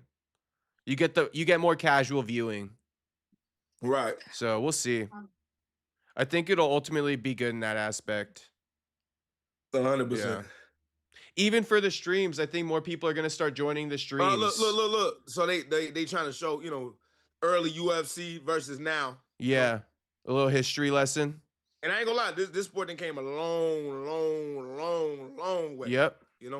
Just the whole history behind how the UFC was even just illegal everywhere in America, right? And they had to push to kind of promote it. You had guys like Jim Brown, commentating, who's a football player, You had Bill Superfoot Wallace, you know what I'm saying, early commentating in these fights. There Dana is. With hair. Baby face Dana right there. Damn, Matt Serra. Yeah. Nick Diaz, shout out. Yeah, man. Like, all these fights, man, all these fighters, bro, help create, you know, what the UFC is right now. That was a crazy time too, huh? Because you really had to just be passionate about it. You know, like, you had to be a straight dog. Look at that. All those guys that they showing right there. Look. R.I.P. Stephen Bonner. You got Forrest Griffin. The reason why the UFC is where it's at right now, they say it's because of these two fighters right there. Joe with hair. Yeah. We're still on like the original guys, Bruce Buffer, Joe, Dana. Crazy. And they still here. Yeah, they're still here. Yeah. Damn, yeah, that knee from Jose. Yeah. Shogun. That's when I fell in love with it. That's when I was a young buck watching. Aldo. Yeah. Aldo, 100%. Aldo was one of my favorites. Yeah. For sure. Especially when he was them leg kicks, bro. Did you watch that fight with Mark Hominick back in the day or no? Yeah, I saw that too. 100%. And he put that balloon upside his head. I watched that like a Buffalo Wild Wings. And Hominick was fighting though. Hominick was still fighting though. Yeah, he was. It was a decision, I think. I ain't gonna lie, that Conor McGregor run, we'll never see. Well, I ain't gonna say never, but it's gonna be 100 years before we see another Conor McGregor like this. And I'm not even talking about skill-wise, right? I'm not even talking about skill-wise. I'm talking about just the presence, the story, everything, you know? And just how everything just worked out for him.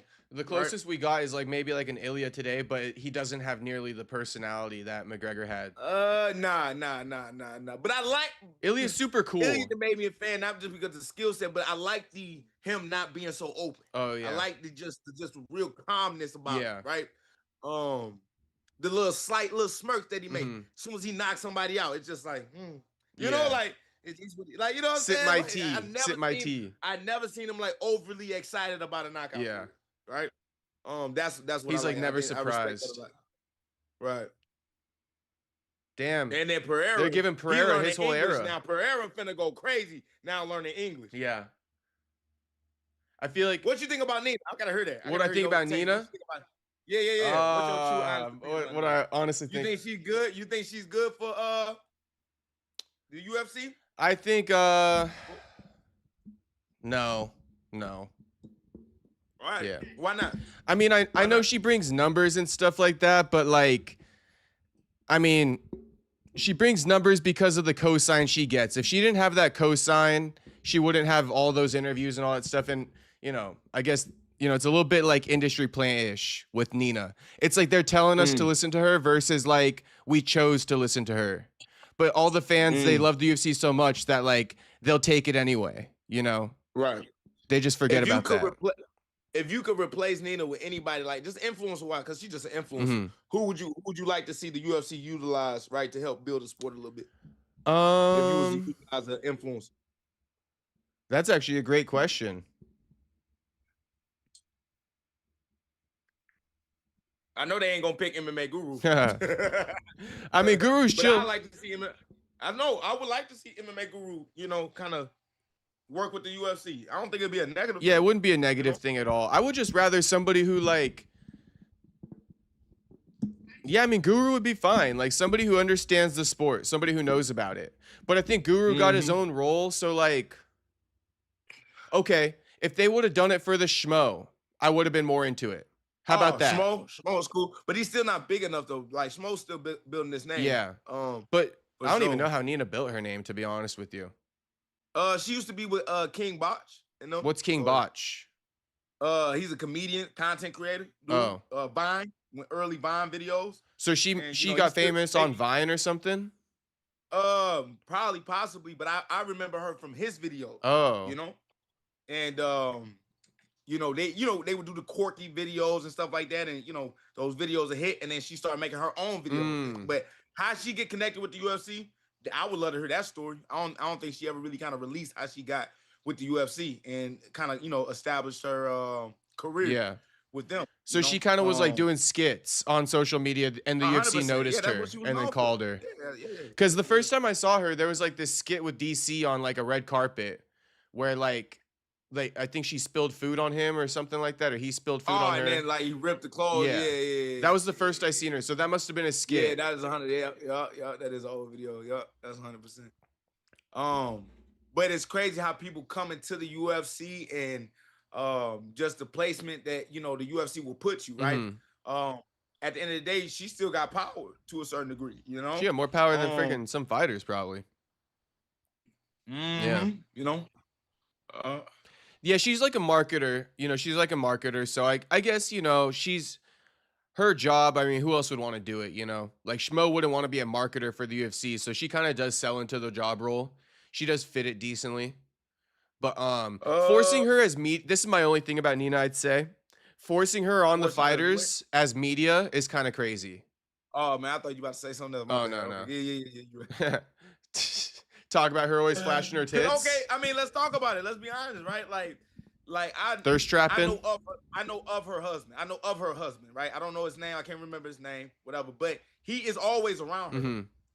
Is he like a Mexican guy, like a bigger, heavy set Mexican guy by chance with glasses? No, not heavy set at all. No. So I don't know who you talking about, who you thinking of, but no. Like does he have glasses? Yeah, he got glasses. Mexican? Though. Yeah. I don't know if he's okay. Mexican. All right. I don't know. I don't even know if that matters. I'm just trying to figure it out. African-American. I think they say he African-American. Oh, you think he is? That's what they claim. When Sean Strickland was acting wild with Rampage. Yeah. It was like, oh, her husband can say it. He's oh, yeah. Okay. Anyway, maybe black Mexican, who knows? But regardless though, he's always with her with these videos, But you already see that the dynamic when she's with Alex Pereira, Armin, or any other fighter, right? They try to act as if, she's being flirtatious or the fighter's being flirtatious with her and stuff like that. But I feel like now they making it to like, let's make this a thing, And for me as a fighter, I couldn't want to do that. I wouldn't want to do that, right? Because some things can be taken out of context, right? And kind of put you down. Nina is not going to say anything or rip you about it, right? But let's go back to the Tom Aspinall situation. And like, hey, you ever been thinking about an MMA fight, right? That could have went, that could have went left for Buddy. Yeah. You know what I'm saying? With the wrong person. Yeah. Right? But with them kind of playing into it, you know what I'm saying? As a fighter, you got to really kind of be careful, you know what I'm saying, with certain stuff, right? Because certain people gonna want, and I'm not saying that's even her, right? But I feel like they still play into it a little too much, right? Respectfully, they play into it a little too much, bro. You know, and they forget the kind of generation we're living in. I think, to me, purposely, I think that got to chill. Yeah, I feel you on that, because you never know. That stuff always happens where the girls act cool in that moment in time. But later on, out of nowhere, they're like, I was super uncomfortable with that. Yeah. So you got to be careful for sure. I feel you on that one. I'm trying to get, hey, man, look, bro, this ain't like, but it's not nothing new, though. Right. Like, that shit happened. It's been that way for a minute. What are they doing now? We got John Anik on this bitch. Wait, you?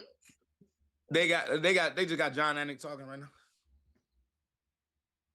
Joe Rogan, John Anik, basically twins. I mean, shoot, DC right there with DC. With the bald head. Yep. Silver suit. Mm-hmm. Looking good, DC. And slim down a little bit. Got the fitted suit. You know you can't get that last button around his neck.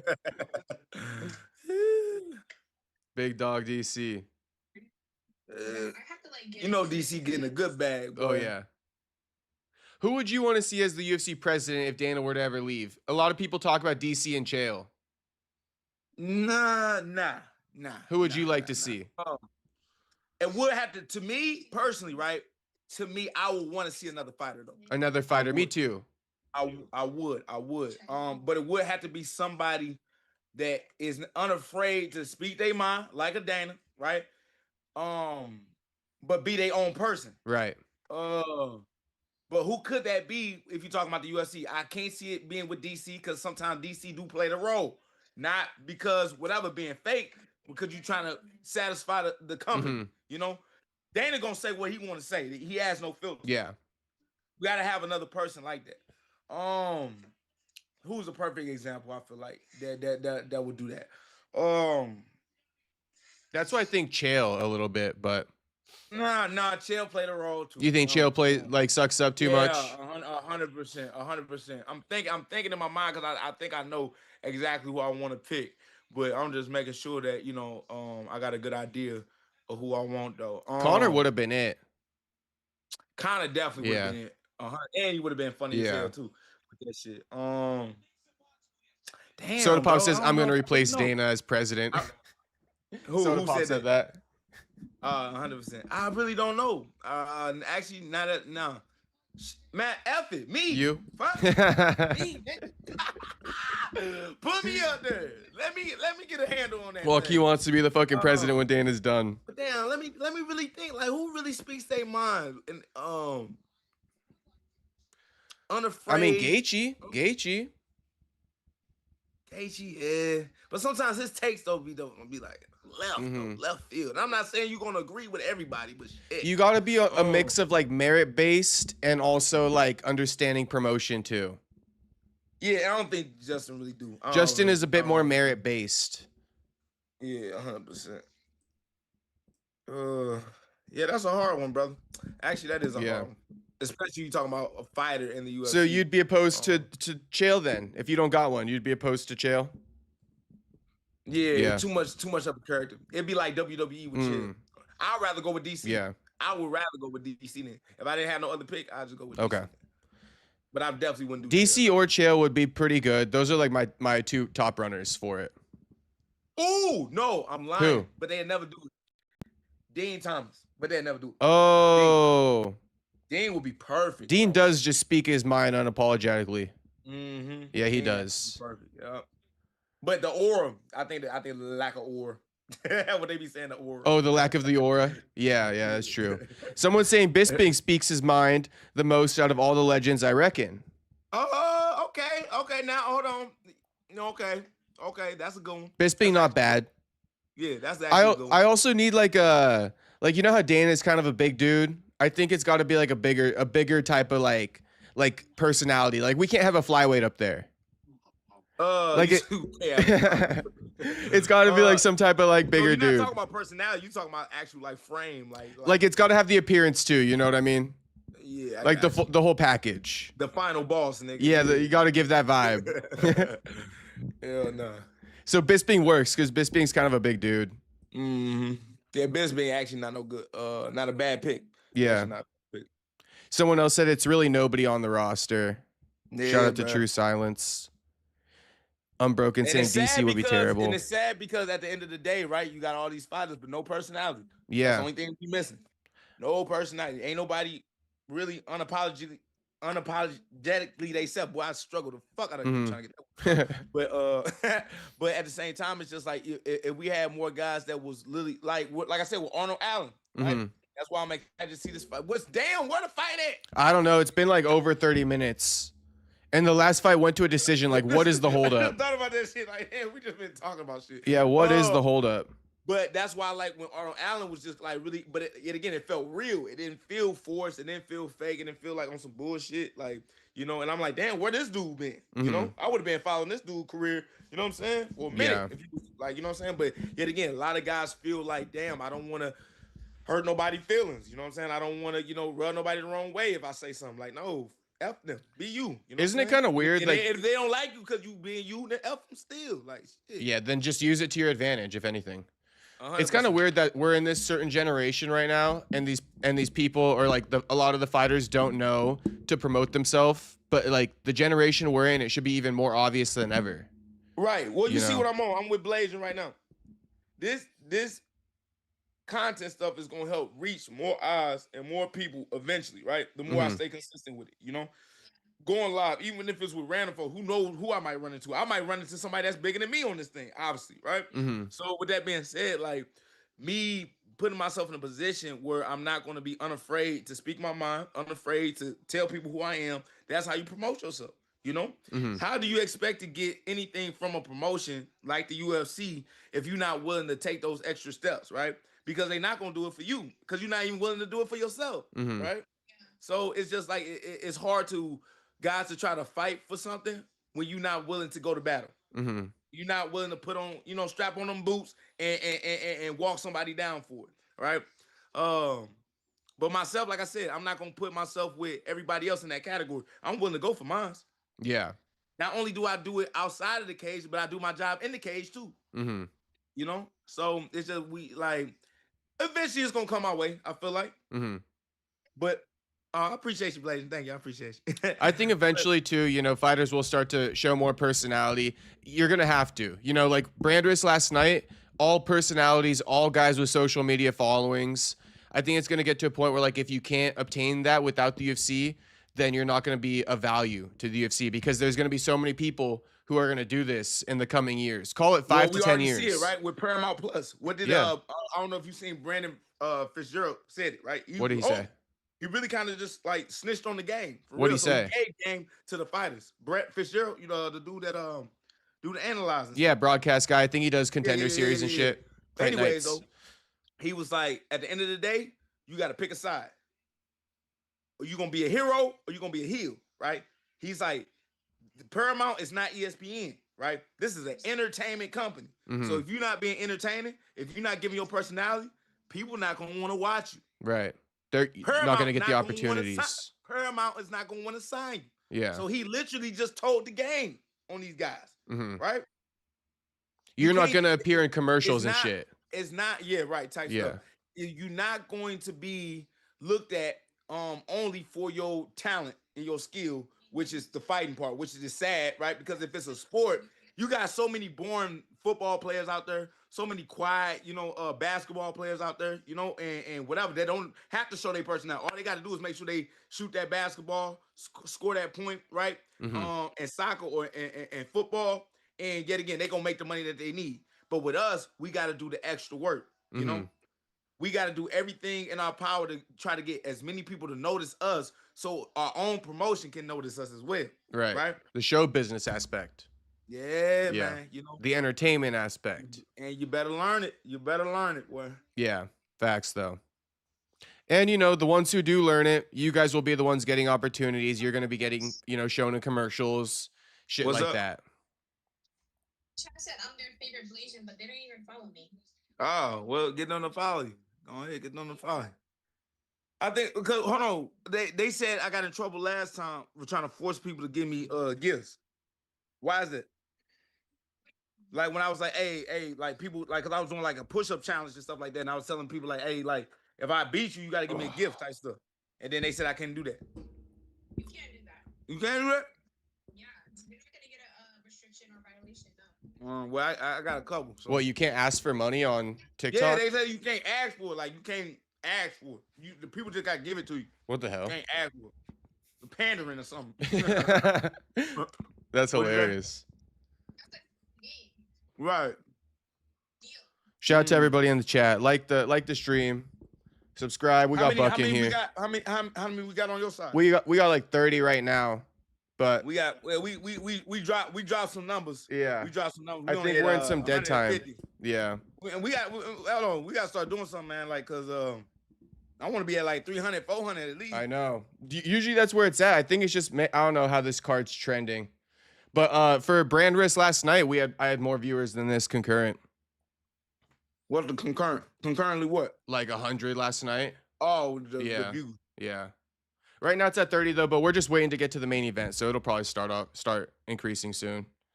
And it's probably the downtime right now. Everyone stepped away. We're watching 324, and right now we on the boring part. Yeah, I mean these breaks are insane, bro.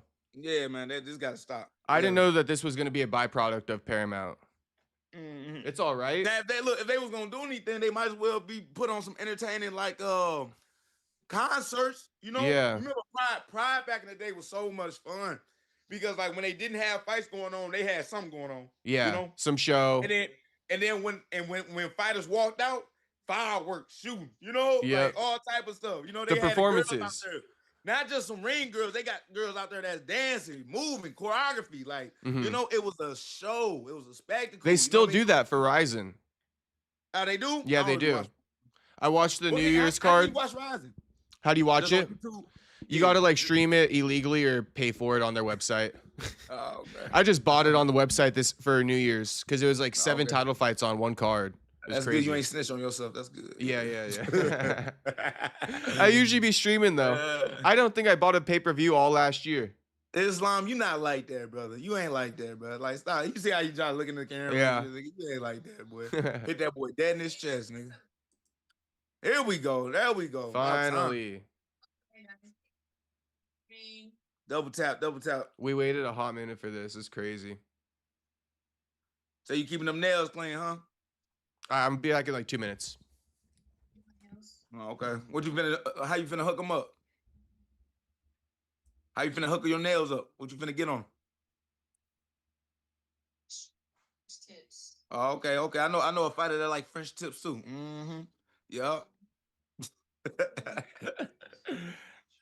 I know the chat know what I'm talking about. Mm-hmm. What up, y'all? What up, Carlos?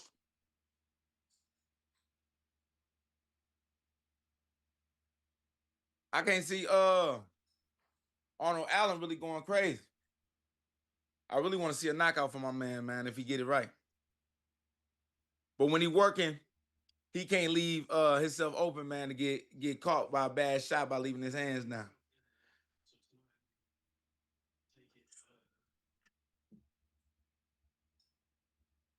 Are you really just playing with your nails right now? It's crazy.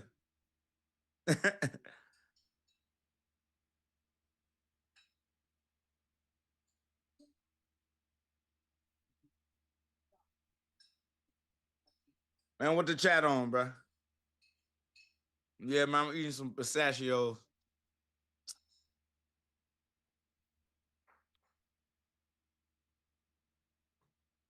I don't know when I'm gonna fight again, y'all. I don't know. I ain't got no clue. Nope. Management does that, right? Oh, yeah. Yeah.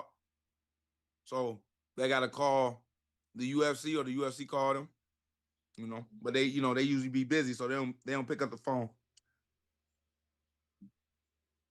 What you make on the match on TikTok?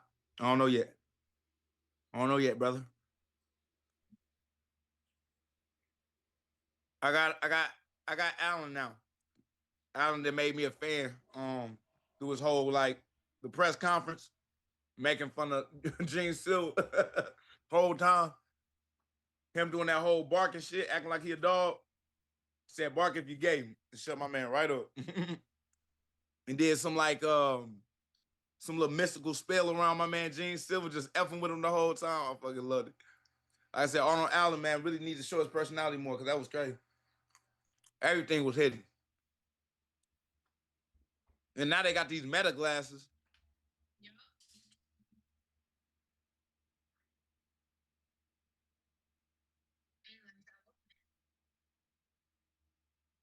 Where you from? Rhode Island? Yeah. Okay. Oh, that's cool. St. Louis. St. Louis. So it's fighting. What got me in the fight? Yeah. I used to fight all the time. So even when I was younger, like I used to always just be bothering people. You know what I'm saying? I wouldn't call myself a bully, but I used to be very annoying.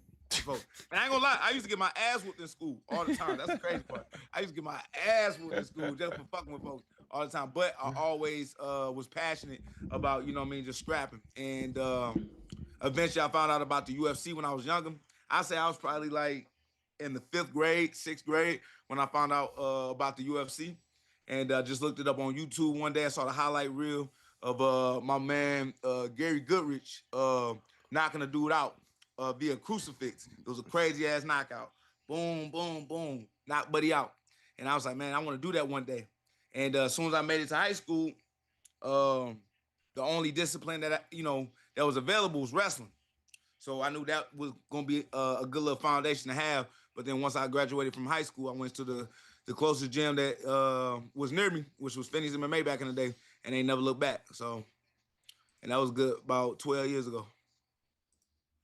You became the best fighter at Finney's MMA? Hell no. Oh, you didn't? You said I became the best at yeah. Finney's? No. Yeah, you didn't?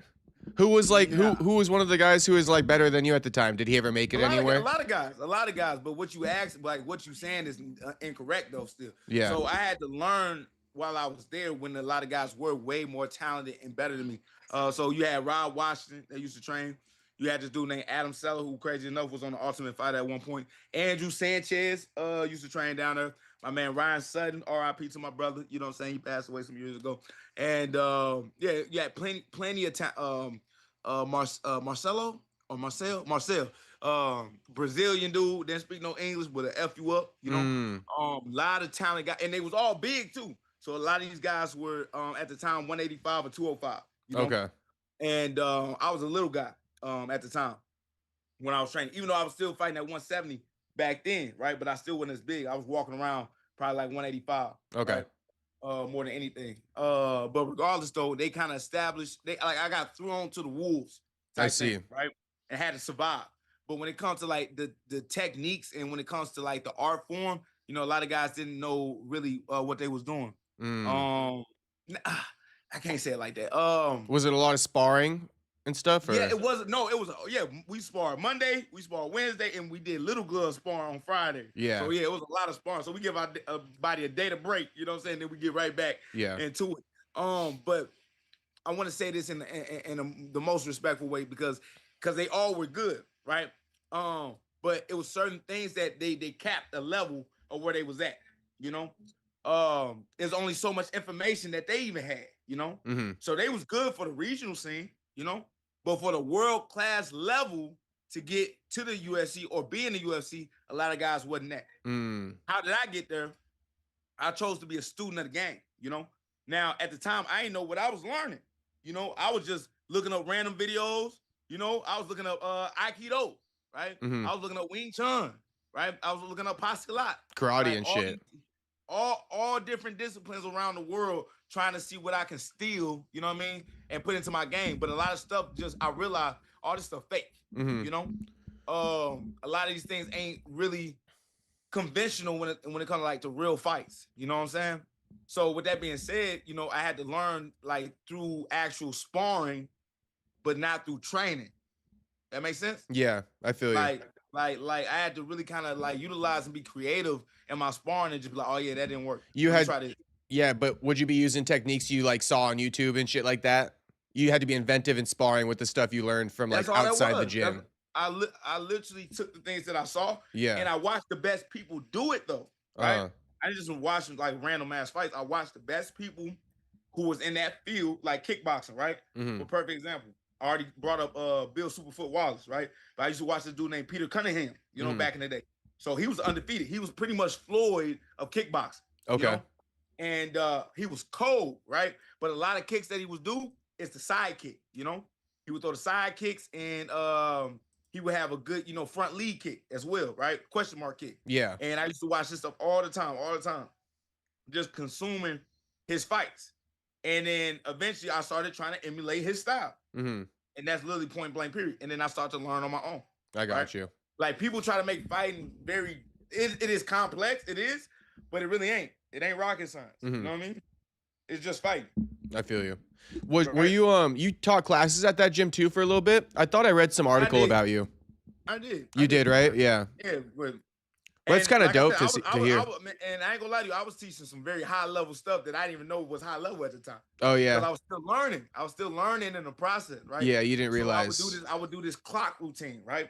And the clock routine was pretty much footwork drills, you know, where you know your foot would be at 12 o'clock or your foot would be at 1 o'clock. Now, like I tell people all the time, nothing is brand new underneath God's sun. Like I found out a lot of boxers, yet again, do this. I thought I came up with something like, oh yeah, like, right? Because if I'm doing a circle, right, I want to have my foot at 3 o'clock to hit a certain move, right, or to hit a certain kick.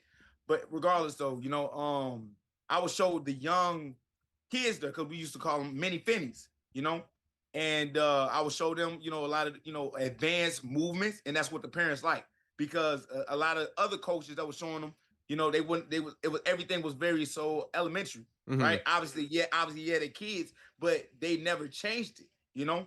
It wasn't like a curriculum where I'm like, all right, I'm at this level, and then I'm at that level. and then now I'm advanced. And keep right? making the tweaks. Right. Yeah. No, it was always the same old. And they was like, oh, these kids, so they can't learn anything special. Yeah, I feel Right. you.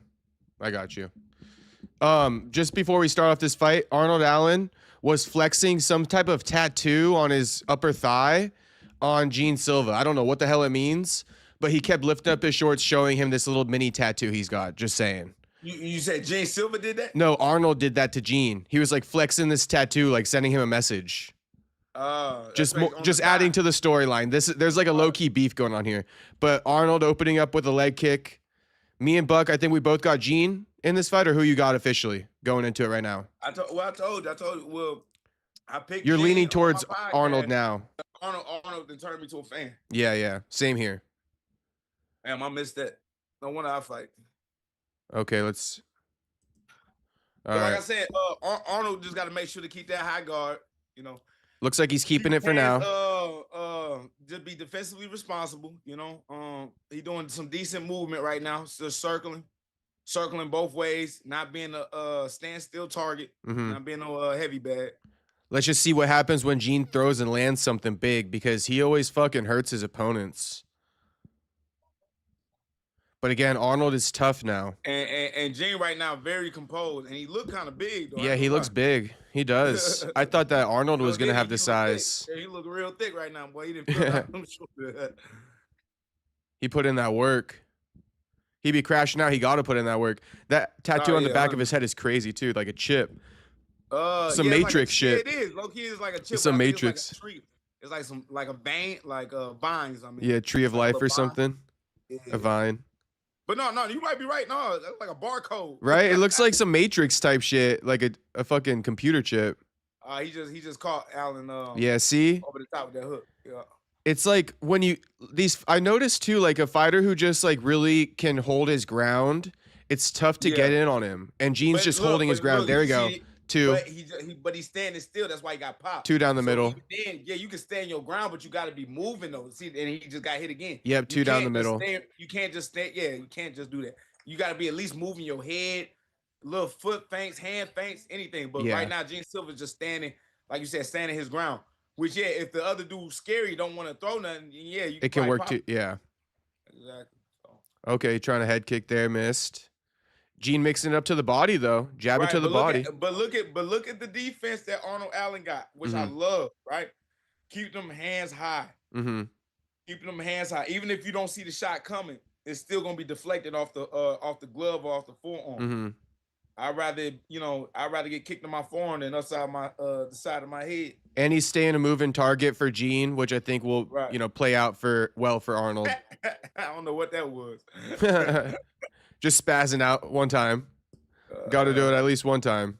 Right. Remember, this is still the battle of the tisms, right? Yeah. It's still the battle of the tisms right here. Let's see who crashes out first almost. How you scoring it so far for Arnold, probably? I think I got it for Arnold. Tough question, right? It's tough because it's still early, brother. But I'll give it to Arnold too. I'm gonna give Arnold this round so far. He been moving, kicking. He been moving. He been tagging Silva, and Silva just been standing in one place. So, I give it to Allen too. Yeah. I have no clue what just happened though. How about y'all, chat, man? Y'all watching the fight? Make sure y'all watching the fight, man. Yeah, we should get live. Leg kick again from Arnold. Somebody said Usman, my daddy. That ain't my daddy. Damn.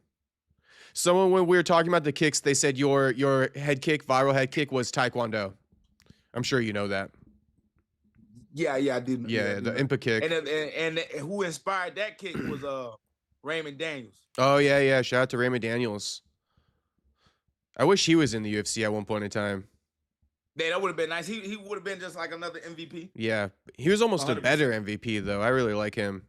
That's debatable, but I feel you. That's debatable though. He has more activity. Nice. If they would have fought, that would have been crazy. Yeah. But yeah, that's debatable though. He also joined when he was old. I think that's Wonder Boy's brother-in-law. You know that? I think that is. Yeah. I think he married Wonder Boy's sister. Yeah, they keep it in his family. Yeah. Because even Chris Weidman and Wonder. Great, so yeah. Fighters over there. Something like that. Mm-hmm. The dad be fucking making these subtle connections. Ooh, right hook to the body from Gene was nice. Hey, same, Blazing. I appreciate you. Allen missing chances for knees in close. Is someone saying in the chat? Someone else is saying in the chat. Gene looks stiff as a board from Stewart. Shout out to Stewart. Oh, head kick from Gene. Dang, oh, elbow. Nasty. Nasty. No dap. Fucking shoves his ass. I mean, hey, when you out there, when you in the fight, bro, you can't. No need to dap. No need to dap in the fights, right? No. There's really no need for that. Yeah, not if you're working. Yeah. 100%. Honestly, just sell that image to the fans. Even if you want to dap them up, just know that the fans don't want to see that. No fan ever. We're going to dap up pretty soon. You know what I'm saying? You know, at the end of the fight, yeah. Save it till after. No. I'm going to touch you with these. Oh, yeah, there we go. Yeah, we'll dap up. Yeah. We'll dap your face up. That's what's going to happen. Do you think Gene stole back that round? Possibly, man. Possibly. I don't know. That's horrible. I got to go piss. That's a tough one to score. Who you guys scored that round for? Gene or whatever his name is, Arnold. All right, we're gonna start a new poll for O'Malley and Yadong.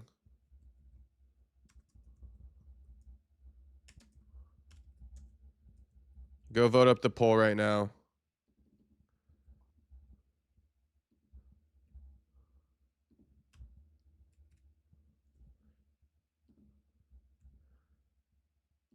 How we liking the Buck stream?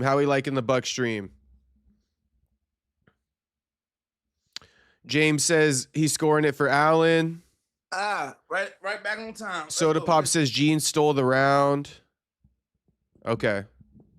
So 50-50. Some people think Allen won it still. Some people think Gene won it. Gene opening up with a big head kick. There we go. Also, I think the forward pressure for people who don't know what they're watching, I think they think whoever's winning is walking forward. You ever think that? Yeah, a lot of people. Yeah, but again, it's who touching, not who walking forward, who getting touched. Yeah, not to say that that's right, but for the uneducated fan, and you know, in the judges' eyes too. Right. Sometimes I think they go with that, like when in doubt, who walked forward more. It's like Right, so that's why that retreating thing is crazy. I know, and it really just means octagon control, the opposite of that. It's kind of weird. Oh, that was. Oh, nice. that's a big two, and he takes him down. Yeah. He just like ran him Damn. over. He like literally just ran him over. Yeah, almost like a knee tap style thing. Mm-hmm. He poked him in the eye. Looked like he Damn. poked him in the eye. He said he did it again. Giving him no break either. Hell no. Shoot, the ref ain't stopped. Yeah. See what I mean, though? You saw that wrench I talked about right there? He just did it low key right there. Oh, I missed it. Yeah. Well, he took the elbow. Yeah, that little thing with the elbow. That's why Sean Strickland socked that one jiu-jitsu guy in the face one time. Yeah. R.I.P. to that dude. Yeah, rest in peace. Yeah. Gene's hitting the body nice. Got people trying to hop on the live. Let me know if y'all watching the fight. I'll throw y'all in here if y'all watching the fight. Let's see what we at. That people are loving the back and forth. Allen's a dog. Saying Gene's getting sloppy. Allen ain't no punk. Allen ain't no punk. That's what I was gonna say. He a dog for sure. I don't think he ever been a punk. No, never. Let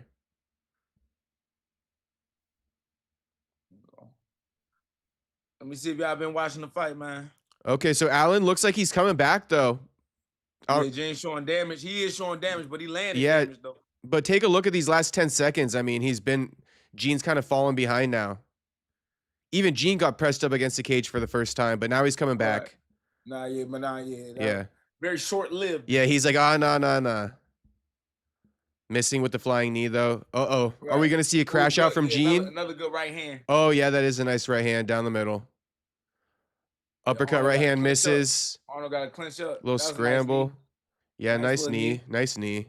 He better come over the top, Rainbow. You see how this elbow, is how elbow right there. What? Look at that. I know Allen missing it. I know. Oh shit. Oh, Gene did land an elbow. Nice. Oh, boom. I'm saying boom. I like that. Left hook, spinning back fist counter. Fun exchanges right there. Those were.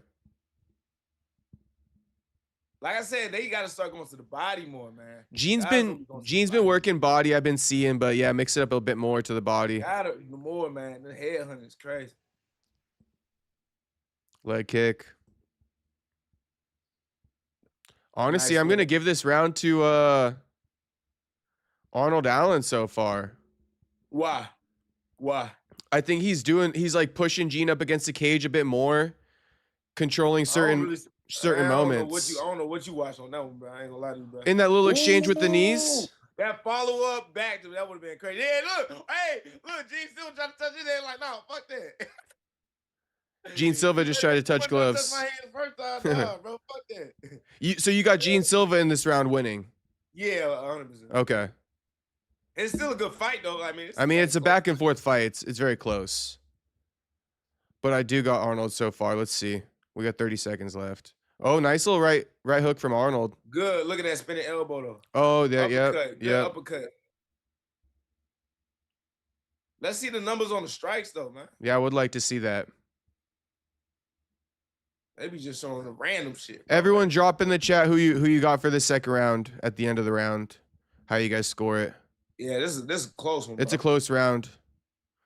What Am every I gonna show time the fight? No, I ain't finished show the fight with y'all. Bro, they love asking that. y'all should have Paramount. Yeah, I know. Little clinching knee. Can't get the takedown though. All right, so we're divided on that one. Buck says Gene won it. I say Allen won it. Let us know what you guys think in the chat. Who won that round? This is the third round, ain't it? This is the third round, yeah. And I gave Allen the first. I think you did too. Mike is saying Allen won second round. Drop some more opinions. Let us know. Might be 1-1.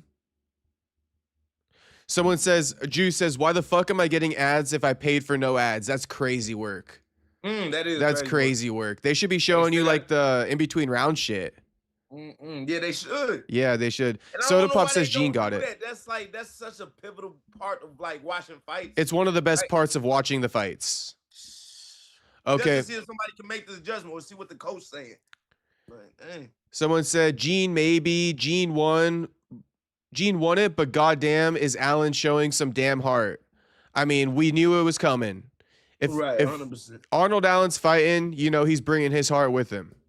He a dog. I mean, you remember that fight that he had against? No, never mind. That was Cater. He took a bad beating against Max Holloway. Yeah, he took a bad beating. Okay, here we go. We back on. Yeah, round 3.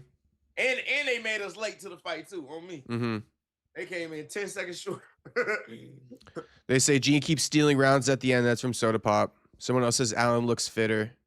Third round will win it. So that's some of the thoughts about this fight. Let's go with that. Third round's gonna win it. That's usually how it plays out. I feel like the judges should submit their scorecards like live. No, I think they need to get rid of these judges. Period. How would you like to see it get scored then?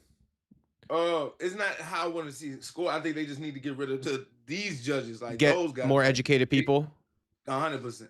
100%. Former fighters would be nice. I mean, that'd definitely be nice. That's what they do in all martial arts. Like referees in wrestling are like former wrestlers. Mm-hmm. Because some of these guys are still just boxing. Body shots are nice. Because it's coming from the boxing commission. Yeah, that is very true. The UFC needs to get their own commission already. I mean, when are we going to do that? 100%. When are we going to do that? I thought we was already at that time. I know. I recently checked, and we're still on the boxing. That was a beautiful combo. See those right hooks to the body that Gene is ripping, though? He's been ripping it all night. Yeah. That was beautiful. Arnold's just making it look like it doesn't even happen, though.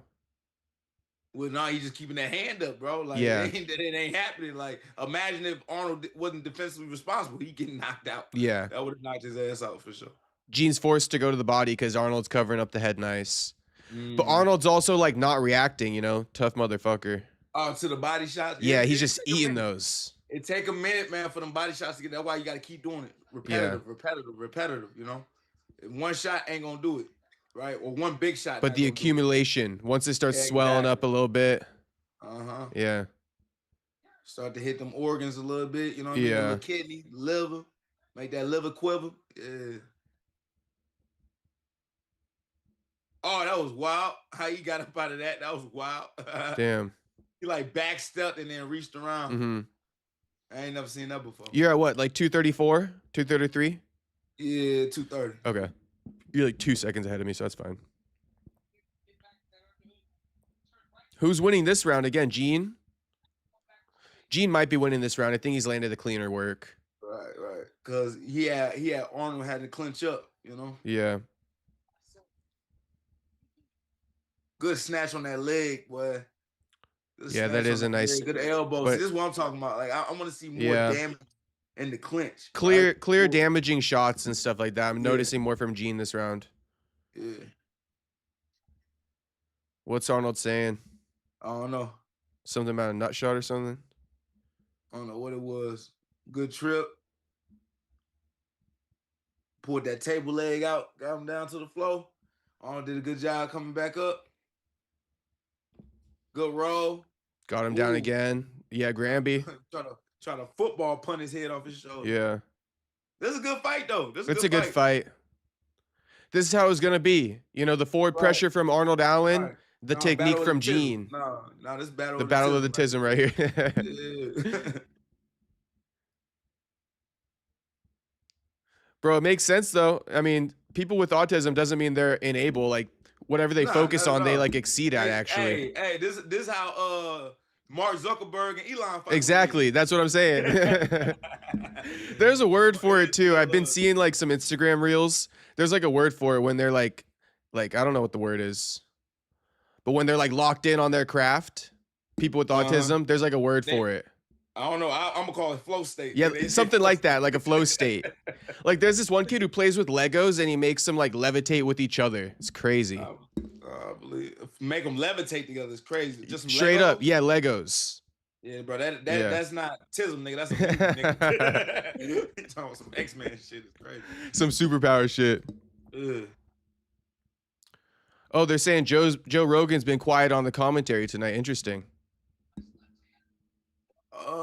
Is he? I haven't been listening to the commentary. Big head kick to the 2. I see him right there. I see him right there. I see Joe. Oh, another head kick. Damn. Yeah, he winning this round. He probably going to win this fight. Damn, throws him down. Damn, he surfed on his ass. That's so embarrassing. Nah, that's wild. Damn. That should be illegal. That should be illegal. Low key, that should be illegal. Because that's spinal. That's spinal. Damn, yeah. That is spinal. Damn, that's fucked up. Gene's already crying. Gene is already crying. Oh, my God. Because we really don't know who won. Yeah. I'm going to give it to Gene, I guess. You did that like you already know like you won that fight. Like, that's crazy. I think I'll give it to Gene. I'll give it to Gene. I thought Arnold won the first 2. Just because, yet again, the damaging shots in the most memorable moments in my head. I keep seeing Gene. So I say that too. But at the end of the day, you can't when guys have close fights like that and it's competitive, you just don't know. And you can't be mad either way, really. Right. No, you can definitely be mad once they only give you half your check. But you as a fighter shouldn't be like, damn, I know I got that. You don't know. You really don't know. You know what I'm saying? Like, I will always be nervous about a decision, bro. Always. Especially if it was somewhat close. Right. You know? Everyone's saying Gene mogged him. Allen lost. Gene won it. Allen ran out of gas. So looks like people have their minds made up. Right. So shout out to Gene. 100%. That was 100%. Arnold, somebody else in the gym. Yeah, it's a snowstorm over here, so I might be stuck in the gym. I might get some work in after this. You might as well. You got any 100%. Food in there? My pistachio. That's it. and a banana. Yeah, I haven't ate all day. Look at Gene. He yelling, screaming, chill. Celebrating. Bro. Say that for the win. Say that for like once you get your hand raised, then do all that. You're like, you don't know if you won yet, homie. Chill. Yeah, that's gonna be so wild. He don't win, nigga. Oh, they got a multi-view feature on Paramount. Someone's saying in the chat. What's that? I'm not sure. Oh, I see it. Hold on, let me try to click on it. It's like, let me see the broadcast. I'm clicking on it now. Oh, okay. Maybe it shows the oh, interesting. This kind of dope. Yo, this kind of dope. It's a Hold on, bro. I'm mad, bro. What you looking at, bro? it's like a 4-screen angle. It's got the broadcast we're looking at, then it's got like each corner, and it's got an overhead angle. Damn. Oh, you look at all 4? Yeah, it's called multi-view. Oh, that's great. Yeah, it's like Live time, no commercials on that one, huh? Maybe there will be, but for now, this is dope. I'm looking at it on multi-view right now. Shout out to Drew for letting us know. How you get it on there? Just on the is this through the Paramount? Yeah, it's through Paramount. You should be able to kind of like, it should like a drop down menu should almost pop up if you press a button. Nah. No. All right, here we go. Here we go. Yeah, you see multi-view? Yep, I sure do see it. Okay, cool. Let me do that. Yeah, run it up. It's kind of cool. Right now you can't see the corners, but I think that's what the bottom 2 screens are, the corners. So and then you could probably hear them. No, you can't hear all 3. Yeah. That'd be dope if you could choose the audio. Now they got me on commercial. That'd be dope if you could choose like, all right, blue corner audio, red corner audio. Oh, that would be. Yeah. That would be. UFC broadcast. Yeah, that would be. All right, Gene Silva won it. We got I think the women's fight up next is Natalia. Oh, okay. Let's see. Yeah, Natalia versus Rose. I mean, Natalia's a big favorite. Rose plus 250 underdog, but I mean, not many women, this is what I've been saying all week, not many women have better striking and jiu-jitsu than Rose. Oh, that's why it's doing that, because I pressed the prelim multi-view. Oh. That's all I said. Why is it on commercial? Then we got the Black Beast. One of my favorite fighters of all time, Derek Lewis. Then we got Song. Then we got Gaethje Pimblett. We got 4 fights left. Dude, they only giving me the prelims multi-view. Damn. I don't see no I don't see the main event. Hold on. Let me see if I can go all the way back. There we go. This must be it. I had to go all the way out and then back in. Watch live. See what you talking about. It's cool, but I wouldn't want to watch unless I can select the audio, like you said. Then that'd be a whole different story. But like I had a different vision in my mind on what this shit was gonna look like. Yeah. You know what'd be cool? Hold on. And shoot, we might be giving them some game if they listen to us, which I know they ain't listening to us. But if they get to show live footage from what the refs see.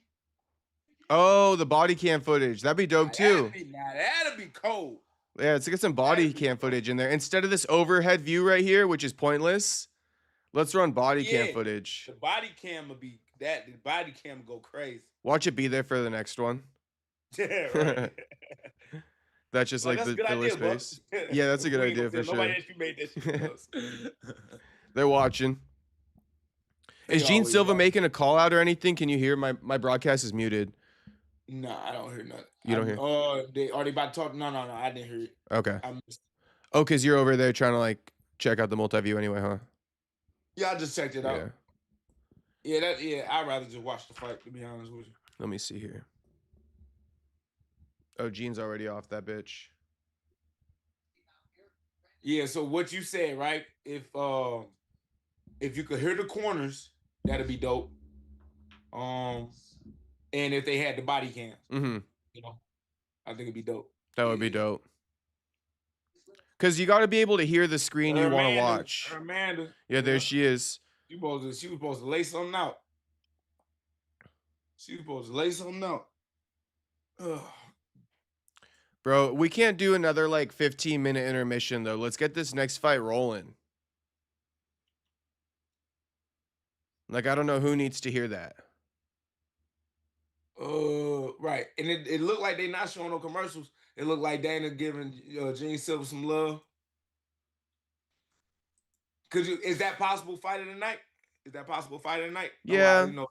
Still got fights, but what would you say as of right now? In the running, yeah, it is. And I think as the card goes up, like these higher ranked guys, they get more like points towards fight of the night and shit because it's higher level. Okay. That's what it seems like. It always seems like the higher fights always steal it. Oh shit, nigga. The first yawn, nigga. Damn. What's going on? Starting to get tired, bro. Oh, the first yawn and shit. I know you need a coffee, maybe. Yeah, bro. No, I need these motherfuckers to wake me up. I know. Whenever I yawn, it's not my fault. I like Natalia, you know what I'm saying? Natalia's beautiful, by the way. We just got to say that one time. For the one time. For the one time. Yeah, she's very, very, very gorgeous, you know what I'm saying? She's very beautiful, yeah. Even with that 5 head, you know what I'm saying? You know what I'm saying? She don't have dreams, she has movies. No, she a beast though, man. She a monster. Like just with her style and her background being Taekwondo. Yet again, a lot of fighters don't utilize that style, but that style is so deadly, man. People just don't realize how deadly that is. And if you are able to learn that, right, to a certain degree, like you can be a problem. But you know, yet again, everybody picks the Muay Thai for some reason, right? Everybody want to go over there to Thailand and shit, you know, which whatever, you know, do what you do. But I feel like Taekwondo and boxing, man, them some lethal arts in striking. Yeah. If you can like compete with it. Especially when you talk about with the legs and the speed and the in and out motion. Yeah. It seems like the people who had a competition background in it, it translates well. But people who just train it without competing in it, it doesn't translate as well. Because Wonder Boy and MVP, they both have like extensive kickboxing backgrounds, you know, where they competed when they were younger. And you don't think they did well with MMA? No, I think that's what makes them do well. Oh, and that's why you see some people try it and it doesn't look the same. I think it's because they didn't grow up they're lacking that competition experience. I got you. Yeah. They didn't immerse themselves. And that's, you know, that's to some degree true, right? But why is Muay Thai like, you know, Muay Thai should be the same thing. Yeah, low key, right? If you have to immerse yourself in that style, then why, you know, just pick up that style out of nowhere. So, but maybe like you're saying, because Muay Thai isn't as like beneficial for MMA and Taekwondo is if you know how to use it or something. Or, you know, kickboxing, karate. Okay. I would say the level. Okay, let's talk about it. Yeah. We on her shit. The level of difficulty, right? Learn Muay Thai versus Taekwondo, right? Now, does Taekwondo establish knees in their game? No. Do they establish elbows? No. They rarely have punch combinations. But the dynamics of like doing a 360 kick, right? Or a tornado kick, those are high level movements, you know, that you have to learn. And the timing, the distance, the range, right? To kind of pull that off, like it takes more time than just learning a roundhouse kick. Right. So that's what might be my opinion, right? On why guys don't go into Taekwondo, because the level is just too difficult. It takes so long to learn like one move type shit. I guess, but you also have to be somewhat athletic. Explosive. Not everybody can do a backflip and shit like that. You know, I mean, I'm not saying like you have to literally have to know how to do a backflip, but you have to have some type of athleticism. Yeah. Well, like that 360 shit probably not easy either. Explosive twitch muscles. Yeah. Right? In Muay Thai, you can be slow and not athletic. You know, very plotty. Yeah. Very flat-footed. Carlos Prates. 100%. Yeah. All right, what winner's gonna fight the champ, Valentina? Yeah, I gotta watch this on the big screen. I don't want to watch this full view stuff. No, I switched it too. I went back to the multi-view. I went back to the full screen. I got over multi-view. Someone says, Buck, would you want to fight Gaethje? Would I? Oh yeah, I rock Gaethje. Yeah. Not just an unk, but he little too. Yeah. He little too. Okay, so other people are saying, yeah, fight of the night, Silva versus Allen. I can see that right now. Now we still got this fight coming up, so it all, like even my brother Edric said, it all depends on what roles we get. I got Silva picked for sure, just because I think it's just her time. I just think, you know, man, just on the wave, and she been looking good. She hasn't lost in the UFC either. She's still undefeated. Look at the highlights, bro. Look at the highlights. Oh my God. Yeah. That spinning back kick to that girl's throat, nigga, is so fucking sad. And she actually finishes chicks. Man, bro, she a monster, man. Of course. How can she not be a star? You know what I'm saying? Yeah. No, she has all the star qualities. A country behind her too. Knocks out women. Beautiful. Yeah. She got it all. Not a bad. She speaks English and she's Brazilian.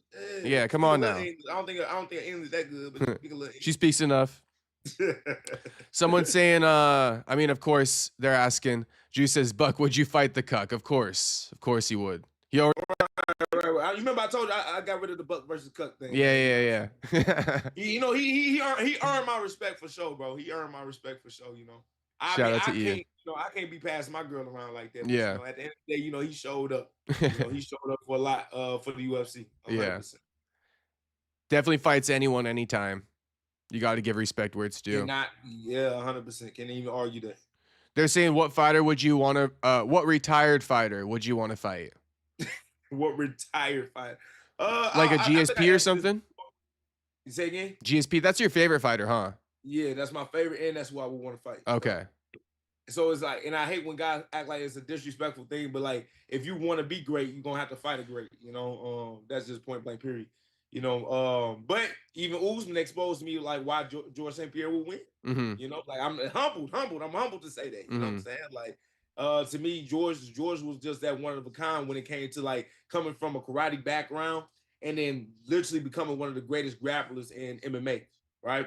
I don't think GSP would have finished me or nothing, but the way that Usman won the fight is probably the same way that George St. Pierre would have did it. Mm-hmm. So it makes me even more dangerous because now I'm even more focused on the wrestling defense, right? In my time and in my, you know what I'm saying? Being able to also use my wrestling against guys. So yeah. Yeah. Someone says these questions kind of casual as hell. I mean, yeah, give him something good. Give him something good. Yeah, bro. I mean, whatever. It don't matter. Like, we here, man. Because I can't just come up on my head on what I want to talk about with y'all. So if y'all got any deeper questions, yeah. Okay, bro. here's actually a good one. Here's a good one. Ask and we shall receive. Buck, besides you, of course, who do you think is the most entertaining at welterweight? In my opinion, it's Carlos Prates. That's what the chat says. Most entertaining. Yeah, like who do you like? When you talk about fighting style and then the whole presence of, smoking cigarettes, partying, and drinking like whiskey and stuff, yeah, I guess you could say Carlos Prates. But let me give a different name. Can't give Morales. Morales just be doing too much. Is there anyone you find yourself being like, not, a full-on fan, but somebody you see and respect in a way? Nobody in the welterweight division. No one. No, not at all. It's all competitive shit. I would have to say Islam. Now. Okay. Islam for sure. Islam be low-key saying some funny ass shit. I don't even think he trying to be funny at the time, Damn, I don't think anyone would have expected you to say Islam. Yeah, I mean, but he's a personality in his own right. Mm-hmm. And he is kind of funny. He's a little bit more funny than the average Russian. What I'm saying. Yeah. And like I said, I don't know if he's purposely doing that, but like he, that whole 2-3 years Dagestan and forget, like stuff like that, Yeah, I say Islam. Islam. Yeah. Mm-hmm. That's a good one, actually. Yeah. Only real ones remember the Buck and Cub Twitter beef. That's hilarious. They said Twitter beef. Did we have a Twitter beef? I don't remember. You and Cub did. Didn't you guys like talk it out or something? I don't think we ever even talked about it, but me and Ian Gary talked it out. No, I think you and Cub, because Cub went after you for saying you would beat GSP. You said Cub. I thought you said Cuck. No. The Buck and Cub beef. But you guys talked it out, right? At a fight night? But I'm going to keep it real with you. Like, Cub was soft, bro. Like, he literally like that cub. Like, he's like a little cub. Yeah. So, when I first approached him, because I'm like, and like, just trying to keep it real, right? Mm-hmm. Why are you mad about who I'm saying I'm going to beat? About another guy. Another guy, right? Yeah. We fighters, bro. Like, that's the whole thing. But then he was like, no, you got to respect the older guys. I'm like, hey, who is you, nigga? Who is you? Like, out of all people, like, what are you talking about? But eventually we end up seeing each other. And I just kept it real with him. I was just like, hey, bro, I don't know what the issue was or what the problem was. But I was like, as a grown man, I want to fight whoever. You know what I'm saying? So I was like, what? You used to train with George? Like, what's up? Like, what He's like, well, right now, you know what I'm saying? I got to go make weight and all that. Because not make weight. He had to go step on the scale. Mm-hmm. You know what I'm saying? Because like I said, I press people. I don't care about that shit, right? I said, man, go ahead, do what you do, but we got to have this conversation. Oh, we going to talk. That's what he said. Oh, we going to talk. So I'm like, all right, bet. We get to official weigh-ins, right? So we at the arena this time, you know what I'm saying? And I see his ass pull up. And I see his ass about to go to the back. I said, F that. No, I still want to have that conversation. So I said, hey, bro, all the noise, all the stuff like that. I said, look, bro, I respect what you've done in the UFC and everything. You got you in the Hall of Fame for your little fight and everything like that. But I was like, you got to really tell me what the problem was with what I said, because I don't see no issue with it, right? Mm-hmm. And he was just like, well, I feel like you younger guys don't really respect the things that we've done, right? I was like, bro, that's my favorite fighter. Like we talking right now. Right. That's my favorite fighter, George St. Pierre. But it's not disrespectful that I can say I can beat him because I actually believe in my talents and what I can do. Mm-hmm. So yet again, what is your issue, right? So once because security was with us, once they see me kind of approach them like that, they literally was like, all right, yeah, let's chill and go on. I'm like, bro, we just having a conversation. But Cub didn't intervene. It was like, no, we just talking. That nigga was really like, yeah, he just let him be like, separate you guys. Yeah, you a bitch. Me, bro, you a bitch. Bro. You're like, Cub, tell him that we got no beef. Tell him we could still talk. And Cub's like, no, let's separate. But they separated, and I had to go back to my little seat. That's okay. So I guess it didn't really get like fully squashed, but there's no issue. No. He yeah. Okay. Yeah. Shout out to fucking Cub. That was funny though when you guys beefed, and then next thing you know, you're booked on the same card. But like we can't even have a conversation as two men. Yeah, I know. You know. Well, you know when he had the knockout, I beat Kobe and he had that little knockout. Yeah. And I even see him in the elevator. Like, just I don't know, bro. Like, I just hate that shit because yet again, like you creating division where it don't need to be. It needs to be. We need to all be united. Yeah. Regardless. No, I feel you. But you going off of what I said, like, how you gonna get mad for me believing in myself? It's crazy. Mm-hmm. You know what I mean? Yeah. That's it, crazy. I don't know, bro.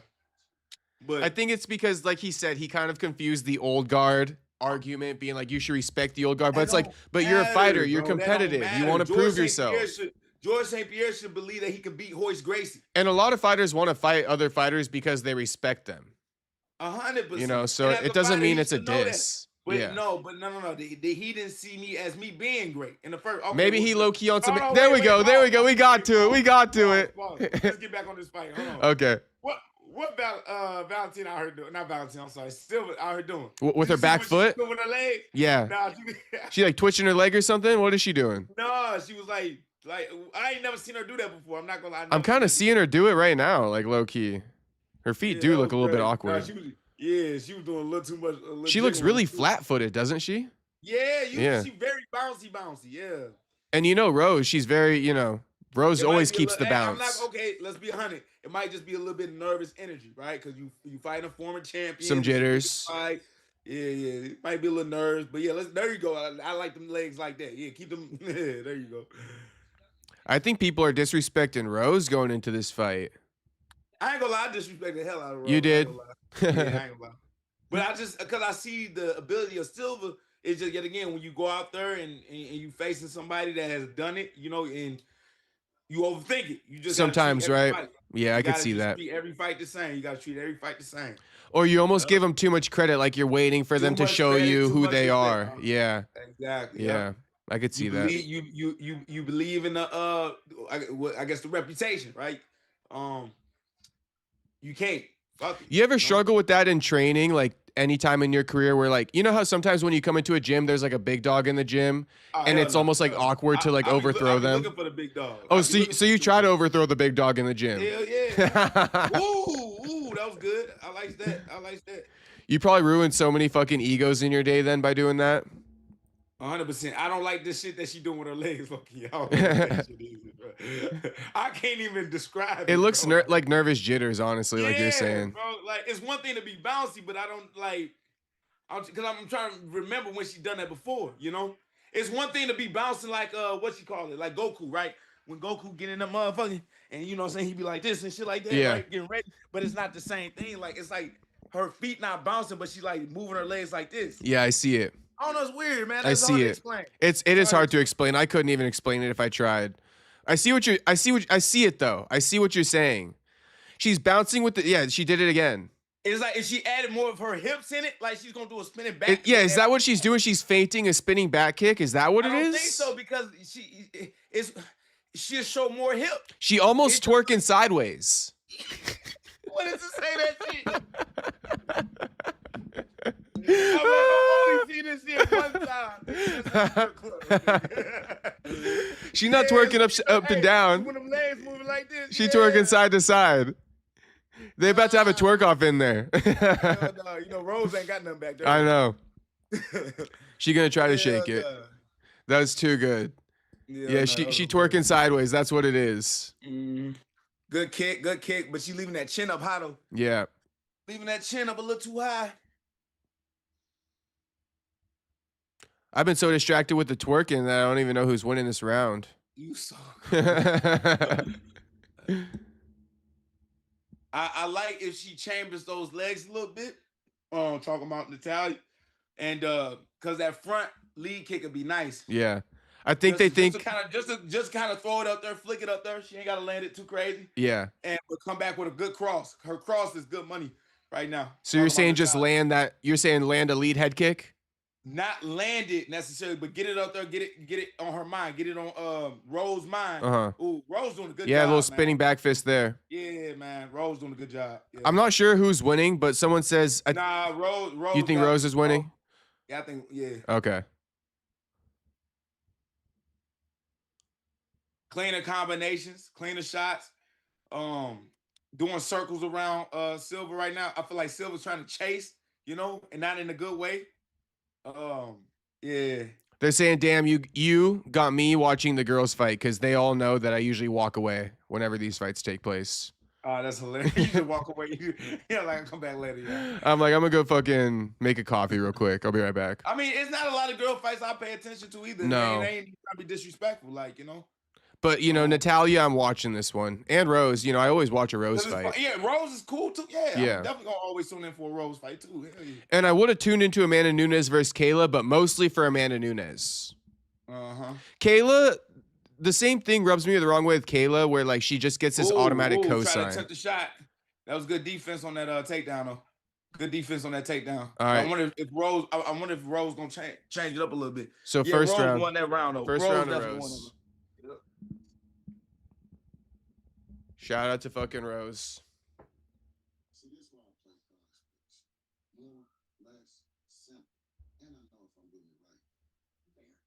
Shout out to everyone watching. Like the stream. Run up the likes on the stream if you haven't liked it already. Subscribe because we got Buck in the building.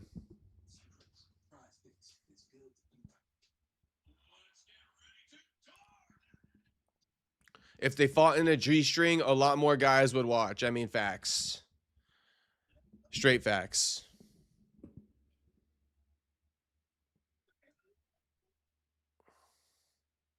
The Black Beast coming up next. I think I'm going to make a coffee in between fights. What'd you say?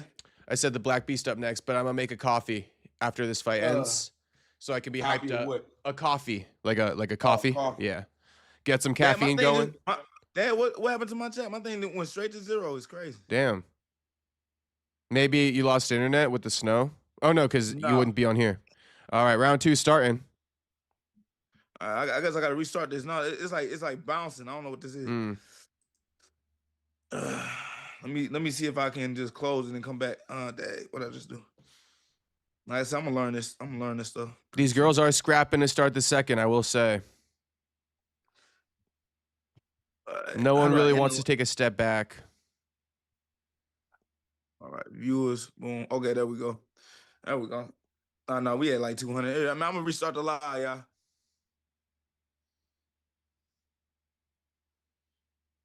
$200 people watching's fire. I made $4. This was up. And now they got a little music playing with it. 38,000 views though overall. Oh hell yeah. Dope. That's pretty dope. Yeah. A lot of people go on TikTok to watch. Yeah. Battle of the Feints, they're saying. I know. Lots of fainting. Yeah. Feint with them legs. So what? Okay, to switch it up just a little bit for me, Natalia. She's now on that back foot, right? She's the one that's getting pressed a little bit. Let's get them side kicks in there, girl. Like you got good money side kicks. Why are you not using that to like to me? Rose is a little soft in the stomach. That I'm just 100%. Like I feel like a good body shot to Rose. I feel like that'll drop her. Just something for whatever reason. I feel like it just would. But Natalia just not using them kicks like she should. Sure, I see Rose doing more. Oh, nice too. Yeah. Because Rose, I think, like how you were explaining earlier, I think Rose, she strikes me as one of those fighters who goes through the basics, like you were explaining, real slow-mo, Yeah. Every 100%. position of the fight, she understands where she's at. 100%. Yeah. You've can seen see it right here. Yeah, you can see it right now. Yeah. Nice attempt. The awareness for Rose is always there. But Natalia pushing her up against the cage, going for a throw. Natalia need to use that big old head. Oh, damn. Rose fucking threw her down, reversed it. Back up to the feet, though. Yeah. No one really got a takedown there, I would say. Nah, kind of off balance. Yeah, no control. But like I said, Natalia got to use that forehead. Like, no bullshit. Like look into her. Like, look towards her. Head position. Keep that control a little bit, yeah. Because she did a couple good things, you know, tripped Rose a little bit. Like, so it's not that she can't take her down. I mean, that's not really her game, but she can do it. If she needs it, she can do it. There you go. There it is. Use your forehead. There you go. Or your 5 head.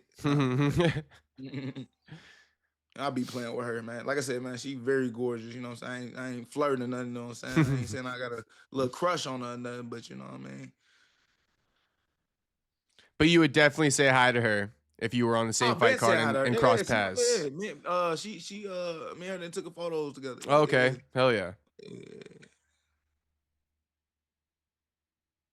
Okay, so Rose got her down. Now Natalia's on her back and laying flat. That ain't good. That ain't good. I don't like the laying flat. Yeah, man, you gotta get them legs active. Yeah, and I think the butterfly hooks, you know, they're at this stage in the game.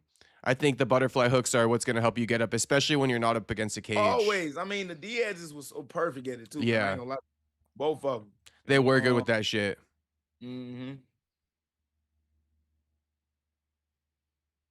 Someone says burning the clock. The knee to the cheeks was crazy. Yeah. And look, you can be mean on off your back too, man. That's what I gotta start doing. Like if I do get on my back, like I'm just Tony Ferguson. What I notice actually breaks people when they're on top is when like they're on top trying to catch a breather and the guy on bottom is just making it a nightmare for him. It actually somehow breaks the guys on top a lot of times. Right. If you watch, like, yeah, man, forget this. Let me just get back up to the feet. You know. Yeah, there was a fight with Kyler Phillips and Rob Font. And Kyler Phillips took him down and was stalling, and Rob Font won the fight that way. He was just beating his ass from the bottom. What up, y'all? We back in the chat, man. We watching Natalia and Rose. Rose right now in the control position. Oh, going for a 10th armbar. I like that. Good attempt, but let's use that to get up. Soda Pop saying right now, Natalia lost. No, use that. Go. Don't go for the triangle. Just get up. No, she don't. Yeah, just get up. No sub. It's 5 seconds. So yeah, Rose definitely winning this fight. Yeah, Natalia got to get a knockout. You gave Rose the first round or what? Both of them. Yeah, both rounds. Both of them. Both rounds, brother. Damn. All right. 2-0. 2 up. Rose. Shout out to Rose. I tried to tell you guys. It don't matter how cute you is, you know what I'm saying? I tried to tell you guys. You gotta do your job. Yeah. You gotta be on your job.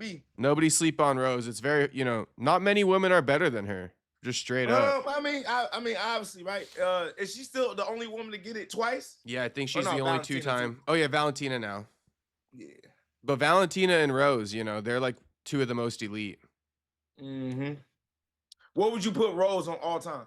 All time? Obviously, we got it. Yeah, give me 4 actually. 4. Okay. Shit. No, I mean, I didn't even pay attention to women too much, but I'll say Amanda. Amanda got to be up there. Yeah. Ronda, of course, Why of course? Just because she's the one who got the women's MMA going. Are we calling it? She's just automatic up there because of that. Yeah. Are we calling it Mount Rushmore or like the best, most accomplished? Most accomplished, but but it's still yours. I mean, okay. Shit, you know what I mean? Well, because if it's Mount Rushmore, then yeah, I'd put Ronda up there. But if it's most accomplished, maybe I don't have to because Rose did get the belt more times than Ronda did. So. But no, let me go Rose, or sorry, Amanda, Ronda. I'm gonna go like Holly Holm and maybe even Claudia Gadelha over Rose. That's crazy. Yeah. Nigga, that's crazy. Nigga, no Valentina, nigga, is crazy. Oh, that's right. Okay. That's Valentina. That's crazy. Valentina over crazy. Claudia. Claudia who? I'm keeping Holly Holm in there. Claudia who? Actually, okay, let me go Amanda, Ronda, Rose, Valentina. Let me go final on that one. I think that's it for me. Okay, this is my list. I'll go Amanda first. Cyborg. Got about Cyborg. Oh yeah, she was in the UFC a while back. She was, and she was still champ. Yeah. Cyborg. Joanna, even though she tried to bullshit my nigga Hill. That's right. All good though. Put her on there. And then the last Valentina. Yeah. I'll give you that one over me. Yeah. Yeah. I couldn't disagree with putting matter of fact, we should make a post like that. I don't think nobody really top 4 female fighters. Yeah. Great, like Mount Rushmore for females. I don't think nobody really kind of. Yeah, those tier lists are good. The fans love the tier list. Mm-hmm. Yeah. Best knockouts, best female fighters, all that shit. But I haven't seen one with females though. Yeah. I doubt anyone's done it. Right. I seen like when DJ said who he feel like was the greatest, and then he had himself, John Jones, George St. Pierre, and Abib. But like I've never seen or heard anybody talk about a woman's Mount Rushmore. Yeah. Never. You said Amanda Ronda? I did not say Ronda. Okay, who'd you put in your 4 again? I put Amanda Nunes. Yeah. I put Cyborg. That's right. And then as well I put Joanna and Valentina. And I put Valentina. Yeah, that's pretty good. No particular order. Okay. That's pretty good. Cyborg was a fucking beast now. Oh, yeah, she was savage. Yeah. Ugly than motherfucker, but savage. I know. Damn, front kick to the face from Rose lands on Natalia. Yeah, man. Yeah, she levels to it, man. It's levels to it. Mm-hmm. Levels to it. And then this is the crazy part. Silver number 2, bro. So, man, like, it's really putting Rose back in position. Yeah. Shit. Yup. Rose is number 6. That's crazy. In what world? Would have never seen that happen. Yeah. Not no more. She back to number 2. Facts. Back on number 2. Shit. Rose's only problem is sometimes she doesn't like show up to the fight, but she showed up tonight. Oh, she definitely showed up. Yeah. Tonight.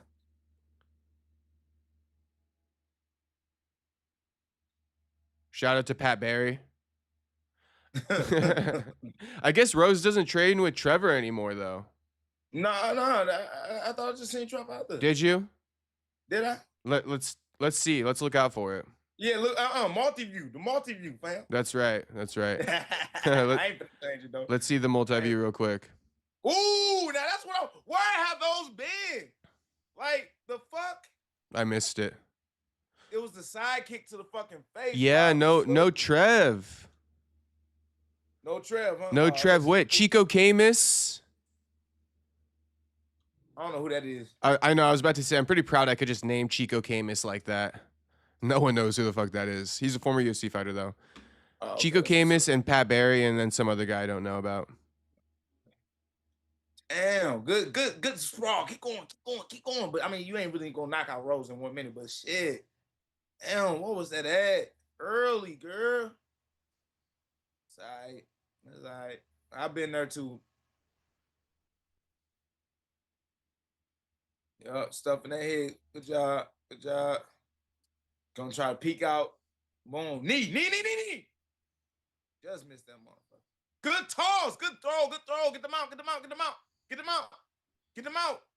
Good weight. Keep that pressure. Try to cut it. Try to get a cut. Do something. Damn, boy. Yeah, Natalia on top, but she don't got that sequence to kind of like find a submission. Nope. Ooh, that kick would have been nasty, but illegal. Okay, Juice saying that Trevor Whitman was in the corner, but they don't see him now, so I don't know. There might be some confusion. Bubble good. I had to go to the bathroom. You know your. Oh yeah, he had to go take a shit. Or he ran to the back to help out Gaethje. Who knows? Come on, Silver. Damn, Silver. Girl, put your hand down, girl. You know you didn't win that fight. Yeah, this was her time, but she didn't capitalize. But see that what? Yet again, you gotta always be confident in yourself for sure. But like I just can't when fights go to just like, and then plus for me, Natalia, you know you ain't win that fight. Mm-hmm. You know you ain't win that fight. Let's keep it real. Like what in the world makes you think you won that? Funny, someone in the chat says I feel like Silva took it. I don't. How? I think Silva clearly lost the first Silva. two. Hold up, like yeah. I'm really a big fan of Silva, but she didn't. She didn't win it. No, I think she clearly lost the first two. Yeah, man. I think she won the third, but just not enough, you know. Possibly be able, but even then it was still close. Yeah. Someone else saying Silva question mark? I think Rose. I think definitely Rose, man. Someone saying Natalia with a round 3 masterclass. Yeah, round three. But still, like you said, you still got to count the other 2 rounds. Yeah. 2-1. Let's see if and we see Trevor. So crazy. I ain't gonna lie. I ain't gonna, because I don't disrespect nobody in relationship, but they story so crazy. I know, it is a crazy one. My man said ever since I met her, I fell in love with her. I'm like, how old was she again? I know. I think she might have been fucking below 18. I don't know. But the shaved head too. I mean, no offense to Rose. Yeah, like, what, I mean, but you gotta ask questions. You gotta ask questions about it. You know, like whose idea was that? Do you think Rose used to be like unanimous decision? Not to say Rose is what? Oh, they gave it to Natalia. Nah. No, that's crazy. That's also crazy because of what you were saying after it. I'm not mad because I want to see my girl fight for a belt, but seeing how she approached this fight with Rose, Valentina's gonna be proud. Damn, you guys were right in the chat. Although they're saying like UFC building stars, that's BS, fucking ripped off. Yeah. Damn. That's crazy, bro. That's actually kind of crazy, low key. But again, it's one of these where it was, I thought Rose won it, but still it wasn't dominant enough. It wasn't dominant on each side, but yeah. But we gotta see what were judges looking at though. Well, they're saying Dana paid them off. Come on, fellas, we know how the UFC rolls. They want to see a little bit more twerking. Yeah. They were mesmerized with the side twerk. Nah, just out of all respect though, right? Because regardless, though, you know what I'm saying? What did they see throughout the fights? Because even with the highlights, which is cool highlights, right? But these were the only moments that really happened to me, right? Natalia barely landed clean, to be honest. Besides the few times you're pointing out, I mean, she barely landed clean. I would love to see the fight stats. I'm actually gonna pull it up on here. Let's see the fight stats. We got time. Yeah, I would like to see the fight stats too. But don't get it twisted. Like, I'm definitely a big fan. I want to see her fight Valentina, but she gonna have to change up some things, man. You see how tricky the live streams can be now? It's like you thought you were right about it. You thought you knew who won. Now if Natalia sees it, she's going to be like, damn, Buck was hating on me. Yeah, I mean, but look. See, no. That's different. Yeah. I would actually keep it a buck with her. I don't think you won that fight. There we go. I still like you. There we go. I still think you good. I still think you a great fighter. I just don't think you won the fight. Fair enough. You know? Honesty, the best policy. Oh, 100%. Ain't no reason to lie. Damn, she outstruck her 63-46, it looks like. That's what they be saying. Yeah, that's what they be saying, huh? 1 of 2 takedowns for Natalia, 1 of 5 takedowns for Rose. Significant strikes, Natalia landed 51, Rose landed 26. Interesting. Round 1, Natalia outstruck her by 2 strikes. That's it. Round 2, Rose outstruck Natalia by 10 strikes. Round 3 is where the big difference came from. So, I mean, that's very interesting. It came down to how you scored the first round. It really came down to that. Right. Because Rose clearly won the second. Which Natalia was aggressive, but I didn't see no clean shots landing. No, I thought Rose started off the fight better. I'm not saying that even Rose hurt her now, but I'm just big on touching. Like, you got to touch the person, right? You got to land. Who landed more clearly? You know, that part. Yeah, that part. I salute it. Who I think it is behind him? Huh? Or am I tripping? Yeah, is that Kevin Durant? Damn, is it really KD in the building? Can't be. I think that's him. He's just in the corner. It's crazy. They're saying Rose had the better strikes in the first. If it was a 5-round fight, it was looking good for Silva. It was looking good for Silva if it was a 5-round fight? Or they said it was looking good, but I don't know. Yeah, I think there was a spell check. They were saying it was going to look good for Silva if we went 5 rounds. If she could have made some adjustments, probably. Yeah. Can't argue that. That's what this game is all about, making small adjustments, man. So especially mid fight. Yeah, so I guess she's gonna get a title shot probably, huh? I mean, well, Number two, beat a former champion. Just beat a former champion. It makes sense. Yeah. But off of what I seen, she's not ready. We're gonna have to get ready. Yeah, she got to get ready. Now. She got a little bit of work to do.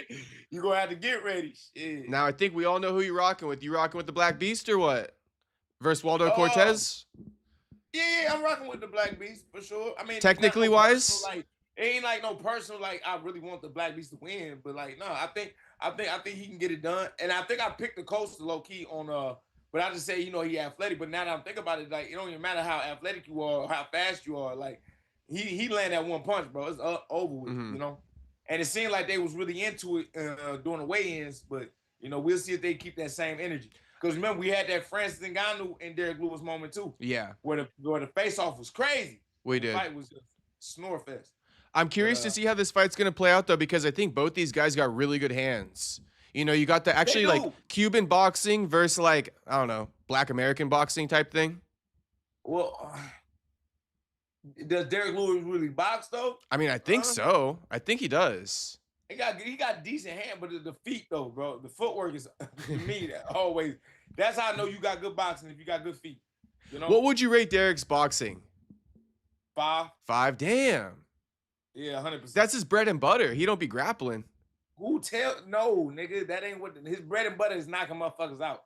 Johnny Hendricks used to knock guys out. But with what? Boxing. Oh, God, with his hands. So he just got that fucking godly power. People just because you got good power and just because you knock out people with your hands don't mean you got good boxing, bro. Okay, so he has the equalizer. He has the equalizer and the power and the strength to knock out any man on this planet. This is random. He might knock out an elephant. This is random. You think George Foreman had good boxing? If you ever watched his fights? Yeah. Or was it the equalizer? No. Because George Foreman was the monster. Not earlier. He actually got exposed by Muhammad Ali. Right. He had terrible defense, right? And Muhammad knew that. It wasn't until George Foreman came back years later when he started doing the X guard and stuff like that. Little side move. Like, no, George Foreman's cold, man. He cold, bro. Like, it was bigger than just power with George Foreman. All right, like, shout out to Foreman. The drive-by uppercut. You know what that is? No, I don't. Drive-by uppercut. Look it up. George Foreman to create that bitch. Cold. Should I look it up? Fuck. Let me make a coffee too before this next fight gets started. But I'll look up that. What's it called real quick? Drive-by uppercut. You'll see it. It'll be on there. But no, George Foreman was cold, man. Defensively, the way because he couldn't have the same because he was a heavyweight and he was older. He couldn't move the same, So every little subtle movement, like little slips, he would use that to his advantage to come back with a counter. So he wouldn't make big movements like this. He wouldn't do like Muhammad Ali, like he doing it. It'd just be like small shifts. Yeah. And then everything, boom, boom. Boom! I'm talking about nasty, man. George so the drive-by uppercut is almost like a slip uppercut. Almost, yeah. Yeah, that's what it looked like to me. Yeah.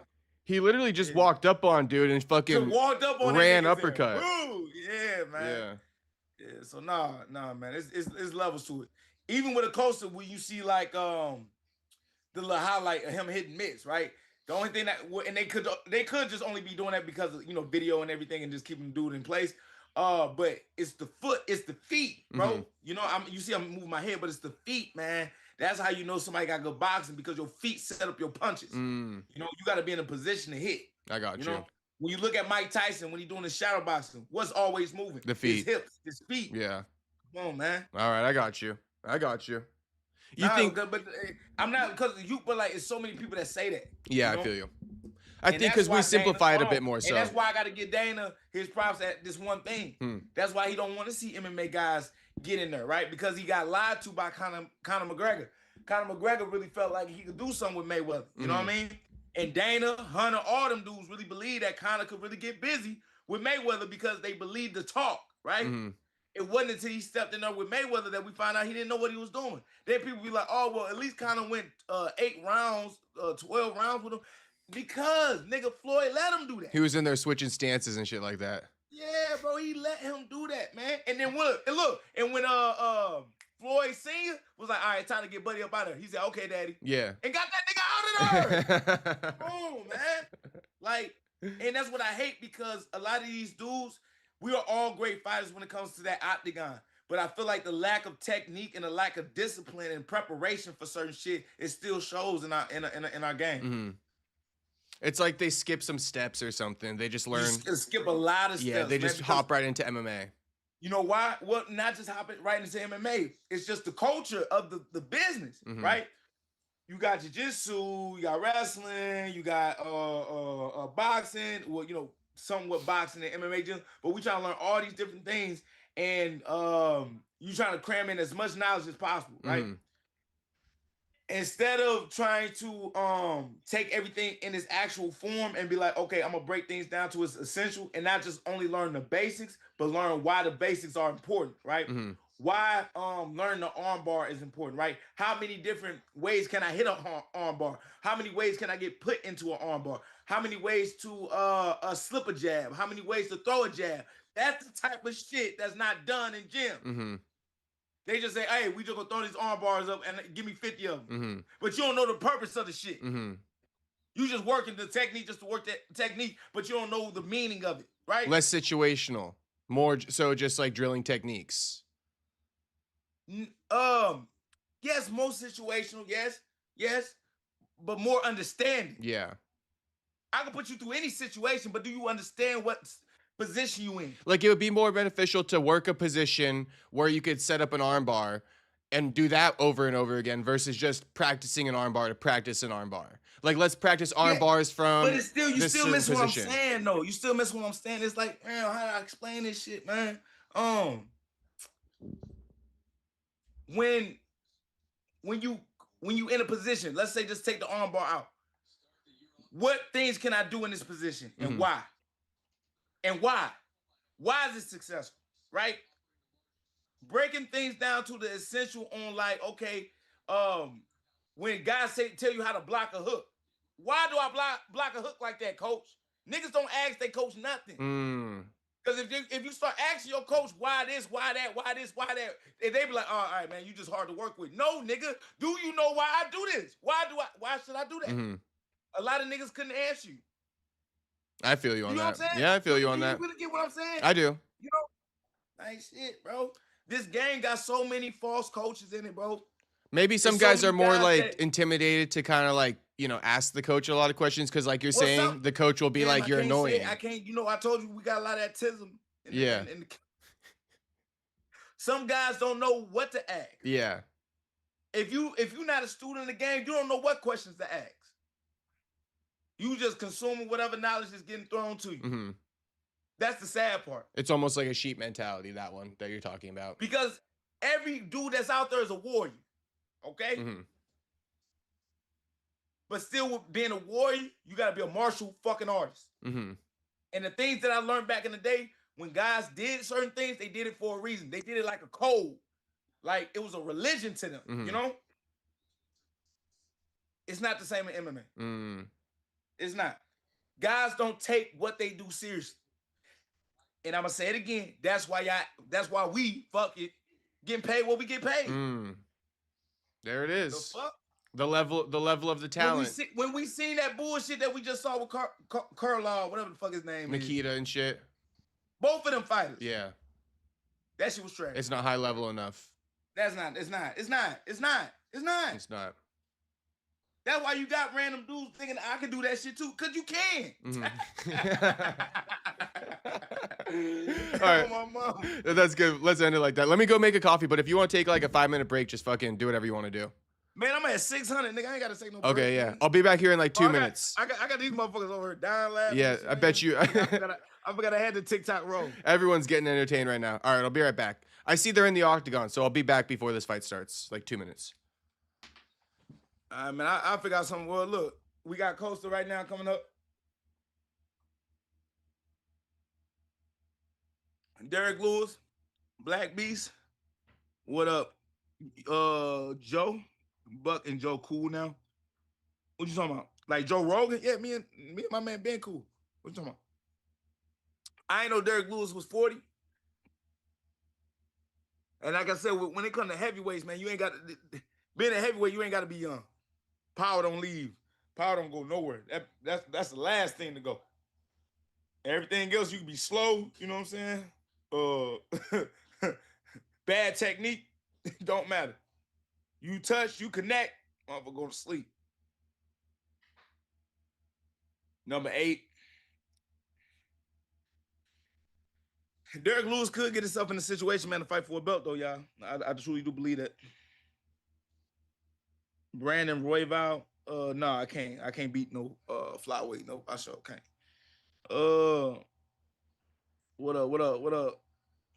What up, Zeke? Lewis knockout in the first 10 seconds. That would be wild, but I wouldn't be surprised.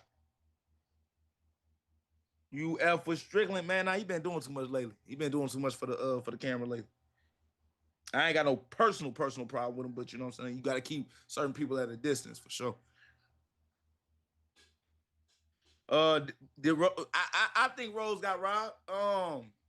But yet again, what were they looking at? Because what I'm looking at is probably different from what the judges was looking at. Like for me, when Rose, why I think she won is because she had the most activity with the hands, had the most activity, even with the leg kicks. Now they said that Silva, she landed more, but I seen a lot of missing shots more than landed shots. And then also I seen the pressure that Rose was able to put on Natalya after a while. Now that third round, you could definitely get that third round to Natalya, right? Was definitely coming back, getting a good throw, you know what I'm saying? Add a couple good side kicks to the chin. But it had no real effect on Rose. But you know, at the end of the day, I'm still not really mad at it because yet again, I like styles makes fights too, right? And Natalya and Valentina would be a good ass fight to make. I just hope that Natalya will come in and make some adjustments and don't just go off that win like she don't have to make no changes. And yet again, like, is your coach gonna keep you accountable too, right? Like, hey girl, I think we got blessed with that win, so we definitely got to lock in for this next one. So hopefully her coaches is really, you know what I'm saying, just keeping it real with her. Now let her, you know what I'm saying, feel the love, you know what I'm saying, feel it, whatever. But when you get back in the gym, like, hey, baby, we ain't win that. We ain't win that at all. You know what I'm saying?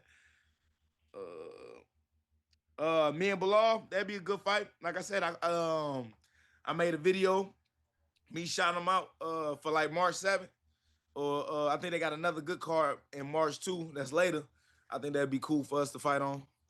But I ain't heard nothing back from my boy Bilal. So it is what it is.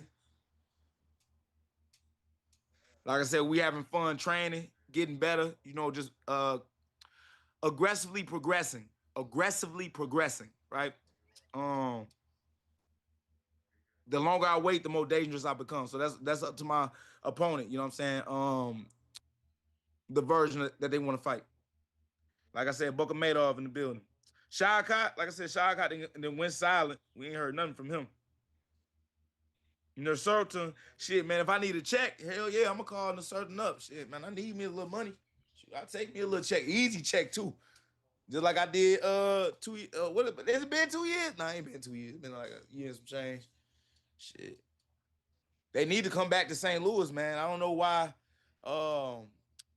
the UFC, I can't say UFC. It's either Paramount or Endeavors. They want to cut international events and they want to cut domestic events and keep more events at the Apex. I think that's crazy. I think that's wild. I don't think they should do that.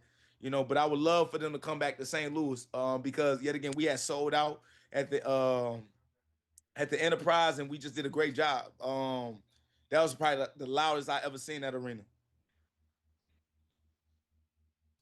Who your money on? I ain't got money on nobody. You the FBI, you the feds, nigga, I ain't got money on nobody.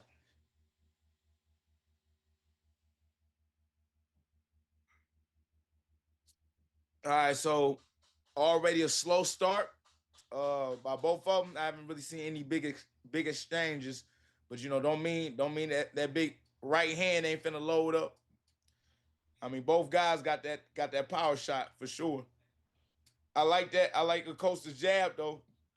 Really working that jab. Good placement.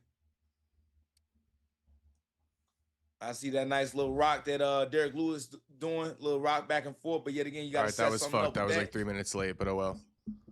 You ain't missed out. You ain't missed out on nothing, big fella. You ain't missed out on nothing. So it's been like this whole time when you see the fight. Where is that?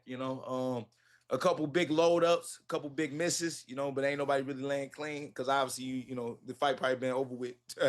Good leg kick. That's a good leg kick. I like to see more of those from a Costa. Who's having more success?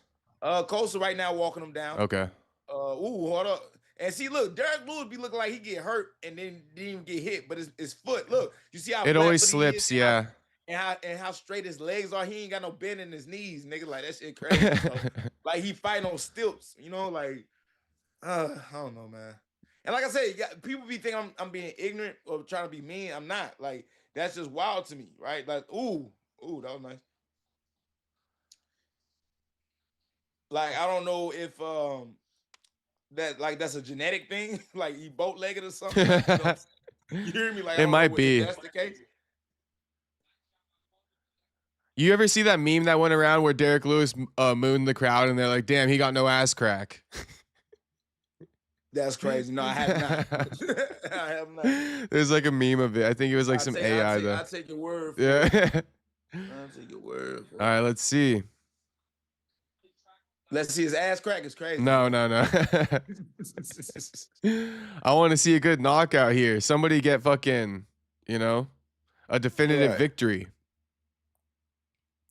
Well, and then like I said, they got the power to shoot. Somebody can go to the king. They both got the ability to do it. But they're both kind of scary, huh? All right, so you saw all that winging that Derek got to use his feet to catch up to Costa, yeah. Right? Costa being athletic, being a little bit lighter, right, on his feet. Like Derek Lewis, even I don't care how much power you have, if you can't use your feet to get to the person, you're never gonna knock them out, right? A lot of guys that get knocked out by Lewis, they kind of go into him, which like you were a brave motherfucker. You know what I'm saying?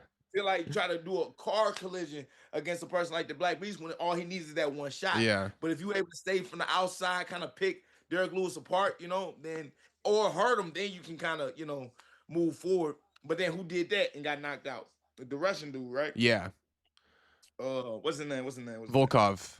Yeah. Right. Yeah. So you still gotta be careful. The way you're saying is to beat Derek Lewis is how Junior Dos Santos did it back in the day. I don't know if you saw that fight. I can't remember. He picked him apart. The only thing I remember is when he got kicked in the stomach. Yeah. But you see how he thought he was hurt, right? And he tried to rush him, and then that overhand almost. That's why you always got to keep your distance with Derek. You ain't got no choice. Yeah. You really ain't no choice. You really playing with fire. Yeah. Because that's his ticket to victory. He got the equalizer.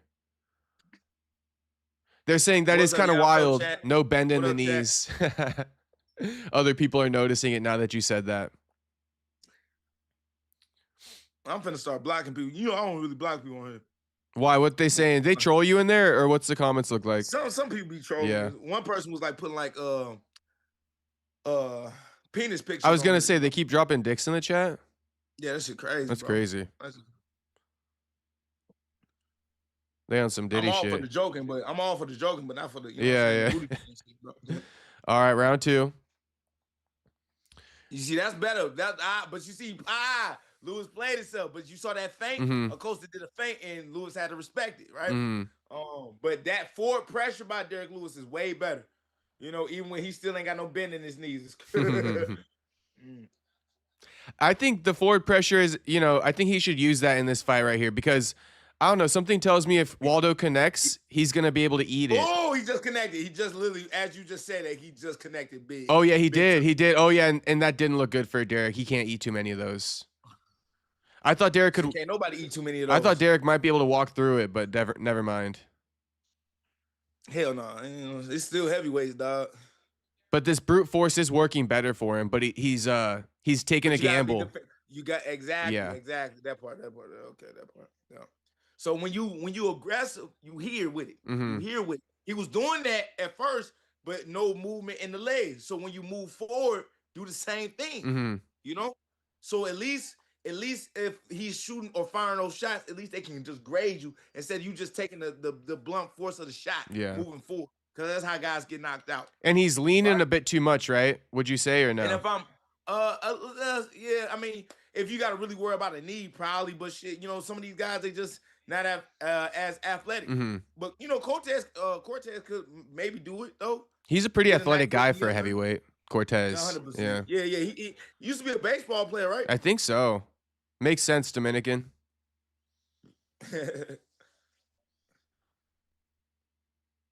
Good jab.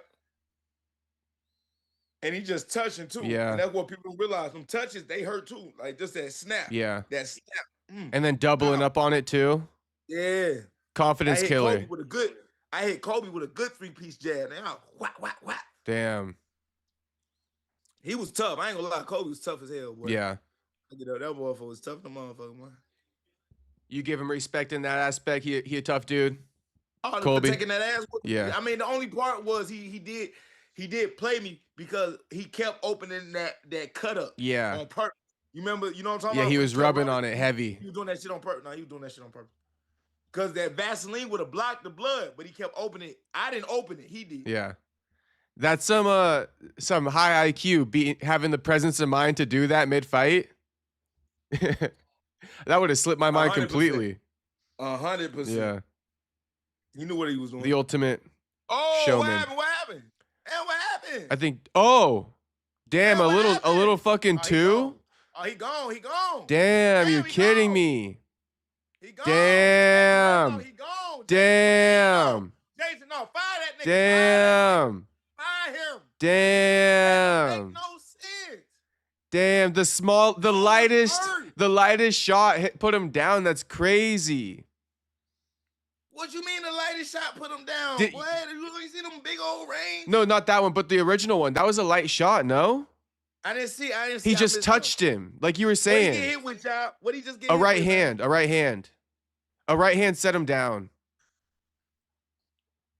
See if the chat gets it right. Man, Jason Herzog, what was that, bro? What was that, man? Okay, what was the shot? Boom. Oh yeah, a light one. Moving forward. Just touched him. But it's not. Silva-esque. It was him. Yeah. It was him, right? Walking into it. Yeah, walking into it. That was kind of. You remember Silva versus Forrest Griffin? Low key, he just like remade that knockout. Not the ground and pound. I will give you that. Yeah. I will give you that. Yeah. That reminded me of Silva. Bro, it was just like a touch. Yeah, yeah. That was damn near like a graze. It was a graze, bro. That was crazy. But this stoppage was ridiculous. I'm sorry, man. I'm sorry, bro. So you really just waited until this nigga went limp. It's crazy. Like 3 shots would have been done. Yeah, like stop it there. 5, 6, 7. 3 shots would have been good, bro. Yeah. Like, it wasn't gonna change. You waited until he was unconscious. He took like 15 shots. You waited until he was unconscious. Come on, bro. I know you paying Derek Lewis good money to get fucked up, but shit, fuck. Yeah. God damn. They're saying, bro, what? Lewis looked like shit here. What the hell? Lewis looked like something was wrong. Hell yeah, my parlay is alive. What in the world is heavyweight? I mean, heavyweight. Hey, I get out there with a heavyweight. Yeah. That shit. They said ass up and everything. Oh, now they just being disrespectful. That's crazy. Oh.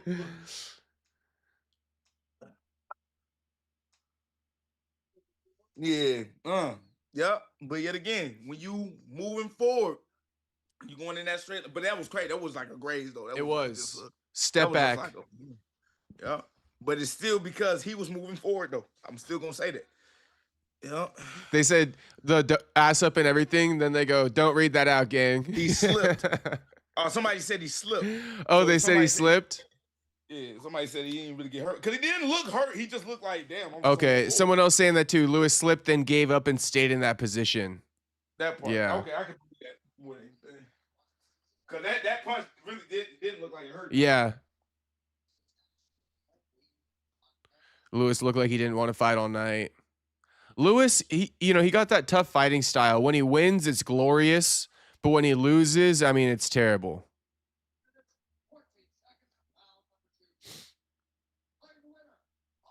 There we go. We got Buck's audio. Waldo Cortez Acosta.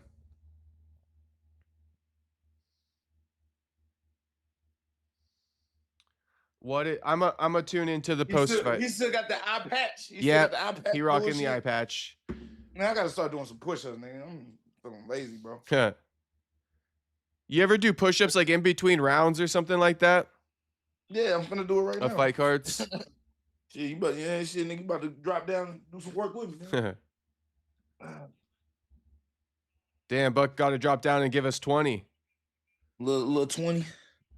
A little light 20. Yeah. Actually gonna turn this camera. I might get back on my push-up game. You ever do that deck of card push-up thing? The prison push-ups? Ooh, do I got my deck of cards? I've ran that quite a few times. I did it with my brother like 2 days ago. Oh, you did? Yeah. How many? This will work. This will work. Oh, Uno? This will work. Yeah, this will work. Just anything with numbers on it, huh? Yeah, anything with numbers, yeah, exactly. You know who taught me that? AB. Adrian Bronner. Oh, for real? Yeah. Oh, you talked to Adrian Bronner before? No, not like that. But I watched one of his lives during COVID, and he was doing that. So then he inspired me to do it. Yeah, I mean, it's a black culture thing when you get locked up. Yeah. You ain't got much. But when my homie saw me after COVID, he's like, damn, you big. And I was like, bro, I've been doing this deck of card push-up thing. Yeah. Hold on, can they see? Hold on. It's zooming. It's doing that crazy zoom thing. I'm sure it'll find you, though, once you start doing push-ups. All right. It's following you. I got my camera set up on the whatchamacallit, on the TikTok as well. Okay. Working. Hey, you owe Pie for 100 push-ups or what? For which fight? Somebody says Bucko's Pie for 100 push-ups. Oh yeah, because we did bet. Did he pick a coaster? He did pick a coaster. Damn. Yeah, I do. Oh, matter of fact, it's right on time. I guess he's giving Joe his 100 push-ups on camera. Yeah, it's right on time, man. Shit. I sure forgot about all that shit. There we go. Move that bitch out the way. They got Kobe out there. It's crazy. Yep. When he gonna fight again, nigga? He's talking about moving up to 85. Oh, they got Pereira. They got Armon in the crowd. All right, there we go. They're still on that saying Rose won that shit. Someone's saying Castro, get your 20. Shit, I can get my 20 in, but my camera angles can't change, so you boys won't be able to see it. But I can get in a quick 20. Yeah, man, you gotta stay ready. Gotta stay fit. Let me get in my quick 20, because who knows when I'm gonna get a fight going myself. Oh yeah, you said So go ahead, break it down to the people, man, with that whole situation. What, Fight Society? Yeah, Fight Society. Apparently, he finally responded to my call out like 3 days later. And what did he say? Apparently, he just said he's finally down for the smoke. So, shit, we got an acceptance. I'm thinking. You think he's for real? I mean, I think he's a bit scary, if you're asking me. But it doesn't matter whether he wants it or doesn't want it. Like, I'm down if he wants it. Okay, but where y'all gonna get it done at? I'm thinking I need to get these numbers up more over the next 6 months. He get his numbers up too. We run it on brand risk. Aiden Ross, we run it on brand risk. I'll be on the same card as Scam Likely. What you think about that? If you got the connect for it, yeah. That's why we both got to get our numbers up by by June. I think we could run it on brand risk. Okay. Bro, I mean, I feel like I could sell the fight. So if they want someone to sell a fight, you know, couple. You definitely gonna do that. Yeah, YouTubers or some shit, like streamers. Yeah, you definitely gonna do that. Come on now. I mean, I don't know about Homie. Homie not gonna sell the fight, but I will. Right. So I owe a good 100. And maybe I can. All right, Buck's gonna run it real quick. Should I break it up, or should I try to hit that bitch all the way out? Shit, hit it all the way, but I'm gonna miss you, I think. Let's see. Yeah, angle that shit down to the floor. That better? Yeah, I think it'll catch you. Yeah, it's gonna catch you.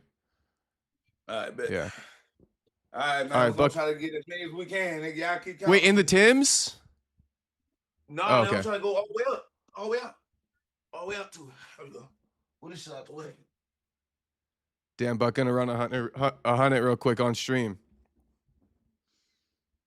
All these muscles for no reason.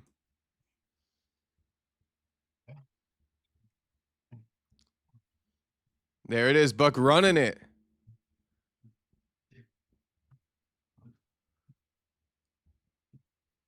What number you at?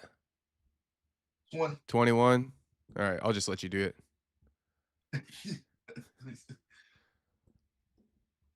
30. Damn, Buck running real push-ups too. That's crazy. 40. That's crazy. Buck running legit push-ups too. 50.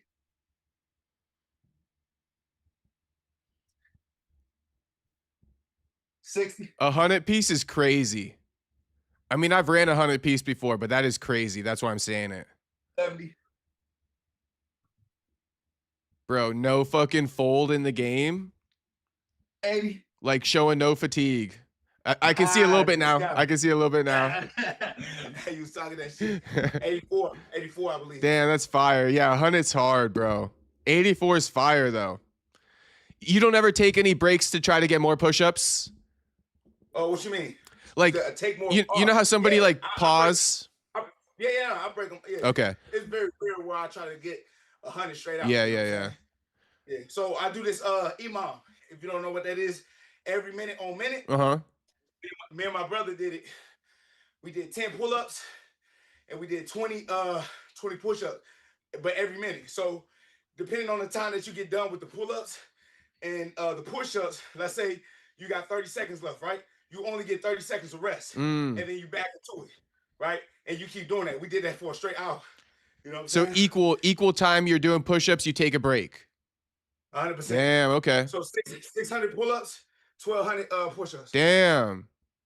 Yeah. What were the seconds you were doing? 30-second intervals? Minute intervals? Well, yeah, I guess you could say 30. Okay, 30. Right. I guess you could say 30.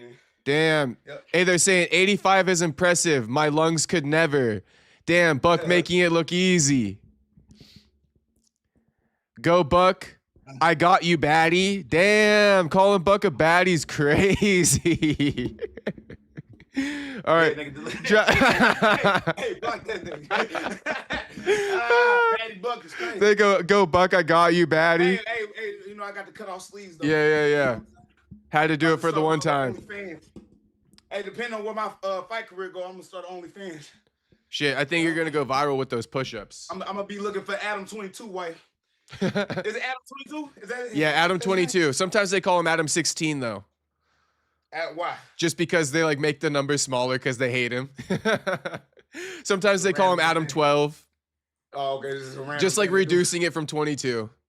Right. Yeah. How many chin-ups in a row? Then they're saying Perry versus Buck. I mean, shit. I think Buck got me in the pull-up competition. I just hit 100. How many pull-ups can you do in a row though without stopping? I'll tell you how many I could do. I mean, yet again, I'm not big on that, but what I've done before, 26. 26. Damn, that's a lot, bro. 26. I was gonna say I could probably do like, I don't know, 20. First try, I could probably do 20. You say you can do 20? 20 pull-ups probably first try. 20 still a good number though, bro. So, but after that, I fall off a cliff. You gotta show me though. But then too, because a lot of guys when they do their pull-ups, you seen what I posted about Shah Khan? Yes, true. Them ain't pull-ups, G. True. Now if he was now, look, I'll give you a slide if you was doing something before that. Man, let me move this shit right here. They saying this dude jacked, bro. If it was like before that, you know what I'm saying, where you doing like a whole workout or training, but that boy was dry as fuck. Mm-hmm. I'm already knowing that was his first set. Yeah. And he was still just like, you know, like, no. But see, yet again, like the way I look, the reason why I look like this is not because it's just genetic, which, you know, that is another part too. But I train a certain type of way to look a certain type of way, right? Like, this shit don't just come overnight. And Jacob, I seen when you was working, you know, you work for that though. You know what I'm saying? Like, you ain't just waking up in the morning like that, drinking your little protein. Yeah, it's not shake, random. right? It's not random. Hey, eating your little boiled chicken and shit Right. like that's not how it works. That's a part of it, right? But it's literally the work that you put within the gym. Right. And when I see guys that's out there, like, okay, perfect example, Sawyer Dawn. You know what I'm saying? Like, he looks like a martial artist, you know? Sean O'Malley doesn't. And I'm not saying, or Carlos Prates, he doesn't. But I'm not saying you can't be talented, right? And still look like that. But how hard are you really working? I feel you. I gotta be making sense. I feel you. What I'm saying? Like Marab, let's say, okay, with Sean O'Malley being as talented as he is, you think he outworking Marab? Fuck no. No. But imagine if he was. Right? Yeah. That's just me. You almost feel like part of the aspect of the game should be like this fitness that you embrace too. Because it's a lifestyle. Yeah. And it's your first off, it's your profession. It's not just about hitting pads and stuff like that. It's also about building up the physique. For cardio too, though, right? For cardio too, so to speak. I think, to me, not just bodybuilding. What's the most? All right. So if we was to put any aspect in fighting, speed, strength, agility, cardio. What am I missing? IQ. What do you think is the most important out of all those things I just talked about? IQ, agility, cardio. Probably cardio. It ain't probably. It is. Yeah, I would say because everything else goes out the window if you're too tired. That part right there. Yeah. Boy, you smart than a mother. Even if you got the IQ, right? You couldn't do it if you're tired. Bow. Yeah. Even if you got the strength. Couldn't do it if you're tired. If you got good cardio, everything can be ass. Mm-hmm. You got good cardio. Because you got the energy once they gas out. Now you could, put the foot on the gas. We done seen it in real life. We have, yeah. Guys are getting beat up. Like, okay, who's a great example? Am I saying they great fighters? No, but they had great conditioning, right? Mm-hmm. If they would have been great fighters with great conditioning, then they would be who? Morale, nigga, right? Mm-hmm. So with that being said, the Derek Elkins, the Clay Guidas, who else got like crazy ass fucking shit? cardio? Shout out to Darren Elkins though. One of the best seriously. They call him the damage for a reason. Yeah. He takes damage and then out of nowhere is choking the dude out. Right. Or knocking Pure the dude durability. Out, right? Through durability and having cardio. Yeah. Because even if you're durable, if you're not, the reason why guys are durable is because you got cardio. I don't know if a lot of guys know that. The Diaz's, I'm sorry. Of course. That's a perfect fucking example. Their cardio is ridiculous, But that's why I believe guys don't get knocked out who got good conditioning. Because the brain is fresh. The body is trained. It's resilient. It's not fatigued. It's not fatigued. That makes sense. Guys don't get knocked out because of the power necessarily. I'm not saying that's not the only, but guys be just fucking tired, man. They be like, man, how you get caught by that? Because it's fucking tired. Like a lack of oxygen and shit too. Yeah. He's exhausted, So the shot seems a lot more damaging than what it really was, right? So. But there's a bunch of other aspects going in behind that knockout. I think this going live shit gonna be dangerous. Why? I'm giving niggas too much game. I know, right? You got to control it, but that's all right. Yeah, it's hard because I'm so passionate about it. I know. And I've been so quiet about it. I don't really even speak about shit to even other people. Yeah.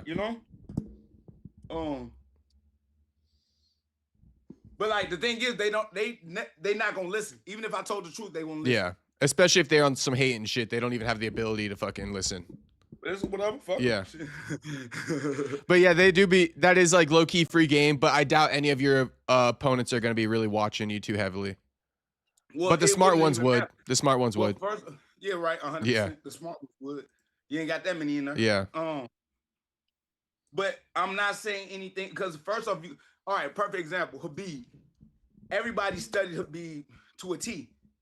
And Khabib never changed anything about his game. But everybody knew what he was going to do. Did it stop him?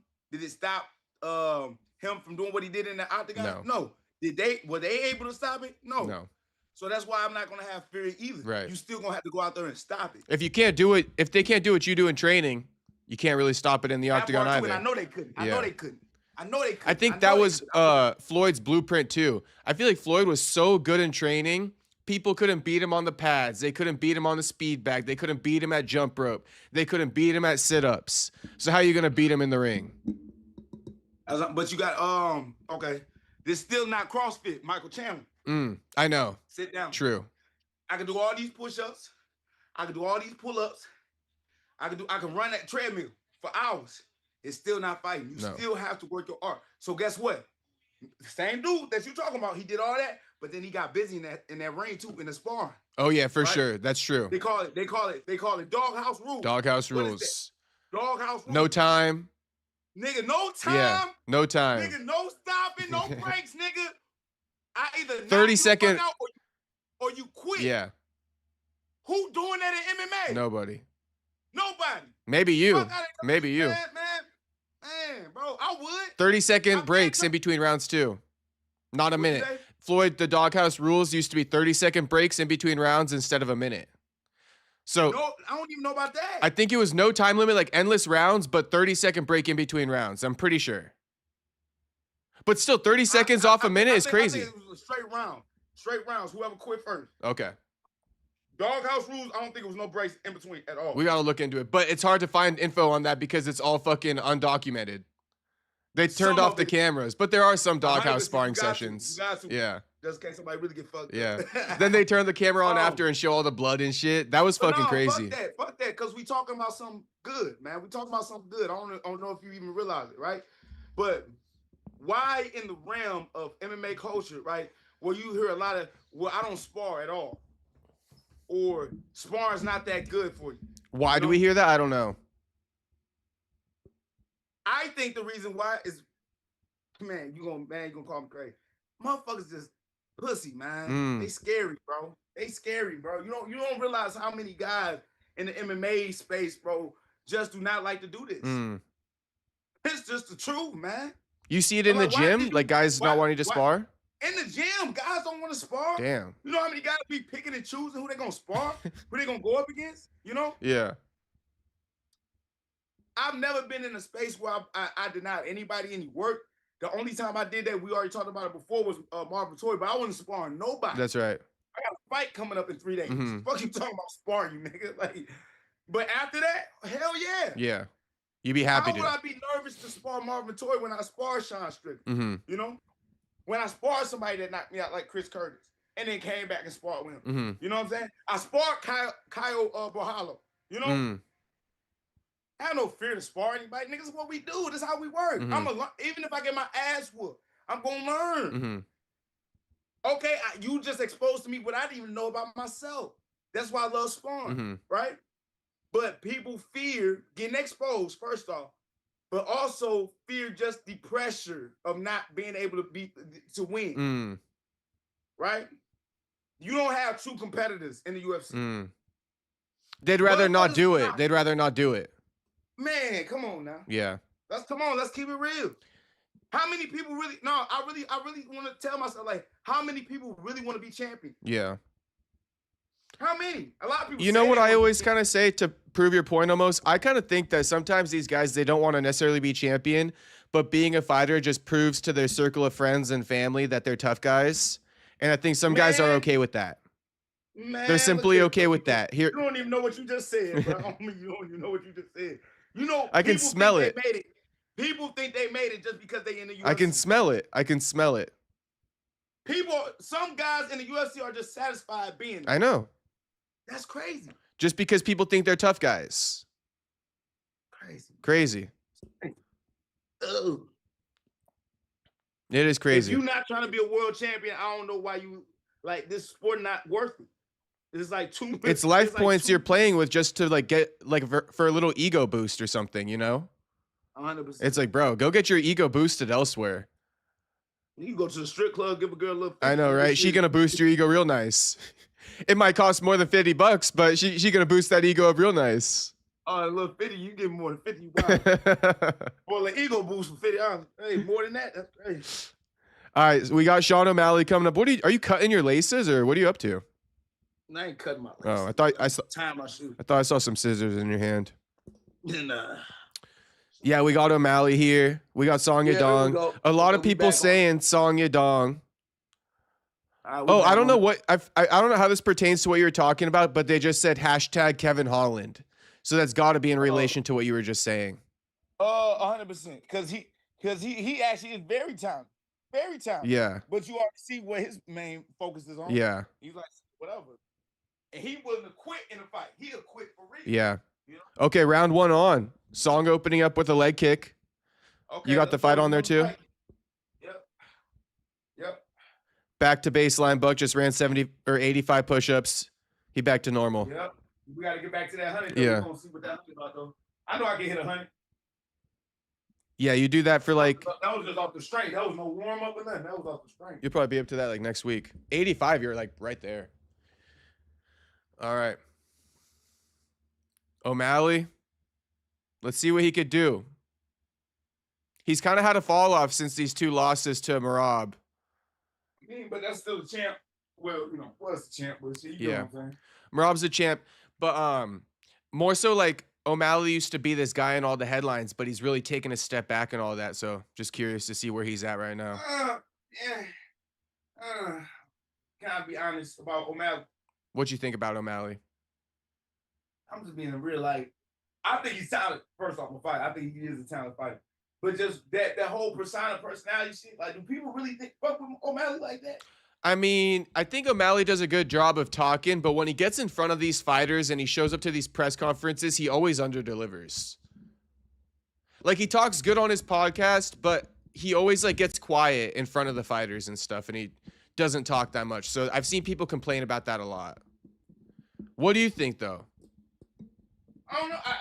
I don't really follow Sean O'Malley outside of him fighting. I'm not gonna lie. He's not as much of a tough guy, really, by any means. No. Yeah. No. Because, I made fun of him with that one video I made back in the day. You did. About him talking about his friend, hitting him up and was like, hey, your girl was trying to get fucked. And letting him do it? Yeah, that's crazy. Yeah, he was like, hey, bro, do it like that's great. Like, certain stories yet again, bro. Like, you just gotta keep to yourself. It's like he fucking... There's nothing in this world that will make me open up and say some shit like that. You know what got him into it is because he was too busy flexing that he be getting with other chicks, and then it forced him to acknowledge the other side of the equation. I don't think it forced you to do nothing, And I don't even know why you were forced to even put your girl in that situation where you giving up your personal business. I know. Like, Well, because I'm saying some of these dudes, they like to flex like how much girls they get, and in my opinion, it's kind of cringe. Like, leave that shit alone. It is because like no one trying to hear that, really. No one trying to hear that. It's not that because you got weirdos that do want to hear them. I mean, you do. But that to me, that's showing that you're not used to getting. That's what I'm saying on the low key, And the low key, that's a high key. Yeah, it's pretty obvious, but that's what these streamers be doing. They be cucking their viewers, like DDG and shit. Their viewers just be watching them go on dates and stuff like that. I'm like, bro, what the hell you watching? Turn that shit off. All right, let's pay attention to this fight. I'm looking at it. You looking? It's looking fairly even. Sean's not having a crazy amount of success. A lot of feints from both sides, which I like. Yeah. You can never over feint, but I just yet again I'm big on that. There it is by O'Malley touching, but to the body. Teep. Open them feints up with something, right? Mm-hmm. Because that's what a feint is, a false attack. Which I got to give you something to believe first. I got to show you something first. O'Malley's not really landing that right hand too much in this fight. I can see him trying to set it up. You see him? There it was. Let's see it. Oh yeah. I like the footwork change though that O'Malley does too. Yeah. He quick with it. Do you ever change stances in your fights or not too much? 100%. You do? 100%. I do a lot. But you're southpaw naturally, right? Yeah, southpaw. But you're not left-handed? No, I'm not left-handed. Okay. Yet again, gotta be a true student of the game. A lot of guys only go if they right-handed left foot lead because they MMA coach somewhere told them, oh, well, boxers do this because of this. And they F they fighter, which you already know a lot of MMA fighters come from a wrestling background. Why would you takedown? Okay. Yeah, takedown, but a nice little cinch on that. Okay, he ain't got nothing. No. Why would you teach your athlete who naturally came from wrestling, who predominantly is a right foot lead, switch him into a whole different stance, right? Which is making him more of an awkward fighter, and forces that guy to shoot now with that rear leg and the switch and become a lead leg to get the shot, which is making it more telegraphed. Yeah. Right? You know how many gyms do that? A lot. In MMA? It's dumb, bro. Teach them where they naturally are already good. And it's the same thing anyway. It's just in reverse. So what's the point in switching their fucking feet? Man. But they say the dominant side, so they want to. Oh, so you have more power, yeah. But you can train this to be powerful. Yeah. True. I would rather, yet again, the feet is everything. When you dance, right? When you're doing tango, right? They say you gonna lead with what? I don't even know. Your dominant leg, your dominant foot. When you dance, right? Fighting is like dancing. It really is. Believe it or not, it's like dancing. You have a sequence of moves, right? If you really study your opponent, you can assume the next punch, kick, takedown that they do, which will give you a sequence to do. And if they study you, If he do that, then I know what to do. Mm-hmm. It's a perfect example when Moreno and Figueiredo had fought each other, right? And you just saw the beautiful like counter, Mm-hmm. right? If you really doing your homework, fights should look like that. I got you. Just like how in boxing, when you see the slips, Javante and Pitbull, right? When they was throwing them crazy combinations, they both kept missing, but it's like they each like was in the matrix, right? You don't see that a lot in MMA because it's like if you do this, then I do this, right? And a lot of guys, if they're on lock with it, it looks like a dance out there. There you go. All right, round 2. I got you on that. I got you. Boxing is more so like that because there's more few options, right? It's all upper body type shit. Well, yeah. So I think we spoken about it before. I don't know if I was on the phone with you. But in boxing, it's a lot easier to be defensive. Yeah. Because all I got to do is worry about your right and your left hand. Mm-hmm. You know what I'm saying? Right. But you have to be very, I'm talking about proficient, nigga, very proficient to be able to knock somebody out with only your left and your right hand. It's like easier and harder at the same time. At the same time, but why is it easier or hard, right? Yet again, if it's defense, only got to worry about these two. But offensively, you only have those two. Good at it, right? You're pretty fucking good with those hands, right? That's literally why they made your boxers lethal weapons, right? If boxers were to fight on the street, it's like literally it's almost like attempted murder. I think that's still to this day, right? You can get charged for murder as a boxer, but regardless, though, right? But in MMA, it's the complete opposite.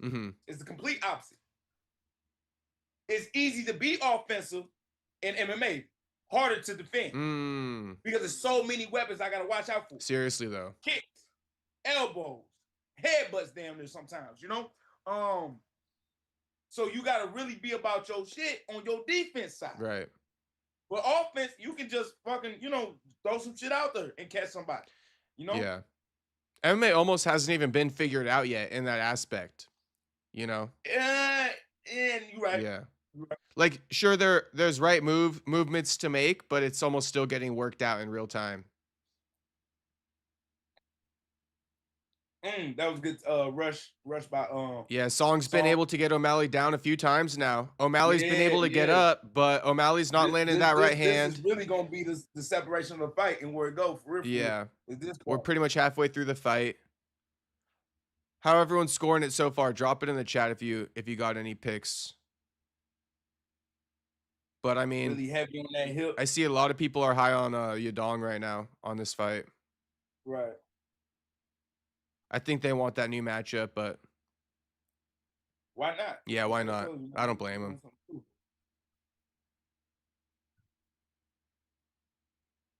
I see, like, you see them little attack them add up, man. The knees to the hamstring.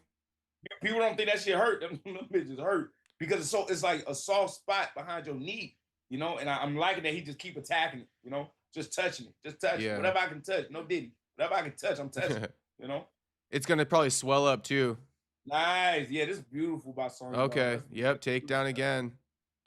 Dang, O'Malley threatening triangles. You gotta do something. Yeah. Do something, but no guard though. There you go. Yep, work to get to that cage. Work to get to that Sean's cage. Throwing up his hands and shit. Don't be doing that. That's still so wild to me that 6'9" tattoo was on that. Man. I know. Like, you didn't got. That's wild. Now, if it was just a random, like just 6'9", just because it's 6'9", but like you purposely got another, like that's crazy. It hits different now that he doesn't have the belt too. No, no, that always. It was always lame. Yeah, bro. Yeah, getting 6'9" tatted on you is kind of lame. Glorifying, like, and I'm not into the whole culture anyway like that. When you talk about gang culture, you know what I'm saying? I'm not into that. I'm not a big fan of that. But how you gonna glorify the dude that was snitching? The snitch. Get a fucking Young Thug tattoo or something. That's crazy. That's wild. All right, O'Malley back to his feet. Now we got to make something happen, though. And like you're saying, I think Song Yadong probably got him a bit tired out now from all these takedowns, all these little knees to the thigh. You saw that counter, though? See, yep, I saw that. That's where he's special right there.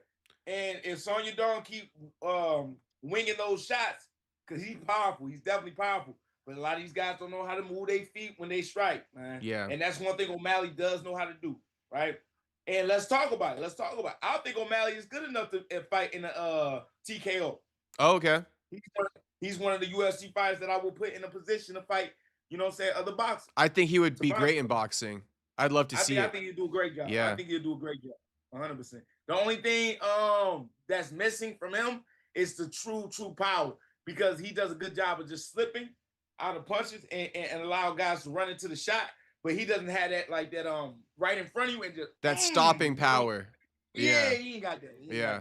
Like when he say he would fight Gervonta Davis, Gervonta would have killed him. Oh, yeah. Because it's just pitter-patter versus fucking knockout power. Man, Gervonta would have put Sean O'Malley in the ground, dog. That ain't no bullshit, bro. I wonder if they found Tank. You heard he was on the run, right? Yeah. Man. I don't know enough. I don't know enough either. Yeah. You know what I'm saying? But I pray that everything just get worked out for my man. Yeah. Yeah. Fucking, what you think about AB? Just speaking about boxing real quick. You've been seeing his struggles. I know you like AB. Man, it's sad. Yeah. I love AB, man. Adrian Broner, dog. That's who, realizing that you just gotta be a person. Adrian Broner used to always say this. He said, "Bro, I'm not a boxer. I'm an entertainer." Mm-hmm. Right. When he had his show All About Billions, right? So dope. Yeah. And I truly believe that Adrian Broner, if he would have stayed focused, if he would have remained undefeated, he would have been bigger than Floyd. I don't care what nobody say, man. He was on track. He the one that discovered Gervonta. I think so, right? No, not think so. He was, and then he introduced Gervonta to Floyd. You know what I'm saying? And Floyd ended up, getting his hands on Gervonta. And that actually turned out better for Gervonta in the first place, because if he would have signed to AB, it probably would have, not ruined his career, but he would never be as established as he is if he didn't go with Floyd, the money team. But with all that being said, though, man, like AB was a fucking talent, bro. He was a beast. But when you're not taking your career seriously and you're doing other stuff, he was rapping, he was doing like his little his skits and stuff, and you got to always make the main thing. He almost embraced the entertainer lifestyle too much with that rapping and shit like that. Yeah, bro. Yeah, I mean, he was getting shot at. At the club. I think he was. All type of stuff. Yeah, so wow. That's that messy lifestyle that I was talking about when you start giving these guys money. But it also grew his name. It's this catch-22. Yeah, it is. Because but what do you want to be remembered for, right? And sad enough, a lot of people not remembering AB for being having the most titles in different divisions. I think he had like a record for that. Like he was like in five or six weight. I think 5 weight class champion. Yeah. But that was crazy. You know what I'm saying? At the time, like he was killing it. He would be fine. People will remember that over the bullshit he did during his career. But just now, he's always like drunk and stuff like that. Yeah, no. So that's what people are remembering now. Exactly. Exactly. So I know. You don't drink or anything, or what? I do. I sip on a little something, but what I'm drinking for? Like, if I ain't really celebrating nothing, I ain't touching nothing. It's not like it's like a part of your daily routine. I've never been a heavy drinker in the first place. Yeah. And it's not that I need to drink around people, but if I want to drink, I drink. Okay. I got you. Yeah, I'll drink around the homies and shit, but I don't be drinking like too often. All right. Oh, he touching up song. I mean, I haven't, but you see, he got song leaking. Bro. He got song leaking. He did have him leaking now. What's happening to them shots? You hear me? Like, Sean should be shooting, man. Yeah, he kind of stopped the wrestling. He did. He's looking more fatigued than anything. It says distance strikes. O'Malley's up by 31-27. Right. So, Songs landed more kicks. O'Malley landed more punches. So most of Song's strikes landed are coming from kicks. People booing. Oh, look at that. That was a terrible shot. But I'm glad he attempted it, though. Yeah. But that was a terrible shot. No setup to that, man. But see how all this motioning and movement, move your feet and do that. Yeah. Like move your feet and do that. They always do one or the other, you know? If they move forward, they don't move their head. Or when they move their head, they don't move their feet. Like shit. That makes sense. Boy, I can't wait to get back in that bitch. I can't lie. Bro, they gotta get you something within like the next 2 months. I don't know. How much notice would you be down for? Like 4 weeks notice? 6 weeks notice. 6 weeks. Like, what do you like? Yeah, what would you like if you could just say? I like to be ready and prepared. Nigga. Yeah. But is 4 weeks, would you say it's like a shorter camp or 6 weeks or? I didn't take a fight on 2 weeks notice. Yeah. I didn't take a fight on a week's notice. Right? No, you have for sure. I don't think I'm in that realm to do that. I don't think I should have to do that. We got too many fucking people in the roster that I can fight where I don't have to fight nobody on a week's notice. Why I gotta fight somebody? I'm not Yeah. Like you. Like if they was to really hit me like, hey, bro, let me get you in a week. Like, why? That would be some bullshit. But 4 weeks is more than enough type shit? Yeah, that is enough. 3-month training camps are like a thing of the past. They used to be popular back in the day. I mean, that's how you really train for a real fight. Yeah. Like against another dude that's one of the best in the world. Yeah. Ooh, good knee. Good knee. Yeah, good knee. Sean's landing more in this last round. I wonder if they're gonna give it to Sean. They definitely gonna give it to Sean after just the look, just the look of it. Yeah, shit. even Song's looking a bit beat to end this fight now. No, he ready for this buzz. Mouth open and shit, not shooting on takedowns. He ready for this fight to be over with, bro. He didn't do much when he had Sean down too. Nope. What you think about these you know, like knees and kicks to a grounded opponent that they do in Ryzen? Do you like that, or you're like fuck that? Hell yeah, I love it. I love it. Yeah. I love it. Anything closer to a fight, bro. I like it too, to be honest with you. Besides eye gouging, biting, or hair pulling. Yeah. You know. Besides that, I want head. Make it just a raw fight. Head I'll take out the headbutts and fucking like, I don't know, groin shots and shit. Remember groin shots were legal when UFC first started? That was insane. 100%. 100%. I think I'm gonna give it to Sean, honestly. Just the looks of the fight at the end. What would you think? Because I actually like this one, but I'm not a fighter. Hey, what I just say about Song, I said this was gonna prove the levels, right? Yeah. He could beat anybody down there to the 6 to 10 range, but then once you get up there into them 5s, man, mm-hmm. You know what I'm saying? Different level. Shit, well, do you like? Would you like a 10-minute first round like they used to do in Pride? Oh man, I don't want to, because I'm gonna mess around and say something. They're gonna give you a fucking 10-minute round. No, it's not that. I came up with an idea for a fight promotion. Oh yeah, don't reveal it on here, probably. Hell no. Yeah. You always got a couple people who looking to steal your ideas on here, so you got to be careful for sure. Like a mom, yeah. Be waiting like, they're the people who don't even be commenting in the chat. Niggas like, man, Buck is out here giving out free games. They got the pen and the pad out. Listen. Hey, look, coaches look like shit, nigga. I got a new program. Joaquin did 85 push-ups in one go. Oh, they made the He-Man movie. Is crazy. Paramount has some pretty good shows. I've been liking it. You seen Landman? Peacock, Tubi. Peacock's good. Landman is a show on Paramount. Oh, nice. I heard it's pretty good. I haven't seen it yet, but my homie was recommending it. Okay. Yeah. They're saying, could see it going either way. I'll read you the scorecards people think. Soda Pop says Song 1, 29-28. Song 2-1, but they'll give it the other way. I think 2-1 Sean. First round was close. Could see it going either way. Sean won third round.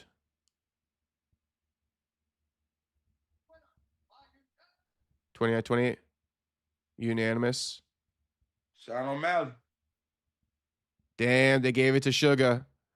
That is one aspect I think a lot of fighters maybe don't realize too. But what I've seen from afar is how you look after that fight at the end of the fight. Song looked beat. Oh, yeah, that play a bad Song looked beat. It's the same thing as why boxers like raise their hand.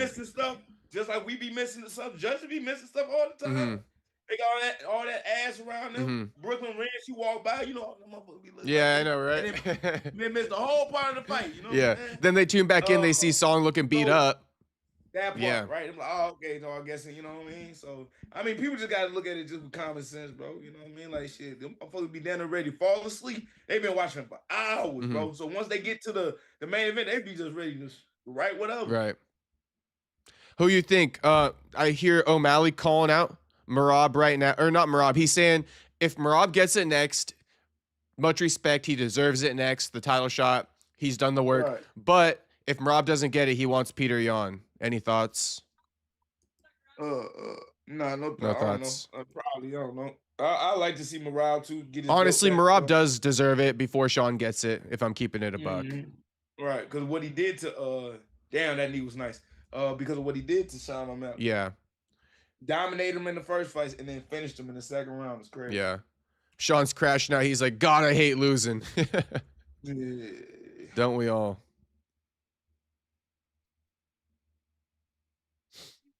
Okay.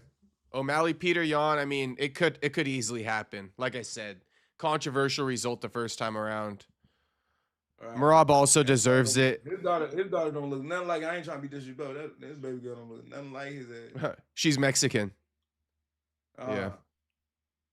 She look a lot of Mexican. Yeah. Looks like the mom mostly.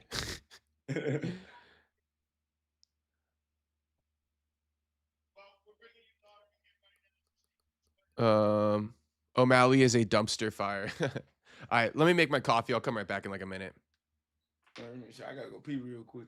Yeah, man, I'll be back too, y'all. 1 second, y'all. What's up, man? Oh, shit.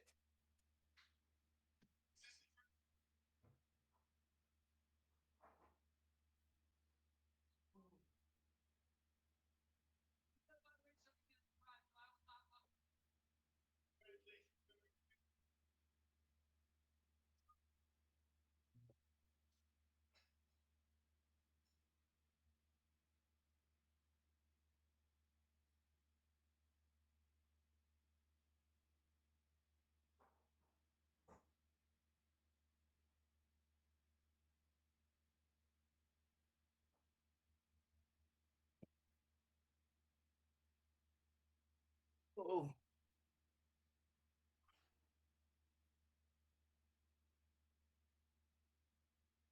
Are they still together?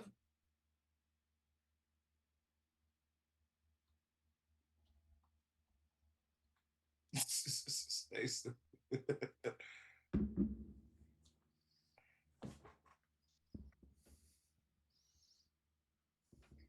Oh, damn. Yeah, we got Corey Sandhagen in the mix too. Right.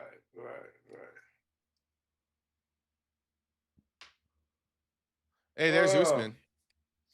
I saw that. Money. Looking like money. You hear me? I'm going to get mine, though, eventually. Yeah. If it ain't with the UFC, it's going to be somewhere else, bro. But either way. We got to get that bag. Too much money. It's too much money out there, bro. Yeah. Too much money out there. That's one thing I do realize. Too much money out there, bro. Be sitting back, not making nothing. Oh. You should fucking ask Usman for some free game about what he invested in and shit like that. Is that like corny to do? No, I ain't corny at all. Nigga, no. Yeah, I know, right? Depending on who is. That is not corny at all. I feel like Usman wouldn't gatekeep. He'd actually give you some game. I think so too. He already gave me some good game, but I'm gonna keep it on the wrap. So already gave me good game. Yeah. No, Usman seems like a cool dude, but his stylist be making him go viral with those fucking blue man suits and shit like that. Having his ass look like Frozone. Yeah. But no, I fuck with Usman. Even before you guys fought, I fucked with Usman. Yeah, I mean shit. Well, he never really put himself in a position not to, you know what I'm saying, not to be liked. Yeah, he hasn't really.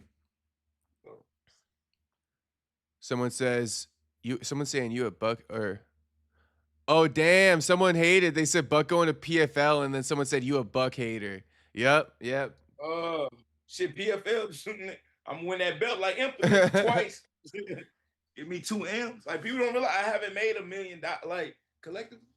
Nah. Yeah, so. And honestly, bro, I mean, by the end of this year, I mean, I feel like if you haven't made like 1.5 by the end of this year, it's like, you know, UFC got some paying to do. But no, they don't. If they ain't got to. Well, I know they don't got to, but shit, I'm gonna freaking go make them or something. It'd be nice, like I said, you know, because I always will remember what DC said, right? And obviously he fought John Jones, all that stuff, whatever, pay-per-view at the time, but he only got paid a certain amount of money. And then they just off the strength, like, here, bro, here $1 million check, bro. You know? I'm waiting on that day, bro. Like, I'm just like, thank you, Buck, for being a guy that always show up, man, and put on amazing fights. Yeah. You know? And it ain't even about me being money hungry, man, and just like, obviously, yeah, bro, we all prize fighters, but like, it's just like being valued by the company, bro. Like, When are they gonna show that they value me, right? Like that they really want me to show up for. Well, someone asked that a while ago. And then when I do show up for them, like they really be appreciative, not only by saying it, but actually doing something about it. Instead of just saying, all right, we got another fight for your goofy ass. Like, damn, bro. You know what I mean? But it just is what it is because, like, bro, it's like I can't complain. Like at the end of the day, I chose, you know what I'm saying? I chose to be with the UFC. I chose to sign that contract. You know what I'm saying? I chose to be in a position where, yet again, I didn't ask for what I feel like I rightfully should have, right? So I just got to keep working for shit, you know? I think that it's like, this ain't no shot. What was that? This ain't no shout out for no other fighter. Like, this is just yeah. Like, you know? Like, it's a little bit of both, though. I think sometimes, like, with, you know, the lack of pay or whatever you want to call it, the lack of like support, you know, it forces you to build yourself up more than the average person, and that might end up paying off for you in the long run. You know what I mean? In the long run. So, 100%. and I think that's 100%. usually what happens to guys like you know, in that situation. In the long run, I'm not gonna F off my money though. I got and you money. can't hold down the personality forever. I ain't effing rich. You know what I mean? I ain't wealthy, but like I haven't effed off my bag. You know, so that's one thing that I'm thankful for not doing. I'm glad that I always stay, you know, humble. Always glad that I stay boring, right, and disciplined. But it's just when I'm wanting to do other things, right. And helping the people that's closest to me, I can't really do what I really want to do for them, right? But when I heard about Deontay Wilder, right, and his daughter, you know what I'm saying, and the reason why he got into boxing in the first place is to pay her medical bills, you know what I mean? And now he didn't change his whole life because of that driving and going into boxing, you know? And you got a good story behind you too, like that. I got a great story, bro. I got a great story, and people know the story, right? Like, even if I was to give out my heart right now, right, about me working at Walgreens, working at a overnight, you know what I'm saying? Waking up when nobody else was around, and it was just me and my granny, right? My granny fucking bedridden, can't move, right? I had to literally work overnight where she slept, where I know she's just in the bed and she fine, and I had to go to work. You know what I'm saying? But then as soon as I got off of work at 9 a.m., I had to get my granny up out of bed, wash her up, you know, feed her, clothe her. After working overnight. Doing all, but still, and then hold up, and then go straight to training, right? We had little video cameras to set up so I could look on my phone and make sure she's doing like the ring and stuff. You know? But people, like, yet again, but I didn't told that story before, but don't nobody give a fuck. They don't. They do, but they forget about it pretty quick. What you mean? How?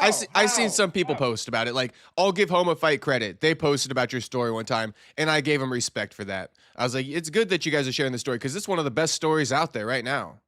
You know, you don't got to say that, but I'm gonna say that. You know, as somebody who covers the sport, like, I don't hear about these stories. People gotta realize. So where does my passion come from? Is to be able to take care of the ones that's so close to me. But I feel like I still can't do it. I thought I got to a point where I could do it, right? And I love how people are like, well, hey, you might want to be quiet because they probably give it to you. I don't believe it because I feel like it would have already came. Would have already came, you know? And this is not me being aggressive with the UFC. I'm actually being passionate and be like, bro, when is it going to come? Do I got to give y'all 16 more fights before it comes? Shit, hopefully not. But you get what I'm saying? No, I get it. I got the same amount of fights as this dude that's coming up right now, Justin Gaethje. He got 15, I got 16. You can't fake the hustle or the work that I did. You did. People are like, oh, but look at the level of competition that he fought. Anybody that's stepping that octagon, bro. You know what I'm saying? Like, you can't put that on the same type of what's the word I'm looking for? Like, people try to diminish my wins. They're gonna say Gaethje fought tougher competition. That's why. That's what you're trying to say. Yeah. Don't believe it. I feel you. Why do you think a guy like Gaethje gets the cosign more? Because that's what the people are pretty much asking. There's multiple reasons. Let's not even give the black and white because I know people get put off with that. They do, but damn. What other reason? The same way that you can speak about Justin Gaethje is the same way you can speak about me. Yeah. I don't give a fuck what nobody say. Yeah. What fight can you think in your mind that was just boom? Like, damn, I don't actually remember that fight. And let you act like let you fight like a boring guy, let you act like a JDM or Sean Brady. They're gonna post you even less. But then, you know, Brady and fucking JDM, they be getting the posts.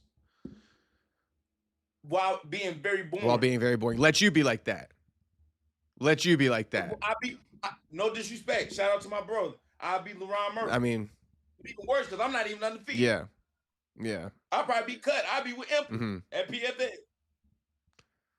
But I do bring that style. I do bring that competitive nature in the octagon. But I still haven't seen if I've been appreciated by the company in itself. Because yet again, Sean O'Malley, when I see him, I'm like, if they can make him a fucking star, it shouldn't be not hard for me to be that. Right. People are like, well, nigga, you had your opportunity with Usman. That's cool. But plenty of these motherfuckers didn't lose and they still get the shit. It ain't like I lost, like niggas straight got choked the fuck out or knocked the fuck out. Like Masvidal did when he fought Usman for the second time. Went out there, showed out in the 5th round where the niggas get the most titles. ADM went through it. DDP went through it. But they still getting love. Get the fuck out of here, man. I'd be interested to see what happens to JDM and DDP off their losses and how your loss also gets like navigated. I'd like to see how different, you know, directions it goes, or if you get treated the same. Well, I tell people all the time, for me, I've always been this way. That's why when I did lose, I would come back better. My job is on the line, bro. Yeah. Every time I go out there, my job is on the line. There's certain fights you had to win. There wasn't like giving you a win. I got no. They put me in a position where I ain't got no choice. I gotta win. Versus giving you like a favorable matchup, so to speak. I told you I don't care about that, but you're right. Yeah. Though, right. You can still styles makes fights. Right. I told you I don't care about that. Yeah. Give me anybody as long as I get to eat. Right. But they put me in a situation where, yet again, when I'm trying to build my name, I'm trying to build a brand. I try to get the fans behind me, which I believe I got the fans. I believe I do. I got it, right? But it's still like I don't get the push. Let me say it for everyone to hear, because I feel like I could give the context, and then so here's how I would say it. I would say, because people have been asking me in the chat, actually. They're not going to ask you now because you hear now, right? So they're not going to say it in the chat, but this is what they've been saying. They've been like, you know, I don't like this whole black and white thing from Joaquin because I'm a fan of him and I'm not black, so to speak, right? So here's where I think the disconnect's coming from. And you just said that you think you have fans, right? And I think a lot of them happen to be white as well, or not black. Now, I think where the disconnect comes from, where the push doesn't really go your way, even though the fans support you, is because I think a lot of the accounts, right, the media accounts, they're not, let's just say, I guess, like run by black guys, or they don't represent the culture, so to speak. And that's what you kind of are. That's what you represent. And so I think that's why, you know, the media accounts, they don't push you out. It's not that the fans don't like you, but the media accounts, they don't necessarily latch themselves onto you like maybe they should, even though you do have all the star qualities, right? For me, that's all it is. You got star qualities, I'ma push you, point blank, period. That's how I run the page. And I like you said, there's a disconnect, right? Because people are saying that I'm saying don't nobody mess with me because I'm black. Right. We're not saying that. I have plenty of fans around the world internationally that know me more than the hood knows, right? And that's changing, by the way, which I love. That means I'm doing something right. Right now, I'm doing something correct because the hood is starting to know. Right. With that being said, though, right, I got the fans already. I don't have the promotion on my side. I think that's a good way to say it. I'm not getting pushed, like you said, by the media. But the thing is, I don't want to be on these other guys' shows anyway, right? For multiple reasons why I don't want to be on there. But I want to be on the shows like Club Shay Shay, like the Pivot, like Breakfast Club. You know what I'm saying? These are the shows that are going to bring more understanding of where I come from, because a lot of people, I'm not going to say are not just fans of me, but I'm misunderstood. I speak a dialect, even though it's English, that even when I say certain stuff, it's like I don't get what Buckley's saying. Right. Versus people from your culture can jive with that. They like it. Not just like it, they know exactly what I'm saying. And you're one of them when they hear you speaking. 100%. Yeah. And so if you go on Club Shay Shay, those are the people you're going to be speaking to. I'm going to be speaking to an audience like person, you. Period. Yeah. There we go. There we go. You hit it right on the, yeah. And I don't understand what people don't understand about that. I think because they're like, but I'm a fan of Joaquin, and that's why I tried to explain it right there. Yeah, that's why I just tried to explain it. You being a fan, right? But just because you're a fan, don't mean the other 10 that you around are like fans of me. Who knows? Maybe now that we're speaking about it, maybe just speaking about it openly, maybe the UFC, if I were to guess now, why the UFC maybe seems like they don't have interest in promoting you, or maybe see value in promoting you to a certain degree compared to some of the other lighter skinned fighters on the roster, is because they know that maybe you don't got that black fan base following you like the white fan base follows Sean O'Malley. But this is how we work towards that. They help Sean O'Malley. They help Conor McGregor, right? Instead of putting Dana, I'm gonna keep saying it, instead of putting Dana on those shows, put us on those shows. I could do numbers on Club Shay Shay. I don't care what nobody say. Just tell my story. And bro, people gonna be able to relate because I'm a relatable guy. You get situations where people want to pretend, right? I'm done pretending. You know? I'm already knowing that for whatever reason, a lot of people are like, hey man, you got the old heads though. You got Wonder Boy, you got Kobe Covington, they mess with you. No, they want them niggas out. Every time they try, it's just like shit. These young dudes is not able to do it. Let's see if he can do it, right? But I know they don't mess with me like that, because when I went on that win streak, right, and I was finishing everybody, and Shavkat could not fight, why did I not get the call? That dude DC said out his own mouth, man, they brought Buck up in the conversation. It just didn't happen. So my name came up. Why y'all change your mind? Why did y'all pick JDM? He not a bigger fucking fighter than me. So why did y'all go with him? You know, I was adamant. I was like, you're getting that opportunity if Bilal or Shavkat doesn't show up. And I was completely shocked. I was completely shocked. I was completely shocked. Yeah. I said, man, Shavkat is not going to show up. And if he don't show up, Buck going to be ready. Yeah. And then JDM off surgeries. Bro, on everything I love, I ain't gonna lie, bro, that's always gonna itch at me, man. Yeah, I agree with you. That would piss me off too, low-key. Because I just want to know why. That's crazy. They didn't even call you. I remember I asked you that too. I was like, did they call you? Did they offer it? You're like, no. I'm like, it's crazy work, bro. I mean, at least you were discussed, but I mean, shit. Not enough. Hey, they're saying, man, I feel him. Shit. It ain't black or white. It's about image. You got to find something that works. Hold up. No.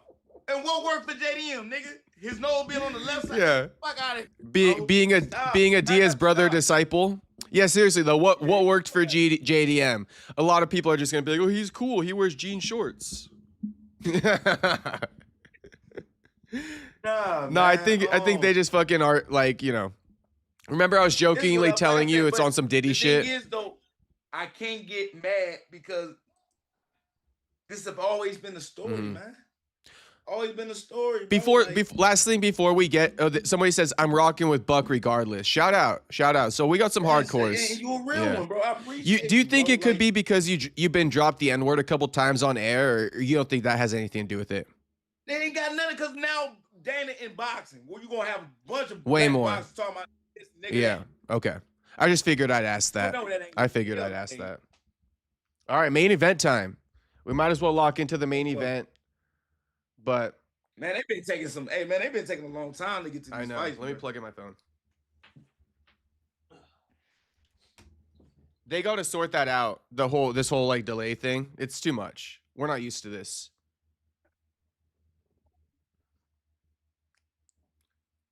Us fans, we like a straight rollout. Yeah, man, get straight to Yeah. it. Soon as they get that dead body, man, stroll them on out of here, get the next person. That's the expectation they've set for us, so that's what we like. All right. All right. They still. Yeah, I done drank all this water. Gaethje Paddy. We rocking with Paddy. I believe Buck's rocking with Paddy. Someone saying that's the game.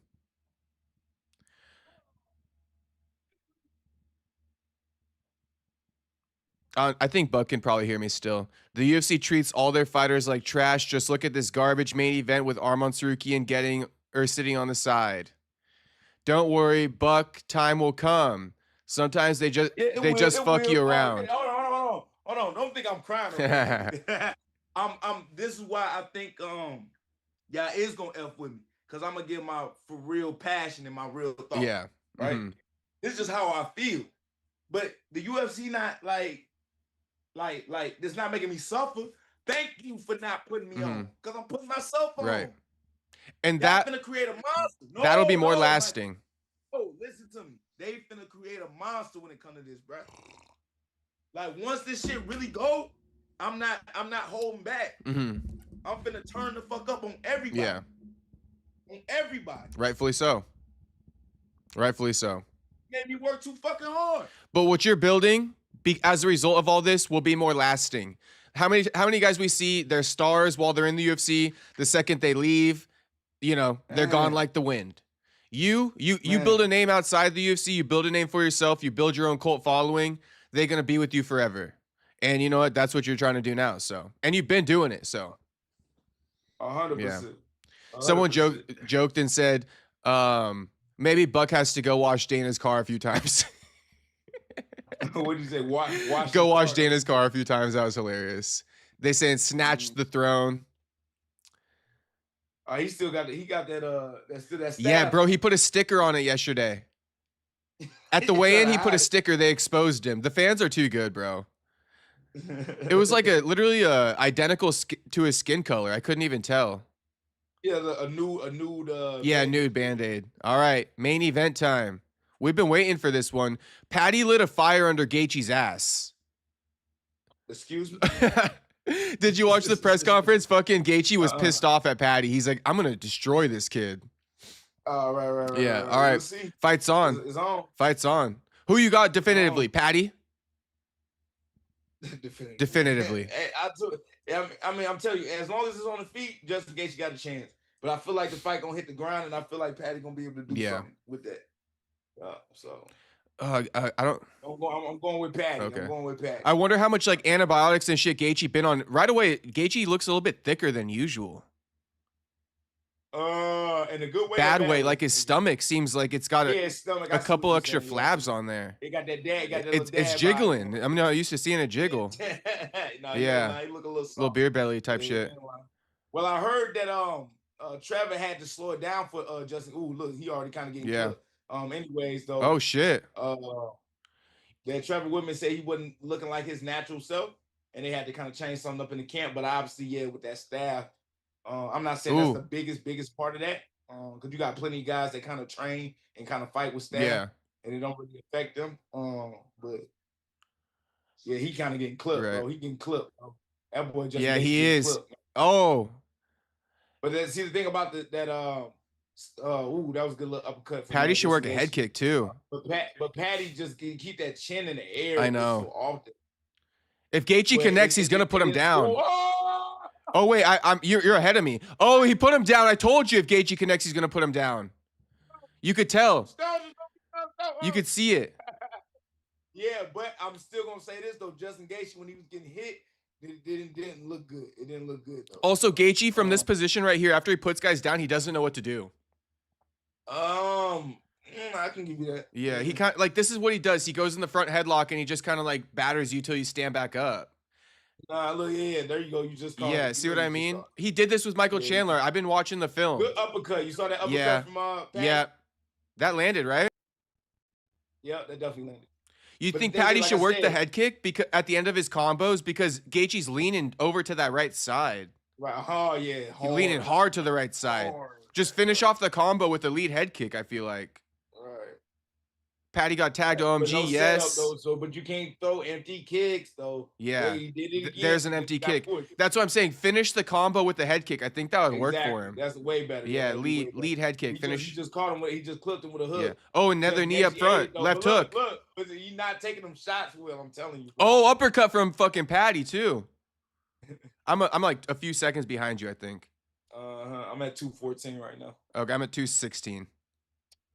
Like literally 2 seconds. Oh yeah, bro. All right. Both guys are landing Good though. body shot. Good body shot. From Gaethje. Oh, from Paddy. Paddy. Yeah, body kick. Another one. Yeah, that roundhouse to the body underutilized, I think, in the game right now. People use it, but not as much as I'd like to see it. It's already a good first round by both of these dudes, but they clipping each other forehead, bro. That shit crazy. Leg kick from Paddy. So awkward, though. I know.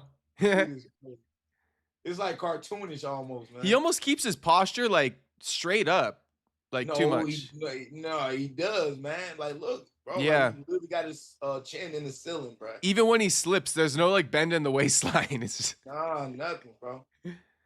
Okay, Paddy fucking working leg kicks. He did a nice little duck right there. Oh yeah. There he goes. There he goes with it. He lucky just in case he let him slide. Yeah. Oh shit. Eye poke. Yeah. Hold on. What just happened? Wait. What just happened? I don't know. Gaethje talking about the eye. I think he just told him to keep fighting. No, okay, never mind. He stopped. Official timeout. Okay. Yeah, that's definitely fingers, boy. Yeah. Damn, Gaethje, come on now. You was talking shit about Max Holloway doing you like that. I know.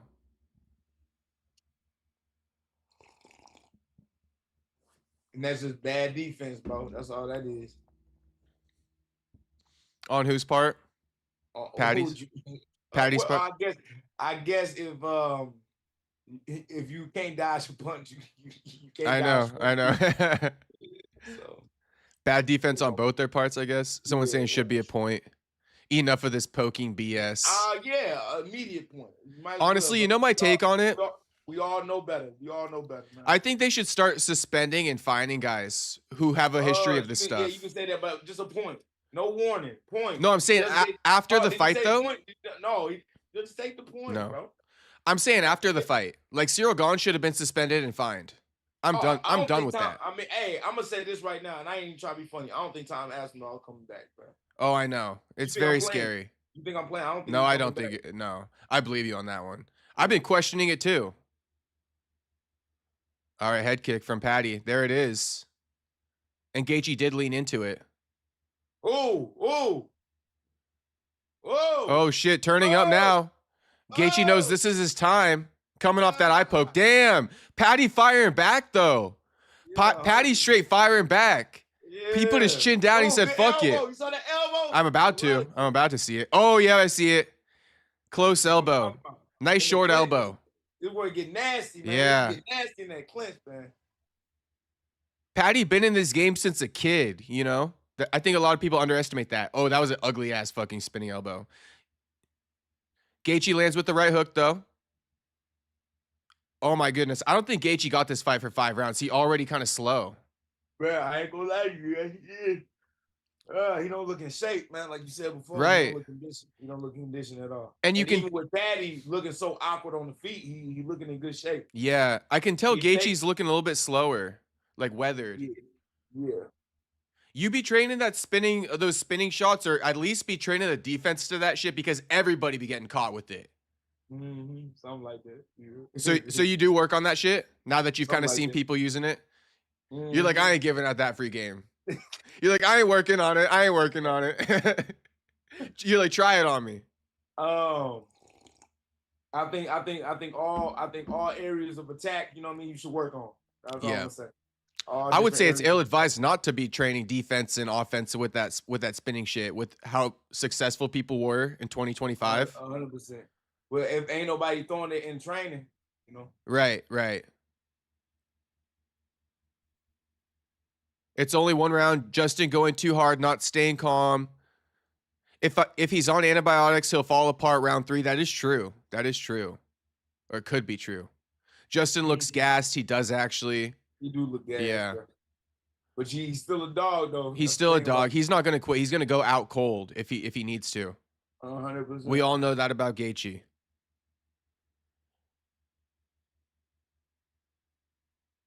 Somebody put $1 million bet on Paddy? I guess so. 1.3 mil to win. That's crazy. Yeah, 1.3 mil. Polymarket gave Paddy that fucking blinged out chain.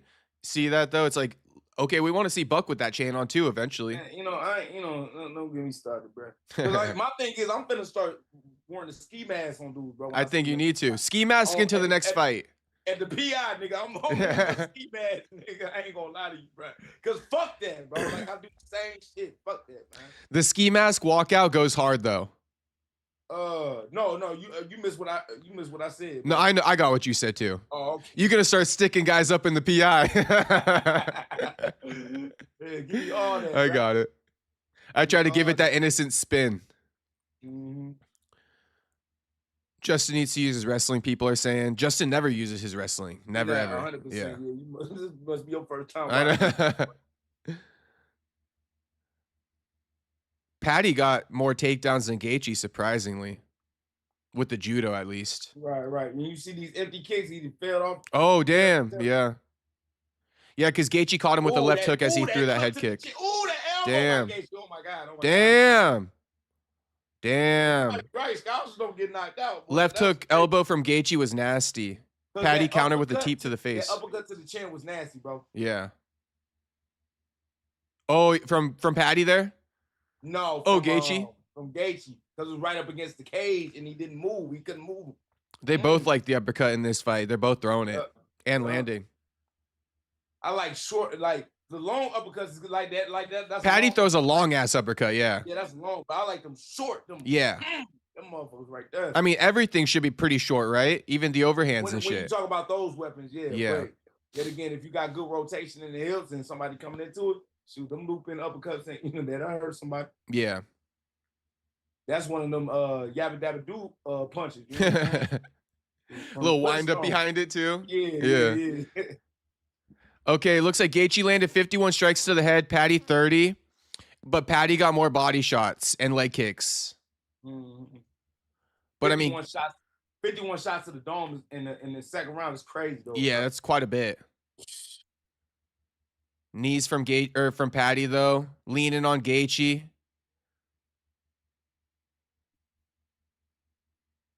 It's wild, boy.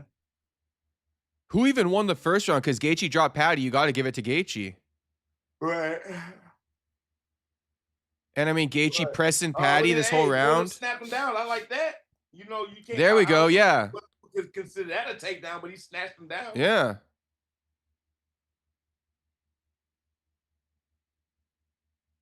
Take the back.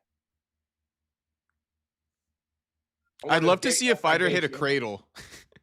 Right. I mean, that'd be funny. More often, you Phil Davis used to do it all the time. Yeah, you could just put him right on their back too, with that cradle, then get side control or something. Oh, Mr. Wonderful used to lock up cradles all the time. Damn, I didn't know that. All the time. Bro, that ass beating he took from Anthony Johnson. Oh. He still got out for that. Damn. Maybe don't get knocked out. Maybe crazy. Maybe that wasn't as bad as it looked. Nah, I don't know. That looked bad, bro. That looked bad. That did look bad at first though. God, but he stood straight the fuck up. Paddy's in shape. No. Joaquin's fucking spoiling it. Oh damn. Gaethje's catching Paddy. He's crazy. He's still there though. He's still there though. Yeah. That nigga's still there though. That's crazy. Paddy looking sluggish. They're saying in the comments. Paddy got tagged. He's about to put his ass to sleep though. Oh, night. Damn, Paddy's getting fucked. The cradle. He might get the cradle. Yeah, he might. Hold on. Is he gonna get it? He's setting it up. He's got it set up. Yeah, he's trying to wind that. Pin his ass real quick. Yeah, Gaethje tripping. He should have been on him. Yeah.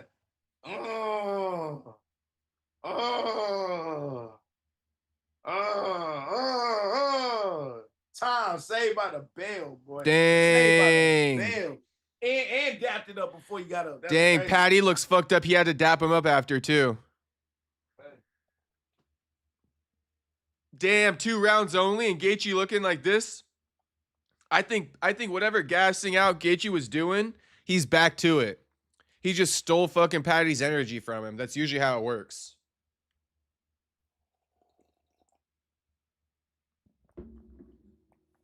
2-0 Justin, I would have to agree. I mean, it's pretty obvious. Space Kid says, holy shit, I know. That was crazy. Let's go Gaethje says Jew. I mean, yeah, shit. That was nice. That was nice. That was yeah. fine. That was fine. This Jew says, and we thought Paddy would give Topuria a challenge. I mean, shit, I guess it's Gaethje who got to give Topuria the challenge. We all know who's really going to give him the challenge, though. It's Armand. I know. I know.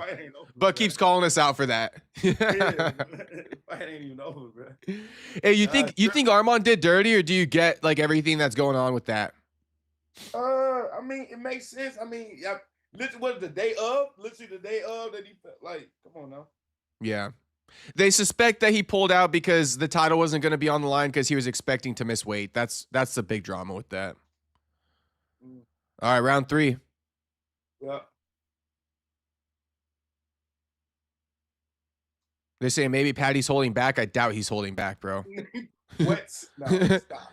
Stop, bro. Stop. Gaethje's got the forward pressure. You know who you got your money on. Yeah. And you got to give credit to Trevor Whitman as a coach. You know what I mean? Like, Trevor gets his guys dialed in, and of course Gaethje got better boxing, and I'm talking like 2 times as like better boxing than Paddy. Oh yeah, 100%. Trevor Whitman, though, you know, he does get his guys dialed. Yeah, 100%. He definitely does. Good coach. Great coach. Great coach.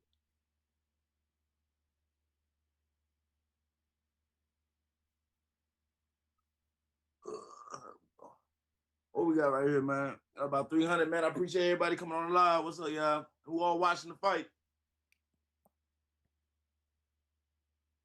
Someone says that was the most casual thing I ever heard to whoever said, I think Paddy's taking it easy or holding back. Yes.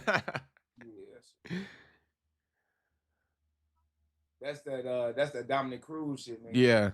He's trying to tire Justin Gaethje out right now.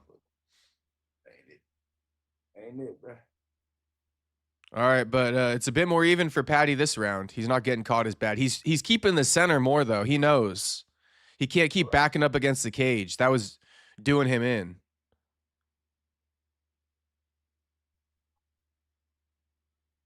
I'm surprised that Paddy hasn't tried to make no adjustments to the ground. Takedowns? Yeah. Yeah. And I'm not saying he's a takedown guy, right? No. I'm just saying, like, you know, just to make adjustment in the game, right? I think Paddy's takedowns come up against the cage, so he got to push Justin back first. But why not just shoot in on one just to test the waters, just to see? Exactly. Yeah. That was just in case trying to hop into that bitch. That's wild. Man, I want to catch me a body when I step back in that. Did you get any shit for saying that? For saying what? For saying you want to catch a body? Some fans don't like it when you say that. Fuck them fans. It's like, that's what we're here for. Yeah, right. Nigga, you ain't no fan of me if you don't want to see me out there catching a body. You ain't no fan of me because that's exactly what I'm trying to do when I step out there. Damn, more head kicks from Paddy could work for him. Just to keep Justin honest. Ooh, you saw that clip over the top? I'm about to. Oh, I saw that. Damn, Paddy ate it, though. He keep eating them punches, man. That's where he keeps his chin up, you know? Those shots where he's taking them. As much as Justin Gaethje got power in his hands, I do believe Topuria would have knocked out Paddy by now. Mm-hmm. I mean, I think so. He's younger. All right, but stop playing. He done took some crazy shots, bro. Paddy has taken some crazy shots. That's some crazy shots, man. Oh, wow, bro. But honestly, if you get hit like that by Ilya, I don't think many people can take it, just point blank, period. And the only difference is, too, Ilya gonna touch that body, too. So yeah, Ilya does a great job with the body. Yeah. He really does, though. Even he set it up with fucking Charles Oliveira by going to the body first. Right. All right, Paddy kind of having some success. He eating a lot of shots. I'm seeing it right now. Yeah, but he's having success, too. 100%. I don't know if it's enough to win this round. He's really fighting like a Scoutser, bro. Like, you know, it's like a European way, like a bare knuckle boxer would do. Like, you know what I'm saying? Yeah. Oh, what? Nut He shot? got his wrist like kind of like forward on him. Damn. They just stopped. Man. Damn. Oh. Well, I guess they're 1-for-1 on fouls. It's only fair. 100%. Gaethje gets himself a little breather. Now they're even. Chat saying easily fight of the night. That was definitely low. My boy. Oh damn! Jumping knee to the nuts is crazy. Yeah, that's definitely low, my boy. I can't wait to hear what Ilya has to say about this fight. I know what he's gonna say. He's gonna be like, "That was just a straight up fucking bar fight, no technical ability whatsoever." 100%. Because in his mind, he's like, "I knocked both their asses." Yeah, he's like, "This would have been done in the first, max the second." But honestly, yeah, I think a guy like Max Holloway is a bad matchup for Paddy. Yes. I think so. Talking about Topuria? Oh, I said Max Holloway even is a bad matchup for Paddy. Holloway yeah. is bad for Paddy. It's just like Paddy's kind of like just there to get hit, you know, by these good strikers. 100%. And it's not like Paddy's able to. Really proving that it's just hard to knock his ass out. Yeah. That's the only thing I give his ass. It is hard to knock him out. He's young. He's strong. He in shape. Yeah. Ooh, see, like anybody else would have been knocked out by that, bro. Oh yeah. Anybody else would have been knocked out by that, man.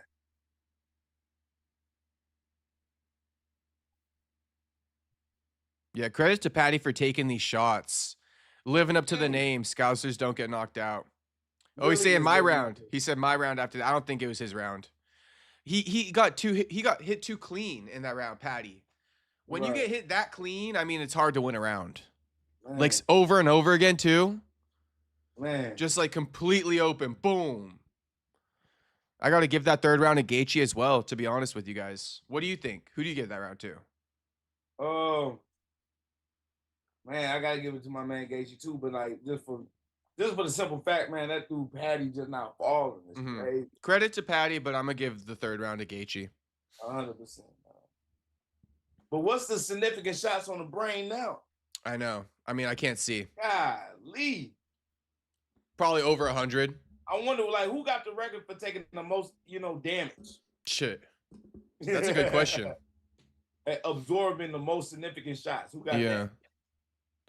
Shit, BJ Penn might be up Max there. Max Holloway, well, I guess that would be it. Yeah, Max Holloway. Whoever fought, but he had the most significant shots. So whoever. Oh. Maybe like a Calvin Cade or something like that. He's taken a couple beatings, including against Max Holloway. All right, round 4. Yeah.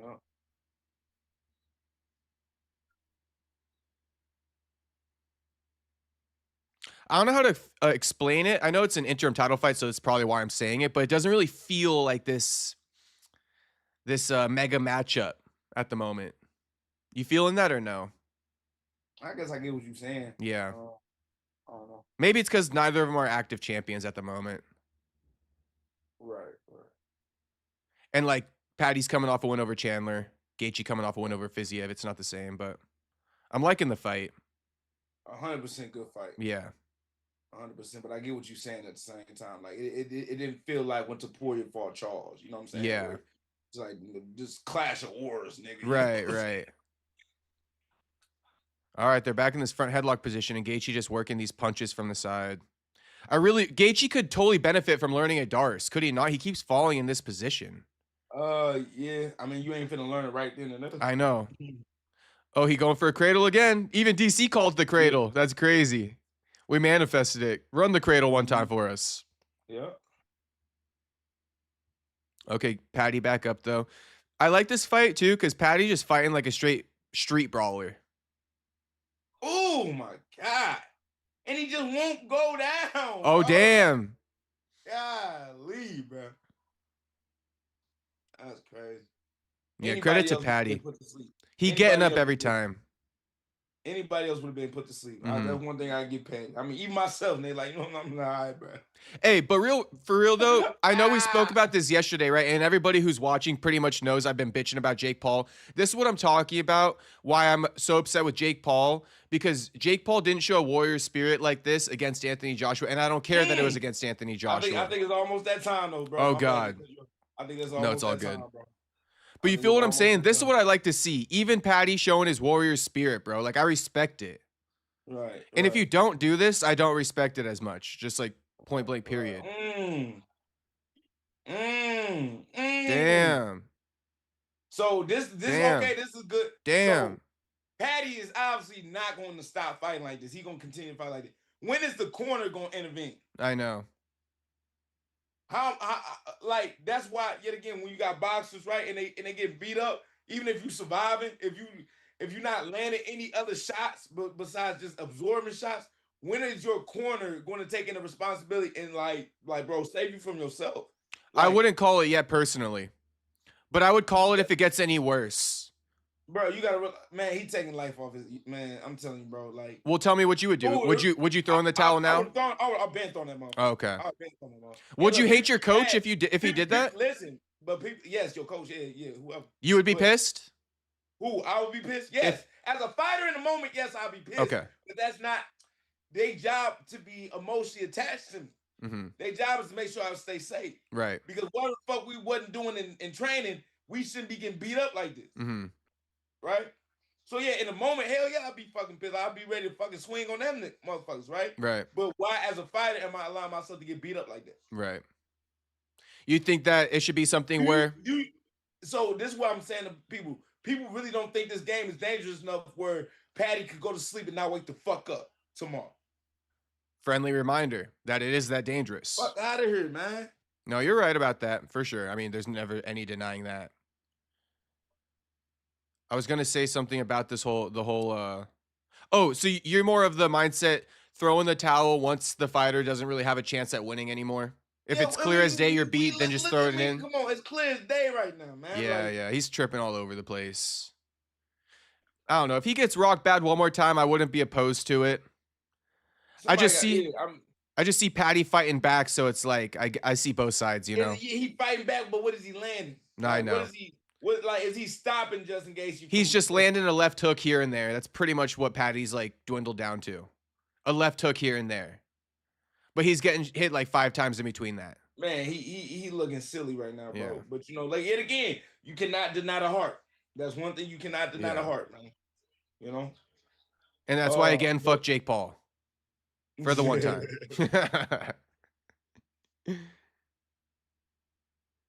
Damn, Paddy coming back a little, but slipping. Getting a bit sloppy in there. That's all right. Good street fight, someone says in the chat. Yeah, I'm enjoying it. Oh, my goodness. This definitely could be fight of the night. Even though he's getting his ass whooped right now. Yeah. But, and respect to Paddy, man. Like, even though he's getting his ass beat, you know, shout out to you, Paddy. There. Yeah. And it looked like I really want to know what they're saying to him. I can tell you. They're saying get him down. His corner's calling for a takedown. Should have been did that 3 rounds ago. Yeah. He should have prioritized pushing him up against the cage, getting a judo throw.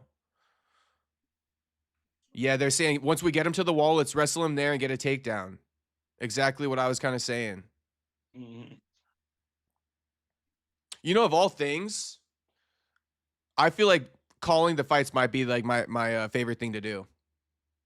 Like out of interviews, reporting like news on the live stream or calling fights. I think I like calling fights the most out of anything. Oh, that's what's up. Yeah. You like calling the fights and shit like that? What you think? You gonna do this more often? I'm down. I'm having fun. You know. Yet again, it's all depending on the fights. You know. Yeah. What we calling. But this is definitely a fun fight to call right now. At least pay-per-views you probably want to like call, huh? Fight nights depends if it's boring or not. Right. They're saying Buck on point, Buck dropping knowledge to prevent CTE. Salute. 100%. Yeah. Paddy needs a finish. We're going into the 5th. So, yeah, Paddy definitely needs a finish. It's like 4 up Gaethje. I don't even think Paddy won a round. But it seemed like Paddy going, okay, he attempted a shot that was nice. You see how that opened? Ooh, the knee, nice. Yeah, there you go, Paddy. Right, but let's because now don't get in a firefight. Yeah. Don't get in a firefight, we get caught. Now you see how now you trying to. He's giving it right back to him. And but now Justin Gaethje that made the adjustment. Like, oh, now this motherfucker trying to shoot. Yeah. You know. Yeah. So. Paddy needs to turn Gaethje here. I mean, you guys are both up against the cage. Just turn him and then go for that takedown the corner is calling for. But I mean, them shots is nasty, bro.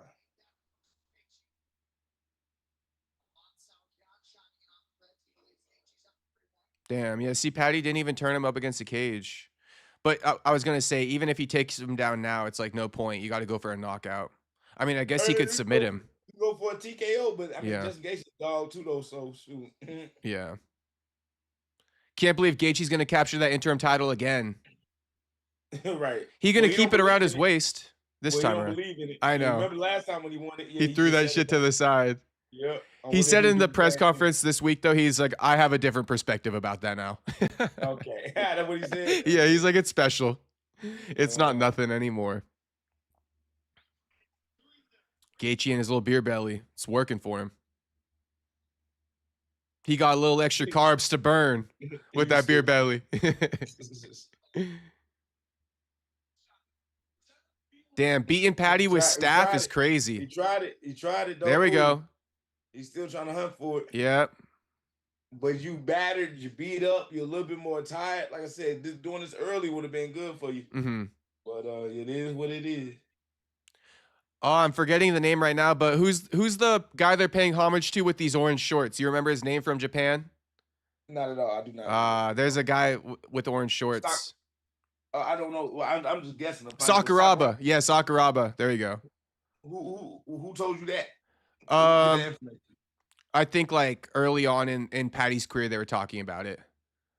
Because I think that's why he wears orange shorts. I think early on, Paddy stole that orange from Sakuraba in Cage Warriors, but the UFC followed him in the UFC and they made him for him here too.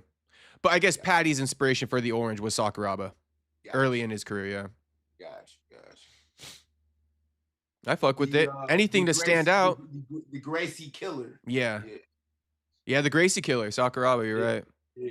Now I wanna be just the Russian killer. I know. Nothing but Russians. Hey, or no, I'll save this till the end of the fight.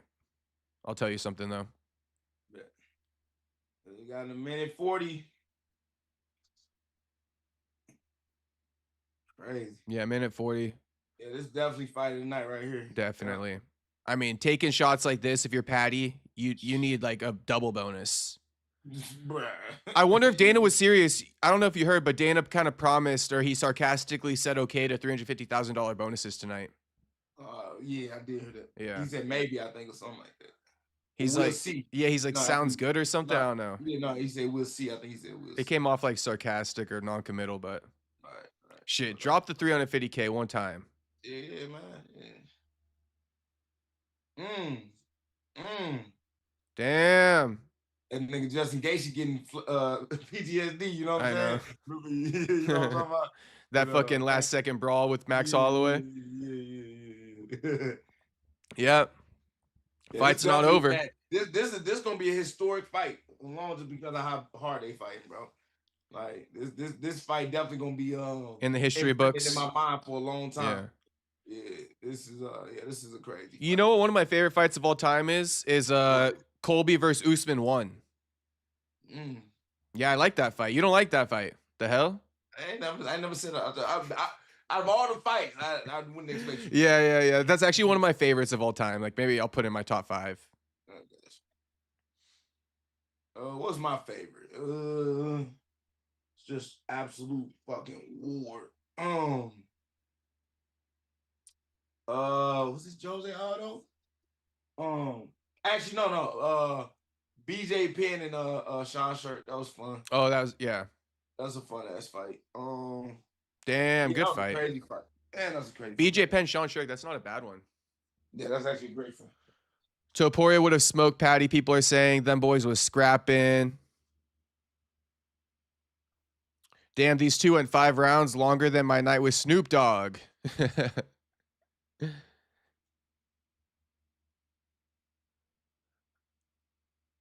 After the Rose fight, I never know who's going to win by decision. Facts. Great fight. Great fight. Great fight. Give Paddy, give Gaethje $700,000 in bonuses divided by 2.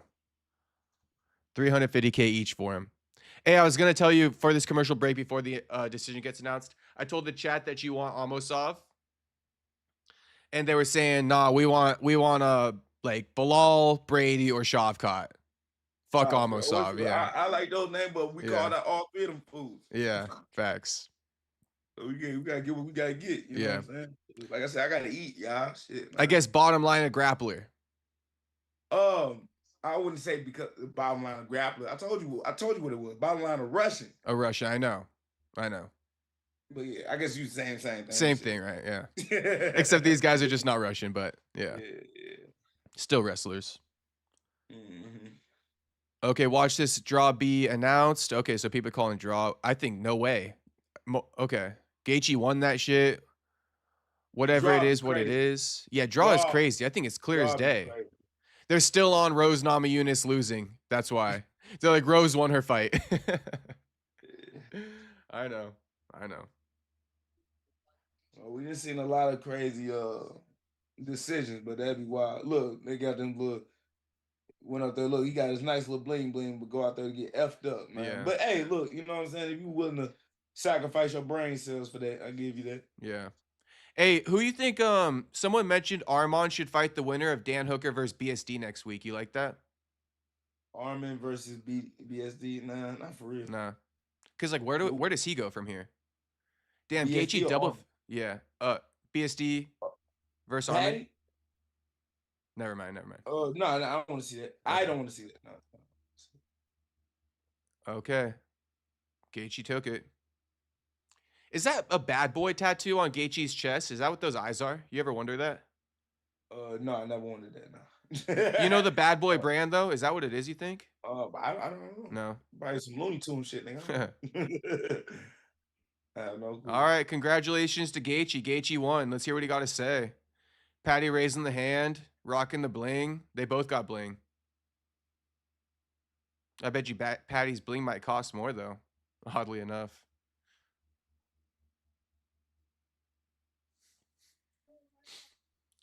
Good sportsmanship. Oh yeah, I mean it's over. You know, yeah. Man, that shit. Shout out to Gaethje keeping the belt on. He can't get that shirt around his belly though, for the life of him. That is actually funny. He's trying for like 10 seconds. He's trying his best. You see him? He's still playing with it. He's still going for it. He's stupid for that one. That's funny. Damn, there goes Arman or Ilya versus Paddy though. We got to speak about that. The UFC just effectively lost the biggest fight they can make this year. Ilya versus Paddy. Yeah, I guess. I mean, Justin's still gonna put up a good ass fight though too, but you know the beef, the storyline, the drama. Yeah, I get what you're saying. That is 100%. And it's like they put Gaethje in there against Paddy in hopes that Paddy would beat Gaethje because Arman definitely was going to beat Paddy most likely. So it's crazy that Paddy couldn't even get past Gaethje. No offense, I'm just saying. Right. It's crazy how that man ain't get knocked out though. Yeah. They definitely gonna study his brain. Honestly, if I knew Paddy was going to lose, it's only hindsight, so it's kind of bullshit what I'm saying. But if I knew Paddy was going to lose, I would have rather it been Arman he fought than Gaethje. Because Arman, number one contender, you know? Right. But yeah, again, you know. They were trying to set up the big fight. Yeah.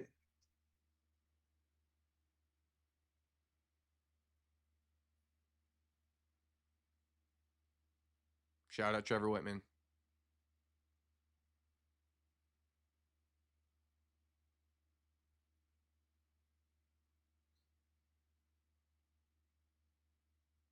Credit to Gaethje, man. With the staff, too. 100%. Yeah. Because I could see a lot of those shots that Justin Gaethje ate. It was like he wasn't recovering well, you know. But he dogged it out regardless, man. And shoot, man, ended up putting on a masterclass eventually.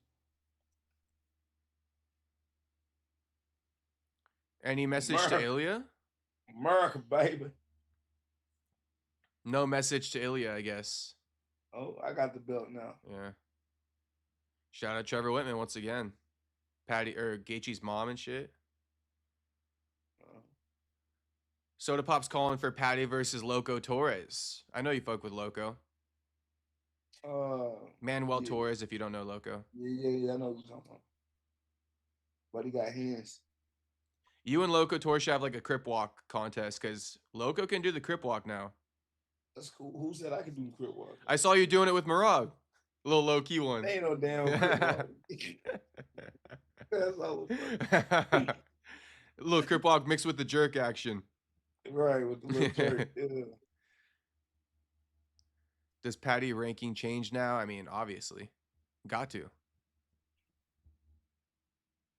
Why got to change? Because I think he was ranked above Gaethje, no? Was he not? Okay. Yeah, it could stay the same. I thought he was ranked below or above Gaethje, though. No, definitely needs to just stay the same. What's Gaethje ranked right now? 5. Oh, Gaethje 4. 4. Paddy 5. Yep. Paddy versus Buck in Grapple Fest next year. Who? Paddy versus you in a Grapple Fest. I'll do it. Yeah. Do it. Have some fun. Yeah. Bro, I think we should get you on that ACD, that grappling ACD shit. I think you'd pop on that. I'd rather do CJI. Oh, CJI. That'd be good too.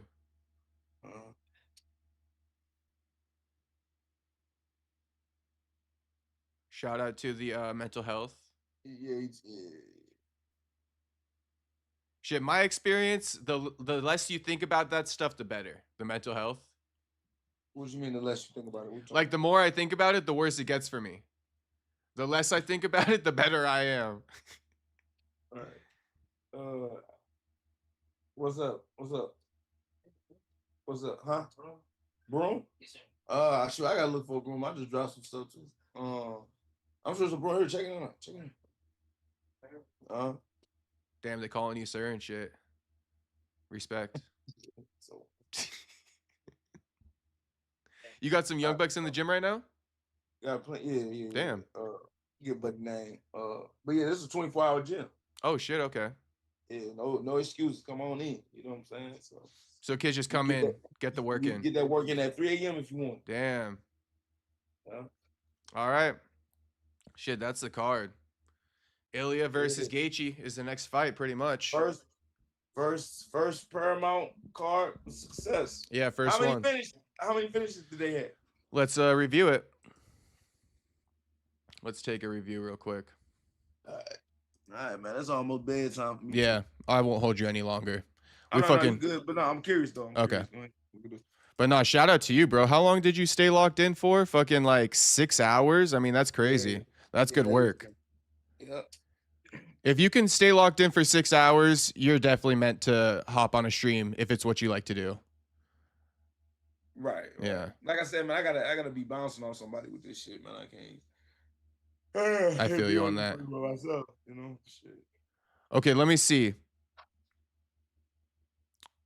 Okay, TKO in the first fight, KO second fight, KO third fight, KO fourth fight. KO with okay, 5 KOs. 5 KOs. So not the most KOs. 5 KOs, 1, 2, 3, 4, 5, 6 decisions. That's good money right there. 5 KOs, 6 decisions. Not bad. And we got Volk next week. You said Volk next week? Volk next week. So Fight of the Night definitely went to the main event. Fight of the Night went to the main event. Who do you believe got performance of the night then? Performance of the night. Would it be a Costa? I mean, that was a nice little finish he did get. Performance.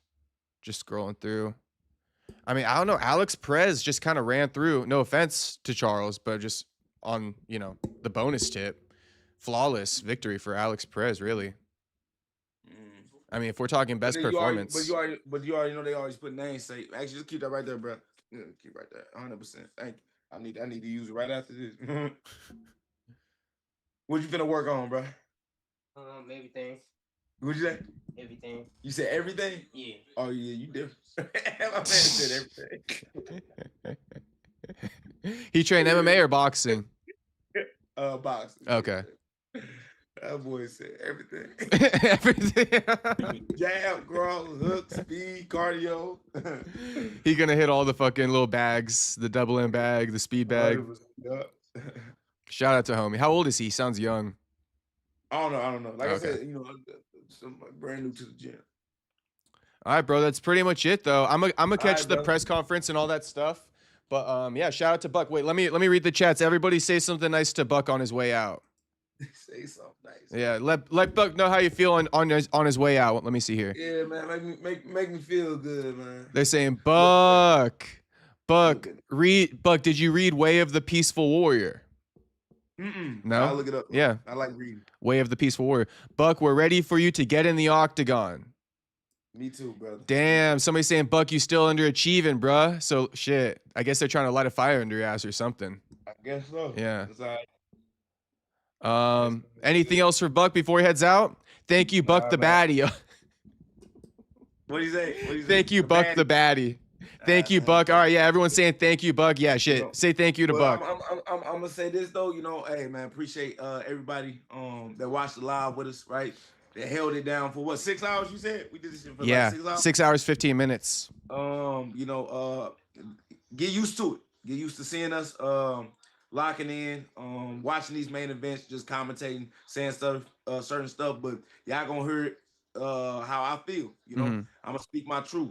I think a lot of things that are going on within the MMA space and the MMA culture, I truly believe that a lot of people have been misinformed by certain people, and I want to re-educate a lot of y'all on the sport and how I see it. So if you fuck with it, you know what I'm saying? Make sure y'all hit that subscribe button to my boy. I know y'all already subscribed to him. Also subscribe to my Brick Brother podcast, and also hit that follow man on my Instagram and TikTok too. TikTok too.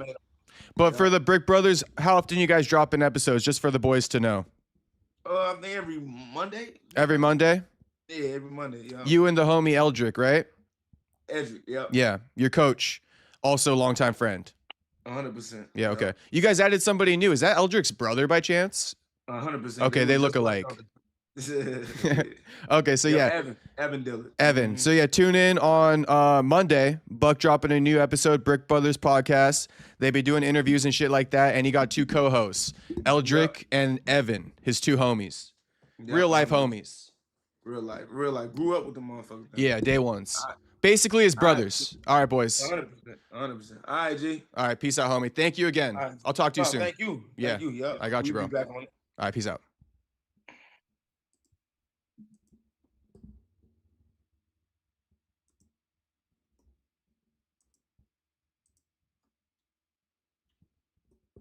Shit, the stream's still going. I'm still live up in this bitch, boys. I'm still live up in this bitch.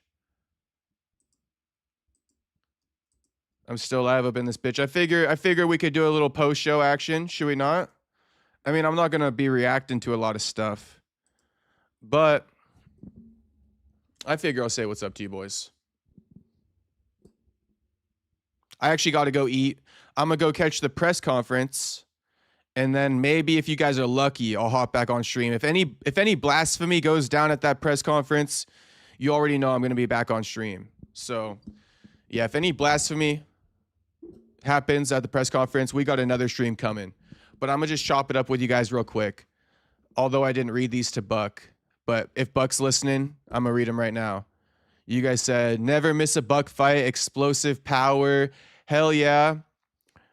Buck, I hope you have a great night, G. Buck for a shot, 2026. Let's get it. Buck fighting for that title in the Big 2-6. W Buck, great insights. You know, I did think it was great insights. I enjoyed that a lot.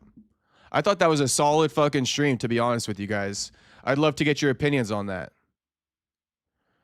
Buck, much appreciated for taking time out of your personal life. Straight up. I mean, 6 hours with Buck, never done before.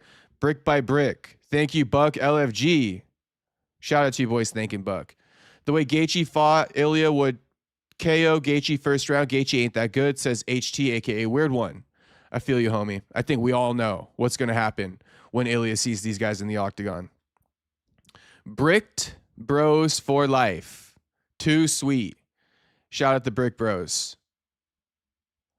Gaethje cheated to beat Paddy. LOL. Lad just talked too much shit. Nice work, Justin. Shout out to JJ. JJ always in the chat on fight nights. My man. Been a minute, homie. Good to see you. Good work, fellas. W stream. My only criticism is he got no art on the wall. Oh, that's a fair criticism. That's a fair criticism. People like to see the artwork. Pimblett looked rough by the third round. I know. Ref just ignored the second eye poke and the low blow. Buck got to play Dana's game. I mean, I don't think you're going to be seeing Buck play anybody's game but his own. But I do hear you, Stuart. I do hear you on that. And I do think that that's who Dana likes to get behind. People who kind of like play his game. I do get what you're saying completely. They sip the Kool-Aid, so to speak. You feel me? Sip the Kool-Aid, become a company man, shill for the promotion, look out for the promotion's best interest, and then they'll look out for you. I mean, I get it. I totally get it. Buck is a fucking monster. I mean, homie hit 85 push-ups consecutive. I was shook. Gaethje just made history by becoming a first ever 2X interim champion. He did.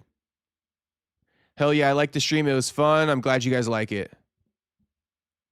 That's a Bullet Club joke from Unbroken talking about the artwork. Why would Ilya fight Gaethje over Justin? Why would Ilya fight Gaethje over Justin him? Those are the same people.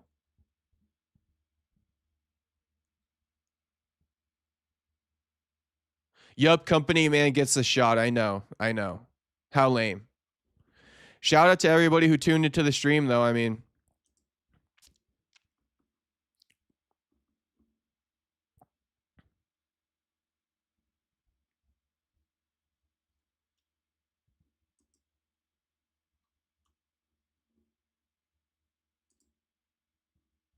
shout out to Buck, man. One more time.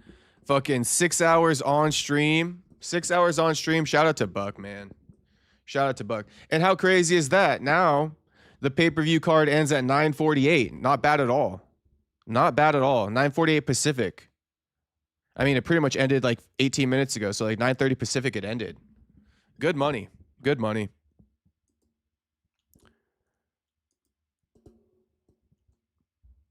All right, boys. Well, I'll see you. Like I said, if the press conference goes crazy, if we get a good headline, I'll pop back in the live. If not, I'll pop back in the live tomorrow. But shout out to everybody who watched. Hope you guys enjoyed the Buck podcast. I'm going to go eat. Congratulations to Justin Gaethje. You know, some criticisms about the card, some things I liked about it. The pacing needs to get better. Pacing absolutely needs to get better. And what I liked about it, I mean, there wasn't much new stuff, you know, to like point out that I liked. But I mean, yeah, all I can say is the card was good. The card was good in general. Later, man. Have a great night. W. Shout out to all you boys. It's brick tonight here. I got shovel to later. I got a shovel later. Okay.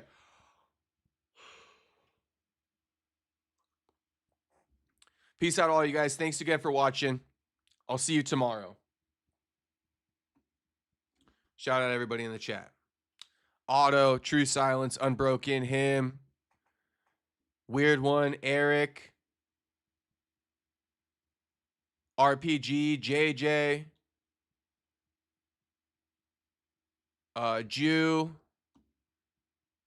Soda Pop, True Silence, if I didn't already say it. Unbroken, Buyer Seller. RPG, if I didn't say it. Andrew Nance. Everybody, shout out to you boys. Aries, all the locals, all the regular viewers, shout out to you guys. AD, if I didn't say it. Otto.